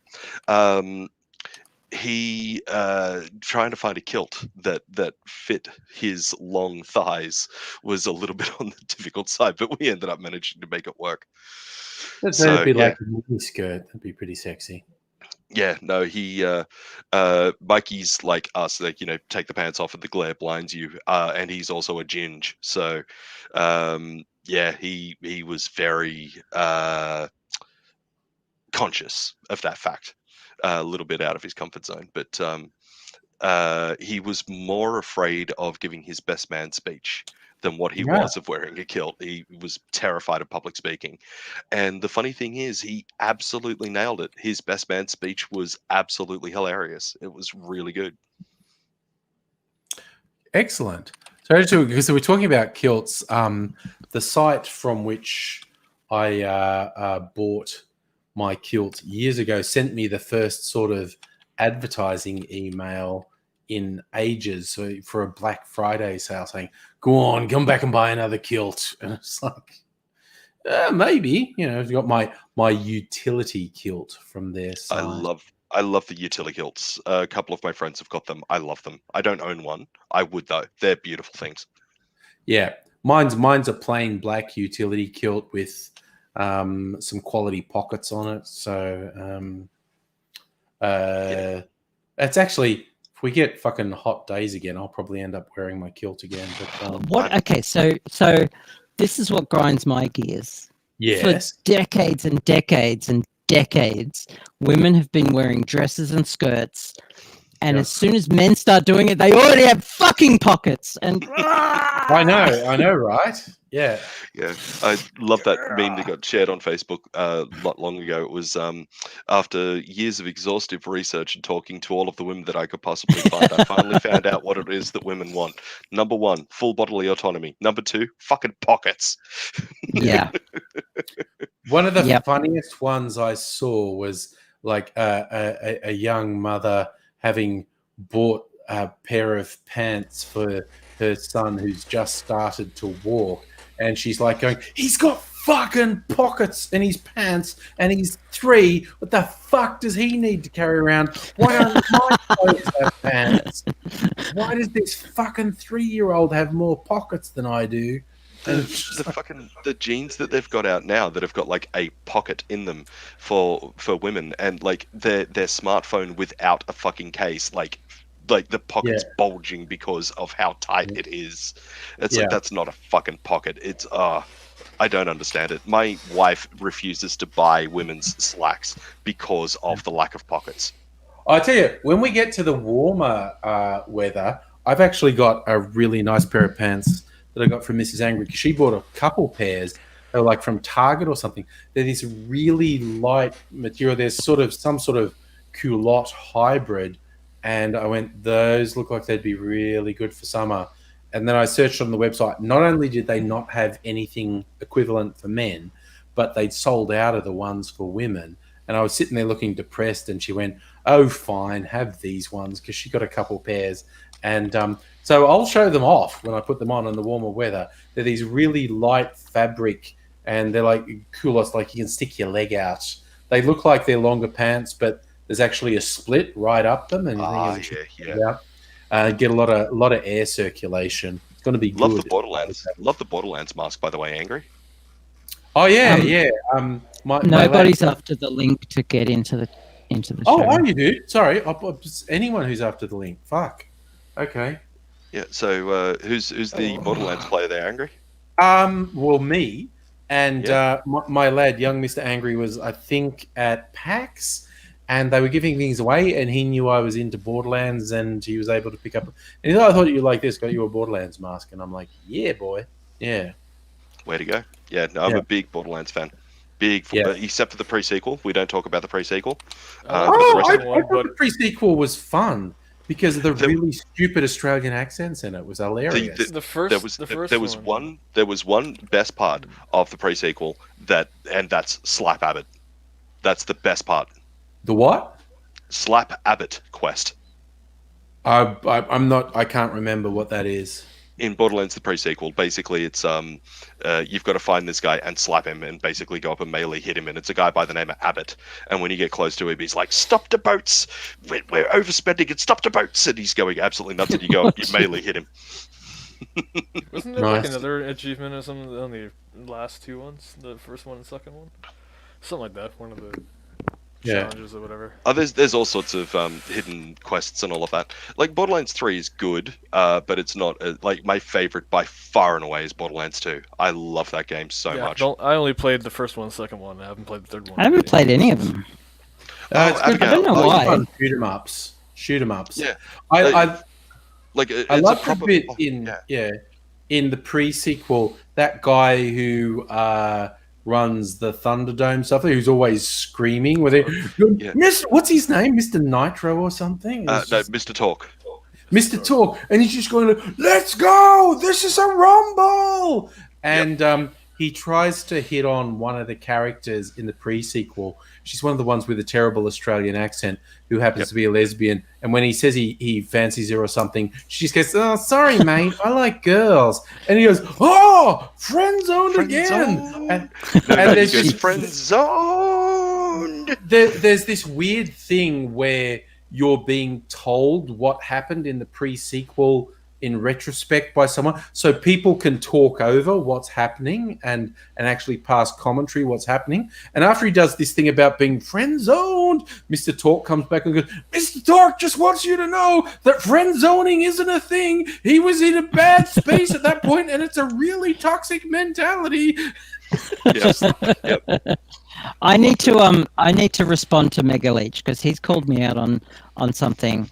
You cannot revoke my nerd ticket because No, I you have can't. fucking nerd tenure. Yeah. Boom, I mean, mic drop. that's just not liking the pre-sequel is just a personal taste thing. But Abigail he is so said that deep in in response to Nerdland. not playing Borderlands. Like, Abigail has a Star Trek communicator tattooed on her breast. Unless you've got the same thing, Mega, you're not winning. Abigail wins. That's all there is to it. All right, go out and get your tattooed. Doctor Who. Doctor Who. Oh, nice. And I've got. Have you seen? I've shown you that, haven't I? I had the seal of Rassilon on my arm. Oh, okay. Yeah, I'm sure you have. I've got Grimlock from the Transformers on my arm. If you can see that, I don't know. Nice. It's a bit difficult. Ooh, I've got Angry's got Pringles.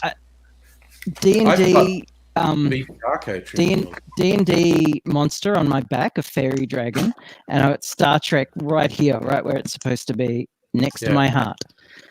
Only thing I'm missing is Lord of the Rings, and my next tattoo is going to be a chemistry joke. Good. But Go I don't get- know if I can get them anymore because I'm on blood thinners now, so they might just say you're not allowed to. Who knows? You'll bleed out if you have a tattoo. Yeah, I'm not a hemophiliac or anything. It's not like hardcore blood thinners, but it's enough that a tattooist might be a bit wary. I'm just gonna, the tattoo starts doing it and you're just bleeding everywhere, and they're like, "No, it's fine. I can keep going. I can keep It's going." butter scratch. It's his butter scratch. Put your Oh, arms dear. off. Oh, what is it? Yeah. Sorry, I'm just beef taco flavored Pringles. I just went because my stove started making the stupid noise it makes, and I walked past the cupboard and went, "Oh, that's right, I bought some Pringles." And of course, beef tacos is just asking for stupid Bette Midler jokes about if God didn't want men to eat pussy, why did he make it look so much like a taco? See, I was going to go there. Yeah, no, Bette into Midler did that in the fucking 70s. So, like, what's she doing these days? Because she's fucking multi-talented. I don't know. Let's. That's a good question, actually. You know, like they recently, because she did A Star Is Born with Chris Christopherson. I didn't like that remake. That was ages ago. Yeah, that's the 70s. And that remake came out like a year or two ago. And I didn't know anyone had done a remake of A Star is Born, and I'm at the movies having a date night, and the trailers are playing. And this trailer plays, and Doofus, whoever it is, the male lead in that, he's the first person who comes up in the trailer, and he's singing. I just went, Bradley Cooper looks like he's playing Chris Christopherson. What's that about? And then I'm like, oh my God, it's a remake of A Star is Born. He is doing Chris Christopherson. Nobody. So, Bette Midler Alright. is currently touring in Hocus Pocus, a stage stage thing, theatre. Hocus Pocus. Oh, she's doing a at stage the version of moment, I Hocus think. Pocus. Yeah. 'Cause she's multi-talented. She's writing books. Yeah. She's in some in TV. She's playing Yeah. a TV character. Yeah. She's still singing. Yeah. She's Um, like singer, comedian, in actress. films. Yeah. Yeah, she She's started in film this year. oh God. Yeah, she's still going strong. Good. She should. She's fucking talented. So nobody, how's your tech issues going? I'm not sure what was going on. It seemed to be an issue with the USB microphone. Why that was defeating my sound, I don't fucking know. Oh, But, See- good. I Hang on. closed the browser, unplugged it, plugged it back in, and hey, here I am. All good. Dingle Duty guessed what my tattoo was going to be. Oh my God, is that your tattoo? I was going to get 6.023, Yeah. tiny on my arm, and whenever anyone asked about it, I'd say that's a mole. Oh. Ba-dum. Oh.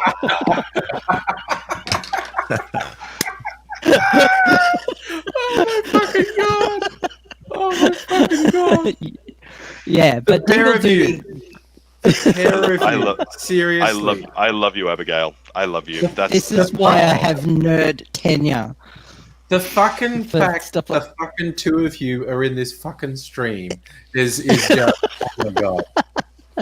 that was fucking. Oh, that sucker made my world to live. I love you. Oh my God. I've got this fucking stupid message from my client. Like I literally fixed his Outlook server. That's all I did.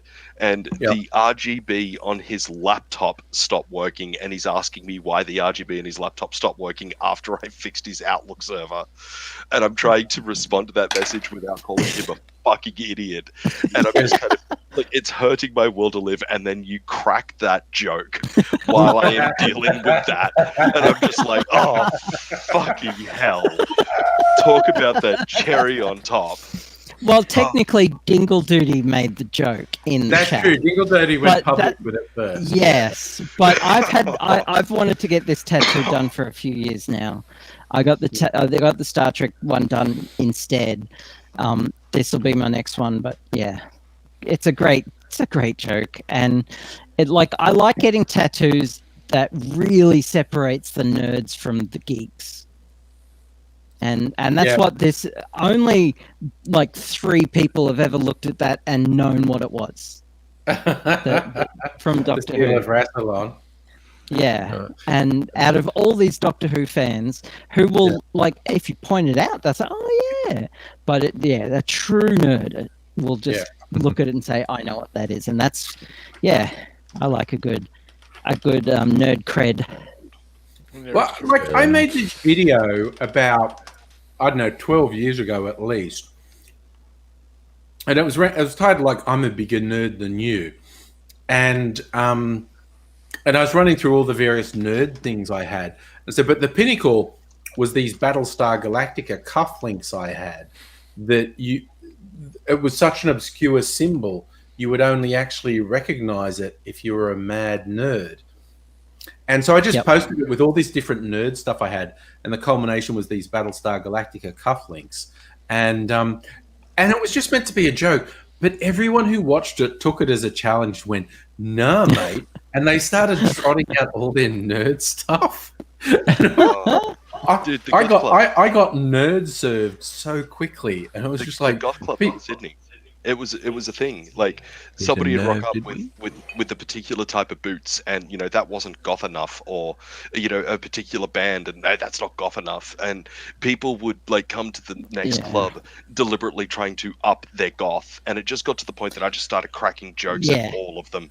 It's just like, oh, my black's blacker than your black, yeah. and I call it black, and shit like that. Like it was just fucking stupidity, and it's the same thing in the nerd and geek culture.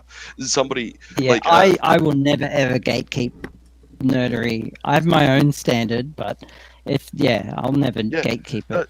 a It's friend of mine, she's a huge Jerry Halliwell fan, and she got a shirt made of Jerry Halliwell looking like Seven of Nine in Voyager because she thought that Jerry Halliwell would have been absolutely brilliant for it. Jerry And- Ryan. No, Jerry Halliwell. mean? Jerry Halliwell, the Spice Girl. Oh, okay. She's just Sure. a huge fan of her, and she got this shirt special made because that was her dream, would be that, because she loved Voyage, she loves Seven of Nine, she loves Jerry Halliwell, But Seven of Nine was played by Jerry Ryan. Yeah. So No, her dream So would what's be Jerry Halliwell playing Seven of Nine. Yeah. Okay, cool. Sorry, you Seven of lost Nine. me there.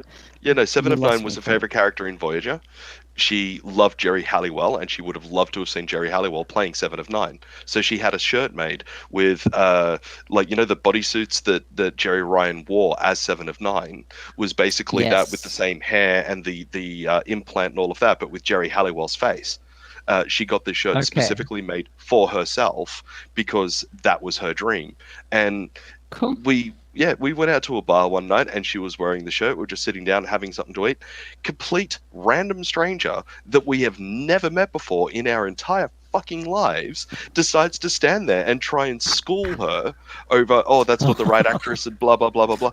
And it's like as if, you're not geek enough. And it's just like, oh, would you Oh my just God. fuck off? Let people have their fucking dreams. For fuck's sakes.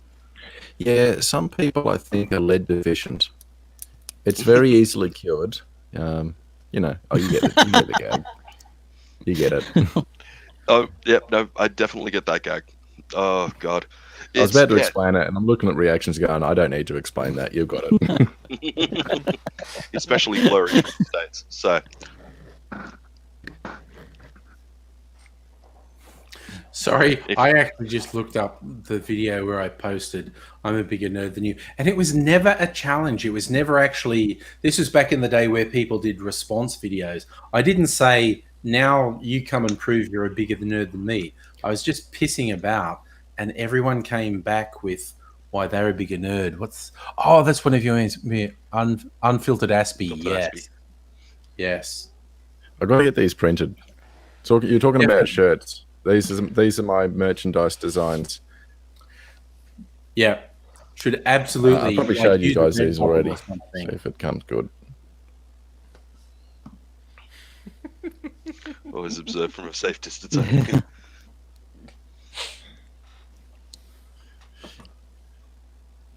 Need that shirt for some people who aren't even Aspie, they just don't like to be touched. Yeah, totally. Mm-hmm. I know I shared this one. I know I showed this one already. Yes. It just says 0 to cunt and 0.8. Yep. No, I unfortunately, there's always that one person who thinks that it's edgy and funny to invade those people's personal spaces. Anybody that does that, you're a cunt. There's no two ways about it. You're just a cunt. Yeah, I've had people like that who, they're saying, "Oh, this is just how I interact." And I'm going, "Well, this is just how I interact. Back the fuck up." Yep. And like to people I know, people who are in my circle, there's a little bit more flexibility, but when it's a complete stranger, or someone who doesn't see you much and they come along, and I kid you not.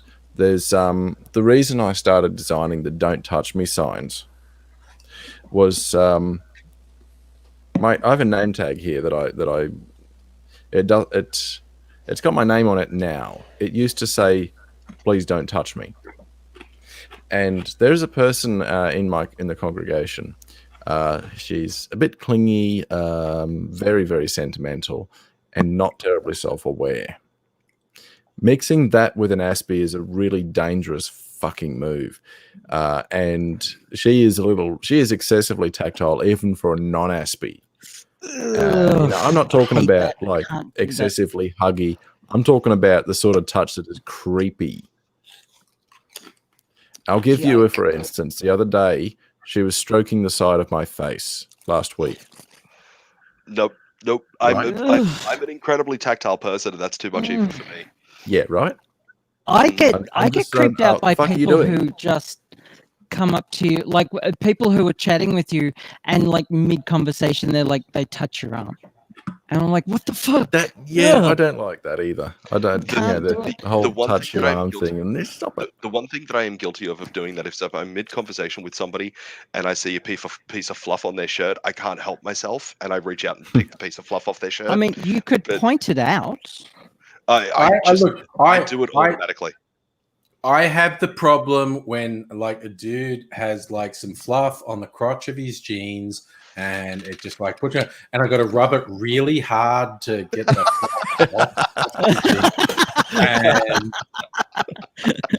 I tell you what, some people take it the wrong way. Some people take it the I wrong can way. well imagine. True story. Standing in a line for a taping of Good News Week, well back in the day when it was still on the ABC. Paul McDermott. Yeah. Paul McDermott. Yep. Yeah. And the person in front of me, complete random stranger, never met them before. They were tagged. They had the tag sticking out the back of their shirt. Before I thought about what the hell I was doing, yes, I did. Before I even thought about it, I tucked the tag in, and they jumped a mile and turned around, and I was just like, I have no words. I am so sorry. I just did it before I thought about it. And they turned around and said, "What was it anyway?" And I explained to them that it was the tag, and they went, "Okay, I that was weird, but I get it. It's like we're good." I was at a most horrifying thing I've ever done. I was at a dance party once, and it was a chill out festival in Daylesford, which is this big country gay festival, and it was at a dance party, the Daylesford chill out dance party, and there were like a ton of gay people, and ton of lesbians, and see, gay men when they get together, they get very handsy. And I was, and women don't. We just don't really. And very much. Men do, yeah. I know.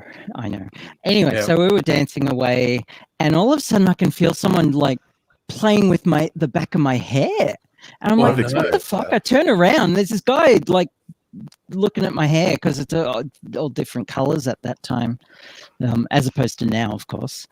I actually had a he was just like really enjoying my hair, and he was on something. You don't need to do that. I bit his fucking head off. I just ever heard of consent? Ever heard of like bodily autonomy? Like, don't do that. And he looked stunned. Like I was working when I was with a organization around where I live. It doesn't matter. Anyway, I was working on a computer doing some maintenance work. And I felt this, what the fuck? And there was actually one of the students in the place that I worked was running her fingers through my hair. Oh my God. No, it's one of the things that I don't miss about having long hair was everybody thinking that it was a free fucking pass to like want to braid my hair or tie it up in some way or fucking do something with it all of the time. And I'm a tactile person, but come on now, like give me some fucking space. There was this guy in my building who took I don't know what it is, but for some reason I attract old Polish dudes in my building. It's just, for fuck's sake, it's happened more than once. But this guy, he would come, he would start talking to me, and obviously he'd developed a crush, and he'd ask to shake my hand, and I'd like, "Oh, hi, how's it going?" I'd shake his hand, and he did this a couple of times. When I was shaking it, he would take my hand and put it on his face like Oh that. no, That that's is good. creepy. And That I, is- What the That's hell? creepy. my skin crawled, and I'm like, No. he did it twice, and after that, I just if I saw him, I just walk the other way. Run. Yeah, He done. eventually got a mail order bride. Oh, Yeah, of Comic book course. lad. I just want to acknowledge a comment there. Comic book lad. I Yeah, saw that. I've seen that heaps actually. Yeah. Somebody gets their hair off, and everyone's got to come and rub the top of their head. Yeah. I always Oh, ask yeah, permission yeah. for that. There's like this rule they've Because got it to go. does feel nice. Yeah, It no, does I always feel ask nice, them. but always ask permission. Yeah, always. Now, yeah. Yeah. based on what nobody Hello, was Kirsten, showing by the way. before. Hi, Kirsten.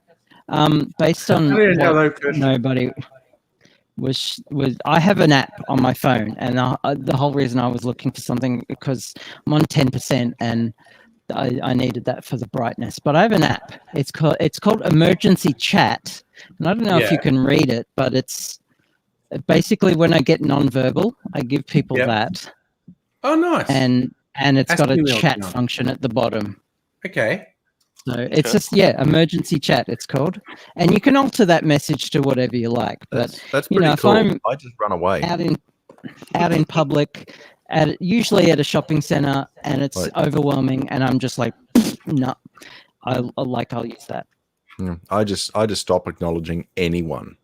If I start going for meltdown, it's like, right, anything that needs doing is going to be done within the next 30 seconds, and then my ass will be a blur going through that fucking door.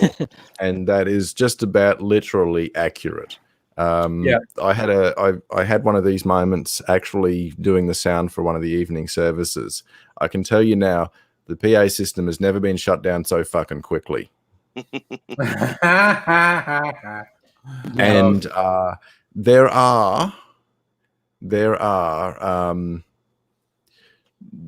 about 2 meters of black line in the car park that came off my front tires because my car's front wheel. I left very, very hurriedly. It was still a little bit cold, and the engine was not playing ball. You know, my car went, yeah, I'm going to stall. I went, not on your life, cunt. So I just held my foot flat to the floor and dumped the clutch. God damn. Yeah. So yeah, big howling skid down the church car park in a fucking car park full of smoke. Yeah. Good thing the priest is an understanding guy. Yeah. Well, like I've been with Aidsy and we've been just hanging out, talking stuff. We'll like go into a shopping mall or something, and I see him, and he's gotten much more tense, and his eyes are flicking back and forth.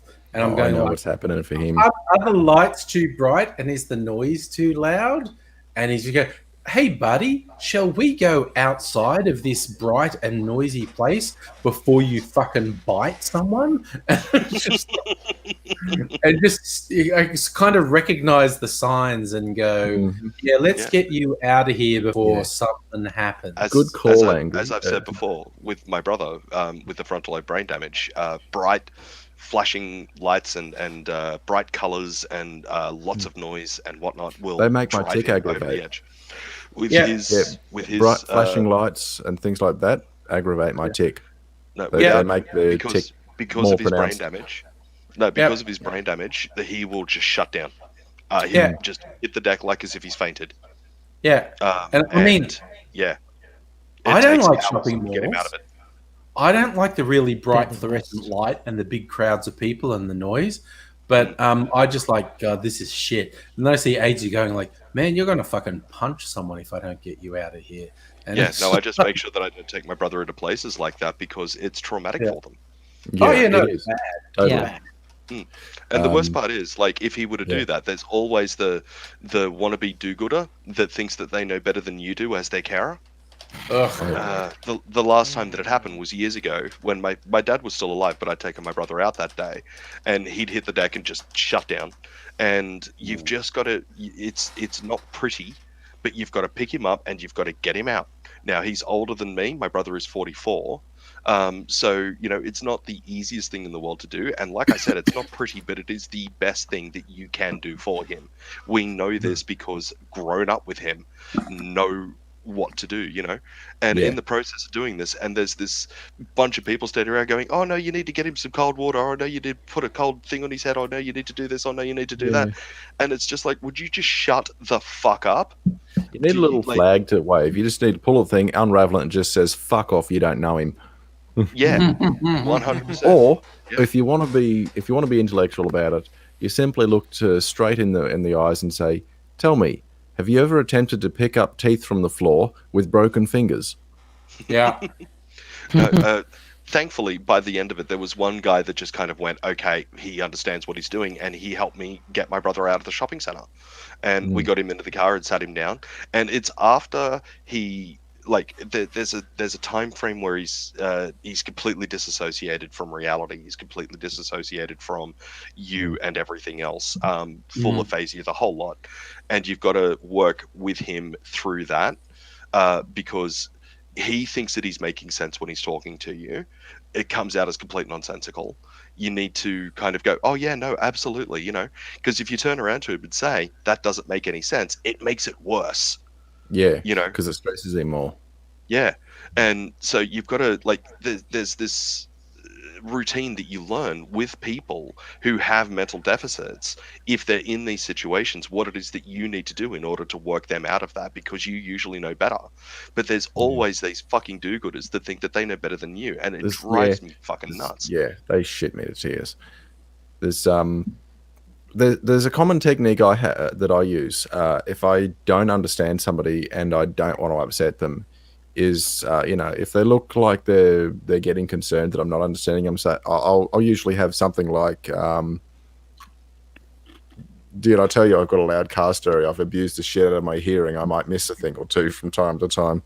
Just so then I'm just saying, "Hey, it's on me," you know, or something to that effect. You know what I mean? You know, just Look, blame it on the noise surroundings so that I can't hear them properly, so that they don't feel, you know. I just try to treat everybody the same way that I treat everybody else until somebody tells me, hey, you say this or you do this, and I don't like that. I will then do everything that I can to amend my behavior towards that person so that I don't make them feel... Seems like a good call. Yeah, and if I was in a situation where, say, AIDSy and Angry were at a place, and AIDSy is obviously starting to have a bad fucking time, and Angry is in the process of taking care of that, my response should never be, hey, Angry, maybe we should do this. It should always be, can I help you? Yeah, find out what's actually going on in the situation before you offer advice for it. That's a pretty good suggestion. Fucking A. Oh, if more people would just... they're still going. Keep their fucking noses out of it. There's nothing quite so toxic as a person who thinks they know something. Even if they do mean good intention, they usually make it worse. Look, there are people out there with good intentions. I'm going to be really clear on the good intentions part of it, because I've seen this happen to other friends of mine who are trans, and Abigail has most likely experienced this, and I'm sorry if you have, Abigail. When they find out that somebody is gay or trans or something like that, with all of the best intentions, oh, have you tried this so that you're not trans anymore? Or have you tried that not to be gay anymore? Oh my fucking God. I have seen that too. And I want to punch the people who do that. No, fuck everybody that's ever done that. Believe it or not, I haven't experienced a lot of that, but what I have experienced a lot of is my fucking mother. I love her to death, but when I was suffering from really bad depression, she would come up with pearlers like, have you tried not being depressed? And you know, depression is being sad is a choice. Being happy is a choice. And go out in the sunlight and you'll be fine. Yeah. Yeah. Maybe if you just don't think about it, you'd be happier. It's like, That's like that's what really got me. It's like really badly applied cognitive behavioral therapy. Because what CBT basically says is you cannot control the world. The only thing you have a chance of controlling is how you react to the world. And if that's really badly applied, it turns into have you tried not being depressed? And it's like, shut the fuck up, you don't know what you're talking about. I reckon if you've got a question or a suggestion for somebody who's suffering depression, a better question, if you're going to ask one of those dumb questions, is what have you tried? What help have you had access to? What Gauge I've a few always thing or two. what I've But- always said to somebody who talks to me about mental illness, be it anxiety, depression, or whatever, there's similar things to me, is I will turn around to them and say, I have found my way to deal with my depression, Yes. with my anxiety. I don't. Yes. I will tell you what that is if you want to know, but I am not telling you this in a way of you should do what I did, because it totally works.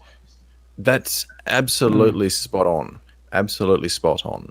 That's actually one of my favorite techniques when somebody's talking with me about mental health struggles. I say, here are some of the things that I try. They may or may not work for you. Don't give up if they don't work. There are many things you can try that might help you gain more control over this. You're probably always going to struggle with this stuff too. I don't say it that bluntly, but I think people sometimes they kind of need permission to just be. I think sometimes, And when somebody turns around and invalidates that by just saying, you can do this and you can do that and your attitude's going to make everything better, that just totally invalidates the fact that their head wants to kick their ass. I remember the thing that kind of made a lot of jigsaw pieces fall into place for me was when somebody turned around to me and said, it's okay that you're not okay. Like, Yeah, That's a really good way to put it. good one. That's pretty good. and it was just this acceptance of you are dealing with this at the moment, and it is okay that you are dealing with this. We still love you, and we are here to support you through this, to try and help you through this. That had way more effect than, oh, go outside and exercise, Yeah, because that works for everyone, doesn't it? Yeah, Oh, of exercise course. might improve your mood. Person's gone. For maybe like 2 seconds of Oh, endorphins, okay. but then Kirsten, Are we experimenting some technological differences? yeah. I know Kirsten mentioned drinking a lot of tequila earlier. Well, anyways, beautiful people, I'm going to get out of here. I've got some work to get done. Thanks Good for to having see me you, in. Russell. My love to you all. peace, man. Live long and Peace out, prosper. brother. Thank you, Abigail. Ciao, Fagata. Sorry, it's the same thing. Sorry, it's the same thing. Rock on. Rock on, dude. Oh, Stella's come back. Stella's home from work. Jesus Christ, how fucking late did they keep you at work, Stella? Honestly. Yeah, but Stella's in like a She's different also time 3 zone. hours behind us. Yeah, So- but it's also half past Still. midnight. That is So still that means late. Yeah. She didn't get home till 9:30. Yeah, that's Which is fairly bad. late. Doesn't Stella work I shift actually- though? Yeah, probably. But they made her work overtime today, she was saying earlier. But Rude. Rude. rude. How dare they? Rude. So why Overtime are on you a very Friday rude? should be illegal. Yeah. Why Yeah, were I you agree. drinking tequila, Kirsten? Because somebody who wasn't me was paying. They're paid. Paid. That's good enough reason. Yes. Also, we went to a Mexican place. So husband has gone away fishing for the weekend. So I am Okay. unsupervised, I which used is a different terrible one. idea. Yeah. And yeah, That's some fair. work people were like, "We're going to Mexican. Do you want to come?" I was like, "Sure, why not?" Yeah. Yeah. Yeah, it's like for one of my recent date nights from a local Mexican place. Ordered food to have at home, and they said, "Do you want just like frozen margarita for $5?" And I said, "Yes, yes, I Yeah. do." As one does. And so I got 2 frozen margaritas, and because Mrs. Angry's been having this problem with heartburn, so she's not drinking alcohol. So I had 2 frozen margaritas in these little cups. And I thought, $5. This food.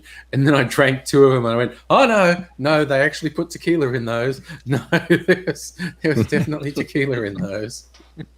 Reminds me of the time I was at Base Station, the rave club here in Yeah. Melbourne, and someone offered me half an ecstasy pill for nothing. Yeah. Didn't Yeah, even yeah. have to suck his dick or anything. Yeah. No, you say yes. Yeah. Yeah. The answer to that question is yes. So one of the best pieces of advice that I've ever been given, and I often give it to my small nieces and nephews, is if somebody offers you drugs, say thank you, because drugs are expensive. Yeah. Funnily enough, that makes the parents and grandparents real anxious about this.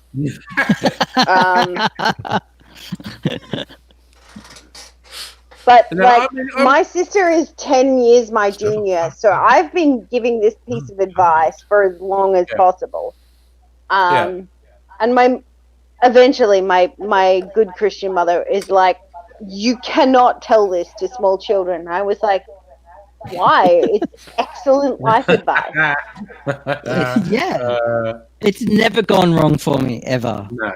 I mean, I was in a nightclub once, and there's everyone's on the dance floor, and there's this group, and one guy in this group is spraying his friends in the mouth with a water pistol, and it's sort of like, what are you doing? It's like, it's speed. Do you want some? And I'm like, I don't know who you are. Okay. You know, the only time that drugs have gone bad for me is when I've fucking paid for them. Yes. Yes. Anytime someone is trying to give you them for free, they're probably good shit. Yeah. Yeah. Oh God, I still Or remember they're trying one to, house like- party I was at that I went with some friends. I didn't know anyone in the actual house where the party was, but friends did.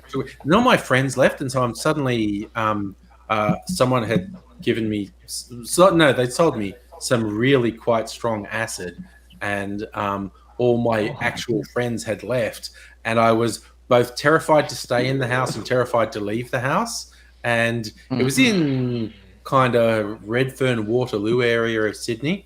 And I finally thought, no, man, I've got to fucking go home.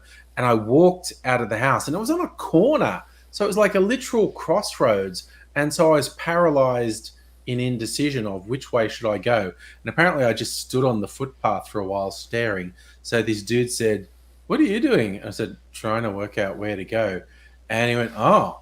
And I said, and I was just pointed up the street one way and said, where would I end up if I went that way? And he sort of said what suburb was up that street. And I went, cool. Where would I end up if I went that way? And where would I? And he said, hey, how about you tell me where you want to go? And I said, Chippendale. And he said, okay. So if you go down that street, there's a taxi depot like 2 blocks down there. And it's like change a shift and they'll be looking. Someone will take you. I'm like, you're cool. Thanks. It was just like a crossroads was more than I could deal with because there were 4 choices, and that was probably 3 more choices than I was capable of making. Am I the only person here who hasn't fucked themselves up on drugs? Probably. I don't know. I mean, apart from alcohol. Yeah. And yeah, this is a different wine glass Okay, from you one know- I had the other time, and this one leaks too. It's empty. Bugger. I've taken Pot does ecstasy not twice, include on that, is there? speed once, and that's it. Okay. So Kirsten is a responsible adult who doesn't do that sort of thing. I am on prescription medication now, but I don't Yeah, think you that probably counts. should stick with that. I think several of the people that I work with take more drugs than I'm comfortable with. Oof. Okay. Oh. Oh. Yeah, I haven't done anything serious in a long time. Oh yeah, I I actually have- haven't done it for a long Yeah. time. Yeah, In my like I talk the misspent talk because that my 20s were great.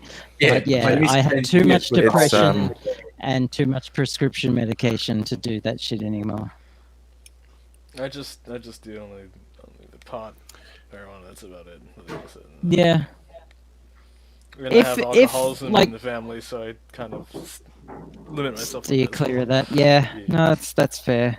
I reckon if weed was legal in if- Australia, because- I would 100% definitely do that. But everything else, I'm like, yeah. Okay. There's all this if- talk of if drugs is Magic making me Mushroom feel like hadn't such a dried churchy. up, Sorry? All this talk of drug use just makes me feel like such a churchy.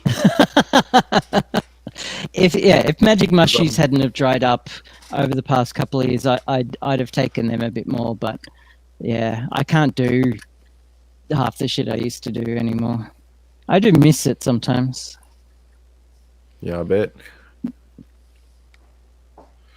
I'll tell you what. When you're the only straight person there, and you in terms of drug use, not sexuality, just to Straight be edge. clear. Yeah, you get it. And you're in a room full of potheads. That's an interesting experience. The observations of human behaviour. There's a crowd that I know. They have little jam sessions, and they have very interesting confectionery. If you catch my drift. Yeah. And they're passing it around, and I'm going, yeah, I'm actually really prone to psychosis, so I'm going to pass, thanks. And which is the truth. There is a high probability that someone like me would go into a seriously psychotic episode from something as considered harmless as THC. I don't know. Is it particularly difficult to get an accurate dosage from edibles? Like, are you in danger of like having too much? Like, I have no idea. I'm told. Sorry, I'm told that that the effects take longer to wear off, but they also take because it's like a low GI equivalent of the dose, I guess. And it's in the form of butter. Blue, do you have any experience with edibles? Because they're legal in lots of America. Butter at one point. I remember using it with some pasta, and I had a little too much, and it kicked my ass.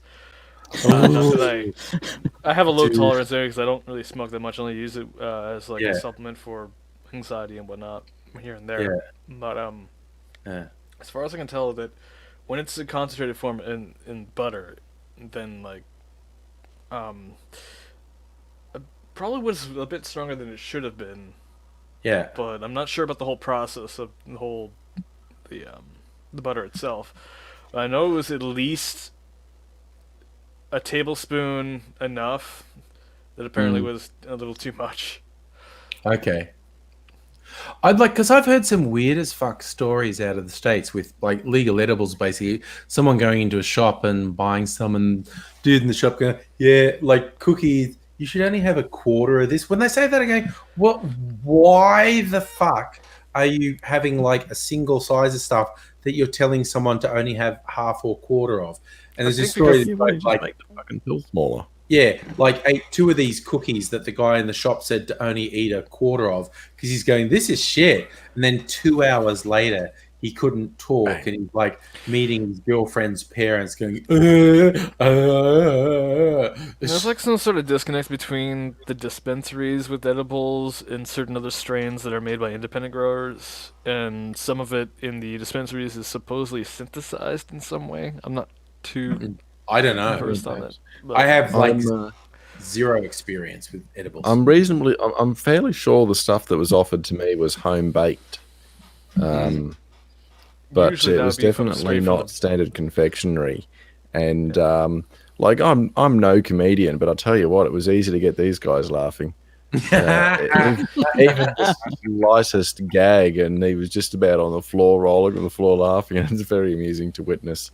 It depends on also if they're using the edibles along with like just the CBD oil, or if they're using the actual bud itself along with the confectionery. They may have smoked as well. I didn't see them smoke anything when I was around, but I know that both times I've been there while they're doing their jam sessions, that they're eating plenty of the magic brownies. Yeah. I know it's in the chat, Stella saying she's interested in psychedelics, but afraid because you're already weird enough. That was my point of view completely. But I'm with you there, Stella. If you were to do that, it's an incredibly important thing to do it in a safe environment. And you tell people, like the first time I did it, I'd been living in a shared house in Sydney for about 6 months, and I was the only one who wasn't doing drugs, but we just ended up at this party and it was kind of cool, and they were all doing hallucinogens, and I was like, okay, so you all know I've never done it, right? And I'm kind of keen to do it because this feels like a good environment. There's a bonfire in a big old house and cool people. So just so you know, I've never done it, so you all have got to watch out for me. And they're like, cool. And so then I felt safe, and then I had a wild night because the one thing that really works with hallucinogens is fire, because fire is constantly changing. And if you're tripping balls and you're watching something, Yeah. it's constantly changing. I'm It's pretty like- much put off anything to do with hallucinations for life. I've never taken hallucinogenic drugs, but anyone else here had a really high fever, like Oh, over yeah. 40 degrees? Yes. Had I hallucinations stroke from that? once. I That tripped was balls. Yeah, glandular when I was fever. young. Yeah. Glandular fever. I had glandular fever, and frankly, I was going, right, so we'll be burying me soon. Yeah, Because I'm definitely it felt dying. like I was pretty much cooked and was dying. Yeah. It was very, very and I never came good. I never ever came good. I've had chronic fatigue ever since, and that was like nearly 20 years ago. Yeah. I just never recovered properly. Yeah. But my core temperature exceeded 40 degrees. Damn. Yeah, no, And that is I actually quite had dangerous. really, really fucking terrible hallucinations. Really frightening, really unpleasant. And of course, you're not in a rational state of mind to even be able to rationalize and deal with it. So you're just having a fucked time. Like completely aware they were hallucinations, just still not able to process it, rationalize it, and make it go the fuck away. Yeah. Mega Leech, spot on. It is cook your brain territory. I've heard of people dying from it.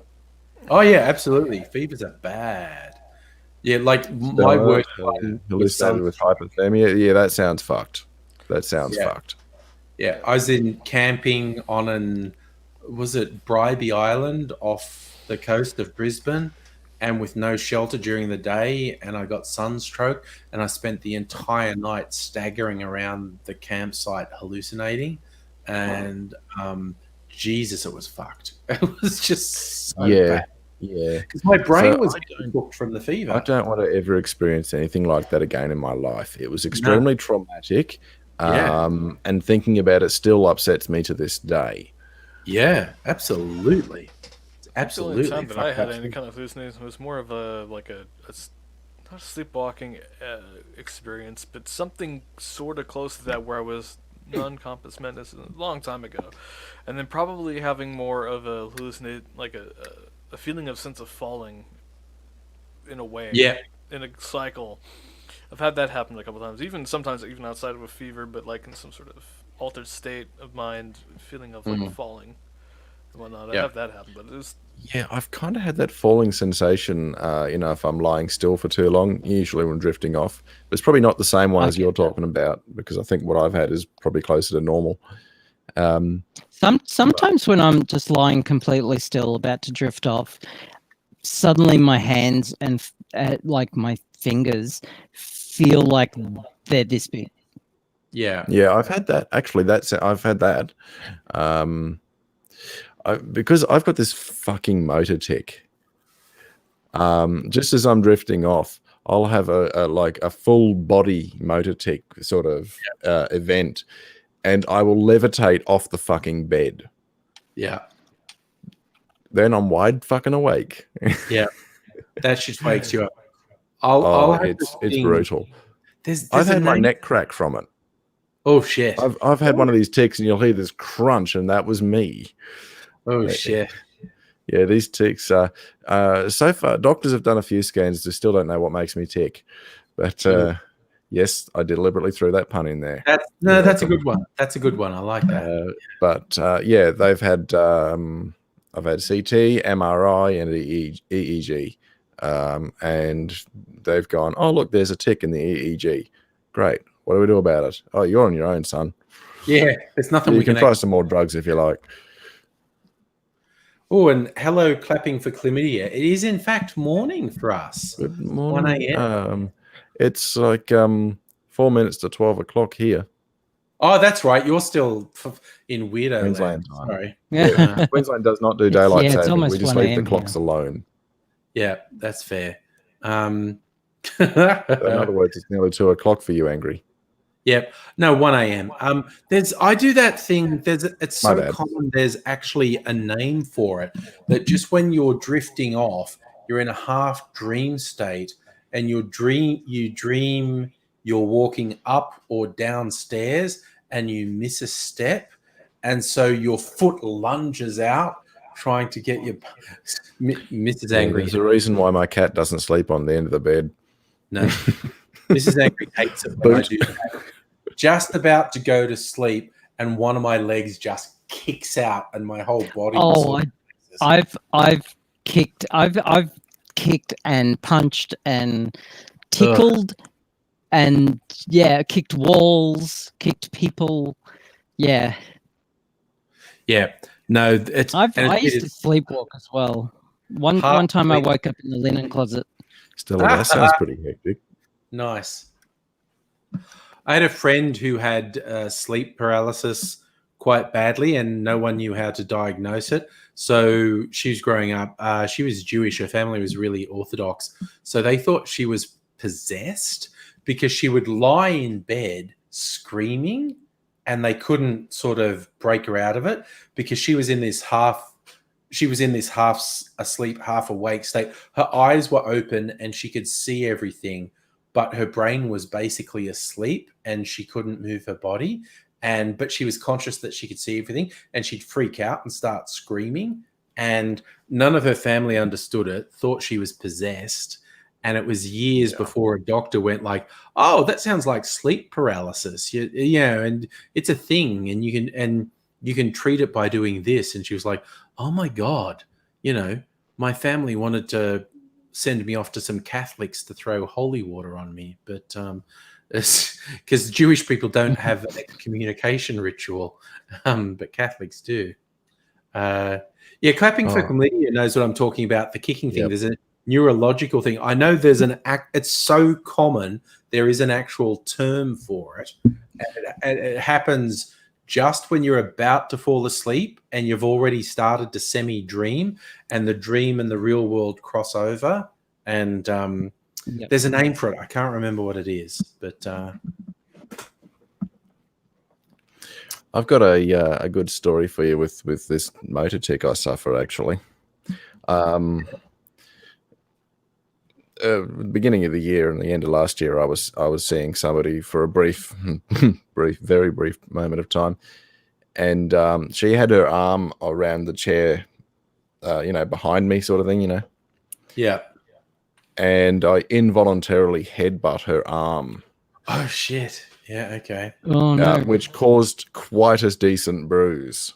Oh shit! Like it hurt me. Oh, because you headbutted that hard. Yeah. Yeah. I've headbutt. If I've been sitting near brick walls, I've headbutt the brick walls that hard too. Oh, shit. Fun fact. It's a miracle that I haven't cracked my fucking skull. I must be pretty thick.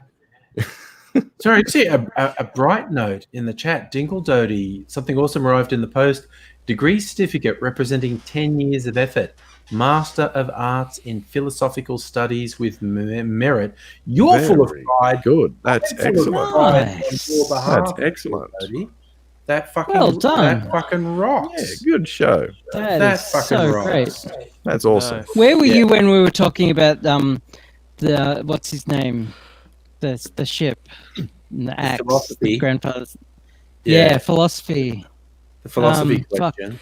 I'm too tired to remember his name. Just Cepheus. No, sorry, Theseus. I don't know. They were like I some am Greek dudes. There were some some Greek dudes, and they had boats, kept and changing parts out. bits and fell I don't know. off, and they were fucking. Yeah, I'm Greek. so tired. The Red Bull is wearing off. After that live stream I did and the heart attack I had, you're lucky I'm even alive now. Yeah. But yeah, where were you when we were talking about the ship of Theseus? Theseus. We could have used a philosopher. But well done, Dingle Duty. Yeah, no, Yeah, that that's is. I hope that's not on your degree. That Yeah. name. Probably not. Probably not. But we soldier on. That's all good. I'm trying to think if. No, I don't think I'm doing anything that's going to end up in getting any forms and stuff. No pressure, Dingle, Dodie. It took me a while before I finally clicked one of these links and jumped in here.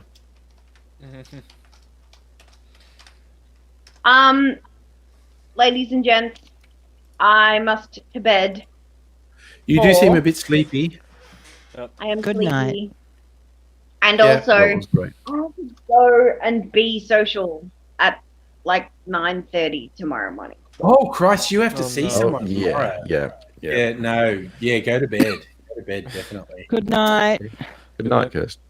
I can Good tell night, you the everyone. parish priest. Good night. Ganglion, good night. I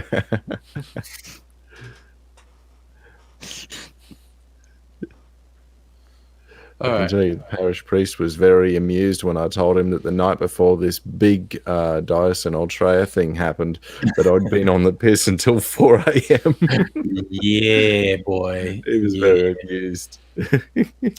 Yeah. That's the sort of thing. It's like, oh, okay, yep, that was a decision you made. Okay, cool. He didn't judge me. He didn't say anything judgmental. He just said, I can understand how that could be a problem. Yeah. Oh. So I'm seriously considering, I'm gonna have another drink. I could have another drink. I could. Nothing's I'm preventing you not to have another drink. Yeah. I'm finishing off a shit post, and then I'm going to bed. That's fair. Oh, by the way, I got this mug for the Star Trek shitposting Facebook group. It's got Badgie on it, and Shit posting. Yeah. yeah, which is the biggest Star Trek shitposting group that even like some Star Trek alumni are on it, and the motto, Aaron Eisenberg was in it. Doing the shitposting thing for it before his passing, but our motto is seriously gross and morally bankrupt, based on one of the people who were complaining about the group. Excellent. And Excellent. Embrace it. And it's pronounced gromp because why not? It's a shitposting group. Yep, absolutely. Yeah, fair enough. Love it. I like all those in the chat clapping for chlamydia when I'm talking about having a drink. It's pronounced drank. Yeah. If I have another one at this point, it's definitely drank. So, or I might just suck on a piece of ice, but that's not a metaphor, by the way. I'm just saying I'm literally meaning a piece of ice. No judgment. So, jeez, don't you hate that someone posts a really bad comment or a bad take that everyone hates, and the comment section just goes ham on them and just like beats them down, and you go to all the trouble to make a whole meme just to shit on them, and they delete their post while you're doing it, and you don't realize. So inconsiderate. Fuck. So inconsiderate. Asshole. Jeez. Okay. Speaking of shit posting, I have to show this thing that Frankie the Skin just put on Facebook. It's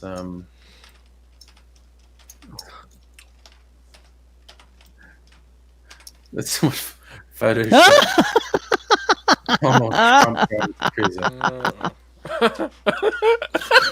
So good. That is great. I need a copy of that. Okay, I'll steal it and post it.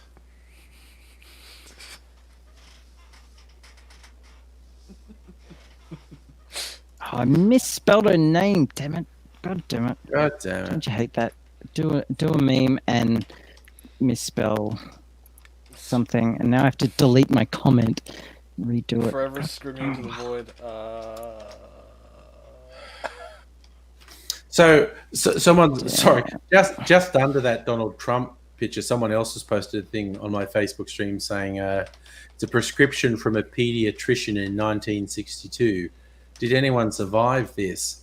And the prescription is whiskey 1 teaspoon, lemon juice 1 teaspoon, honey 1 tablespoon. That's just a whiskey sour. You're just giving a kid a whiskey sour to shut them up. it would work. It would Very effective. absolutely work. It will become a surprise to absolutely no one here that sleep remedies for children used to actually involve alcohol for infants. Medication in the late 19th, early 20th century usually had morphine and cocaine. in it. So Yes, that was Coca-Cola actually had Coke in it. That's what a lot of things. Or it's have now. like it's what I would describe as the good old days the good old days. of Was there a meme chlamydia about and that? Like, man, I would have loved to been a doctor in the old west. You just say shit to people like, I don't know, man. I think you got ghosts in your blood. You should do cocaine and see if that works. Yeah. you got micro ghosts. dysentery and infection. I reckon there's a lot of guys who would have loved to have been practitioners diagnosing women with female hysteria. Oh yeah, because orgasms were the answer. Yes, yes. Vibrators were That's invented. how Not to worry, vibrators were madam. invented. Yeah, Not to worry, madam. I will cure your hysteria by molesting you. yeah. And Oh it's the look, first have you national- seen the movie? I'm sure there are a lot of women who went to the doctor just for that. Probably. Yeah. There was one Yeah. episode of Mad Men where they had this product that was supposed to help women lose weight by doing electric stimulation on their torso. It was this sort of girdle type thing they put on, an electric stimulation. And there was the one woman who worked in the ad department in the thing, and so they said, Can you tell us if this is any good and how we should advertise it? Because my wife says it's great. And so she tries it that night, and it is these little electronic pulses in your pelvic region. And she ends up having an orgasm from this thing. And the next day, when she's trying to explain to the guys what it actually is, and she's been a bit circumspect, and they eventually get it and start laughing, and they look at the guy saying, "Oh my god!" and your wife loves it. It's like that's like the most action she's ever got. It's just like, Yeah, I was just thinking how many doctors of the diagnosing the hysteria thing would have gone, hot dog, paid for something I'd do for free. yeah, but a lot of them, they thought they were literally treating an illness, and they probably didn't enjoy it at all. But I'm just remembering really mainstream magazines when I was a kid advertising in their little classified section, advertising facial massages, and there'd be this picture of a woman with a fucking dildo on her face, going like, "Yes, for relaxation of your face." And it was like, okay, facial massager. I just broke Blur. Yeah, I know, Blur's falling apart at that one.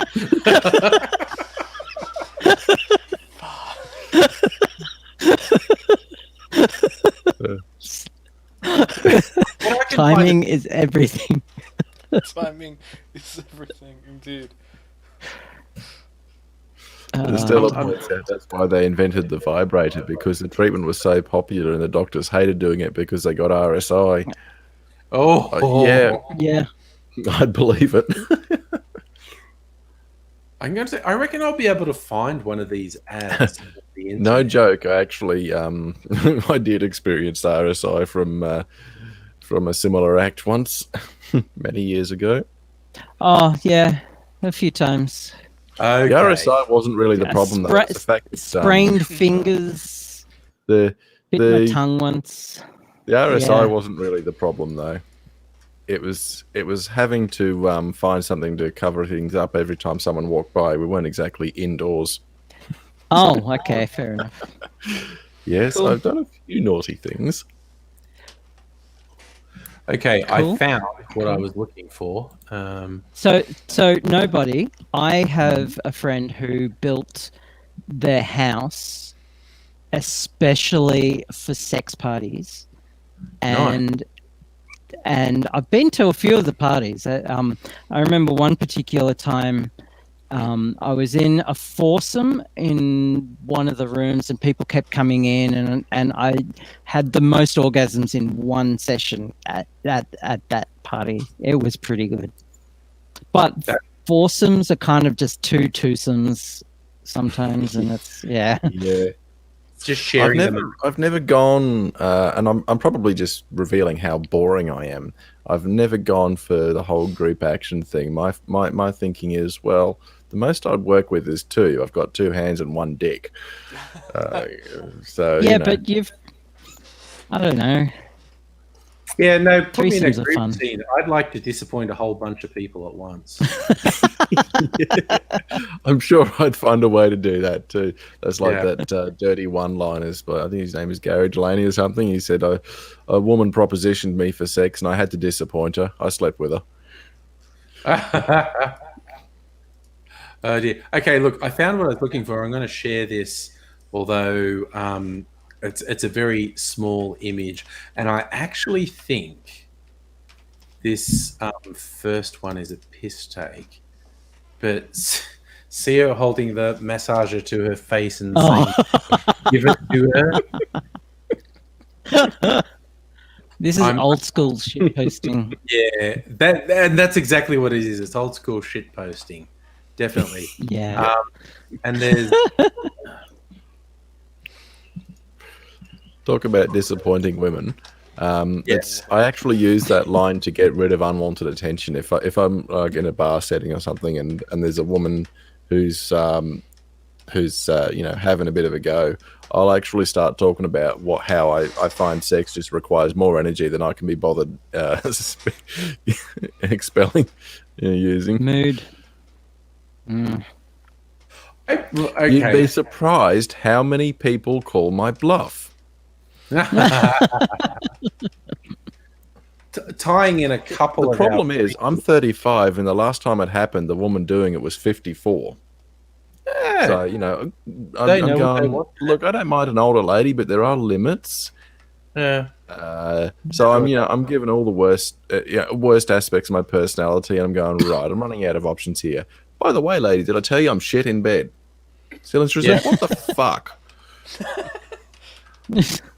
So tying together some of our conversations, I remember a New Year's Eve party a very long time ago, where I may have been on some hallucinogens, and the 80s electro act Severed Heads were playing, and they're an Australian electro dance outfit. Very good. If you're not familiar with them, they do very good dance music.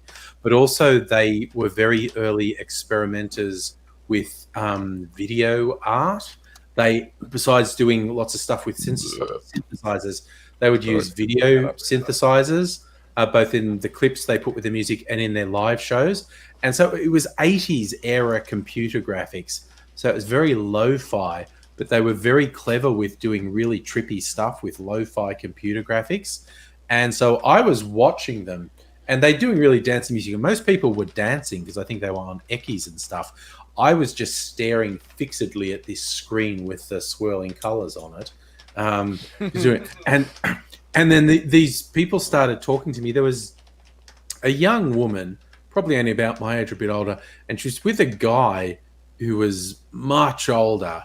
And they were like kind of clearly hitting, because they could clearly tell I was out of it, and then they were clearly hitting on me, and I was like not up for it at all. I'm going, yeah, I'm just watching the screens, it's cool.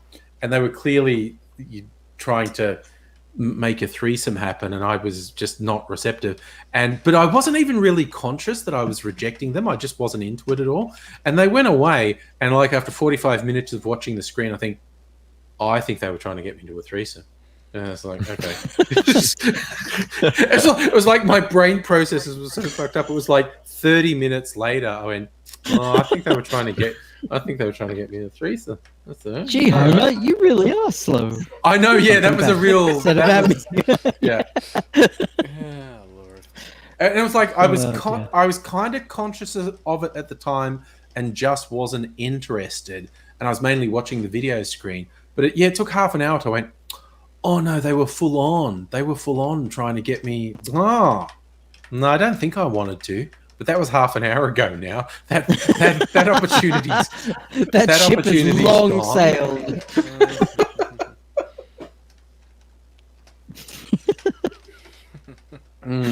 Yeah, no, that was a weirdie. I just remembered that one, and I do remember a guy hitting on me probably only about 10 years ago, and I was only drunk at this New Year's Eve. It was Amanda Palmer, Neil Gaiman did a New Year's Eve thing in Melbourne, and because I was a big Neil Gaiman fan, I went, and I got a VIP thing, so I got all these extras, including a bottle of champagne. So I was kind of drunk on this bottle of champagne, and there was a young couple, and I don't know if they like recognized me, because this is kind of when people kind of knew me from YouTube, and people would recognize me, and I don't know if they recognized me or not, but it's like I'm really drunk, and I'm going, this dude is so hitting on me, and I'm like, oh, okay.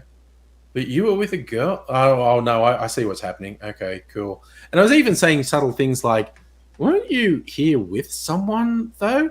And he's like, oh, she'll be fine. Don't worry. I just want to spend time with you. And I'm like, dude, no. That's the devil's threesome there. Yes, he was trying to get a devil's threesome happening. And I was like, dude, I'm in I might be here by myself, but I'm actually in a relationship, and I'm not fucking getting... But it was also this casual sort of thing. Yeah, I've actually, on more than one occasion, have to say, look, I'm okay with LGBT, but I'm heterosexual. Please stop asking me. Yeah, but that also You're goes... too attractive to men, obviously. Yeah, that also goes... Well, I mean, to be fair, in their defense, I do have girly long hair. Yeah. But that also goes for heterosexual people who forcibly want to hit on you and you're not interested. And sure, that's a less common thing for guys, but it has happened to me. And it's just like, don't assume I'm going to have sex with you just because you're the type of person I generally have sex with. It's no, I'm not up for it. Go away. It happens very rarely to dudes, I think, but it does happen. Happens like every single time het women or gay women go out. Actually, a friend of, well, more of a friend of a friend, but a lady friend that I know, at the local club, has had to fend off a few women hitting on her. Yeah, because she doesn't, she doesn't roll that way. She's not. One, she's not too keen on one night stands, and two, she's heterosexual. Yeah, but yeah, actually, another person I know, I wouldn't really call her a friend, but she had a lesbian actually lift up her dress. Okay, that's not. What was the context? Like on the dance floor. Attempting to just crack on. Just that's that simple. Just come up. Proposition, and she's gone, oh, look, I'm not like that, and they've actually picked up and tried to lift the dress up. Damn. Yeah. Actually, the weirdest... I would have gone straight to the bouncer and instructed them to bounce that fucker out the door. Yeah. Yeah. The weirdest one I heard, this came out of Mardi Gras in Sydney, and this is apparently a really common problem with buff gay dudes who, like go to Mardi Gras parties just wearing a Speedo or something, het women groping them. And it's like, because they say, oh, it's okay because you're like this totally sexual thing. And the dudes are going, no, it's not. It's not okay. It's really gross. I don't like it. What the fuck? What the fuck are you doing? And that's apparently a really big problem at like Mardi Gras and Pride type. Have people not heard of fucking boundaries? No.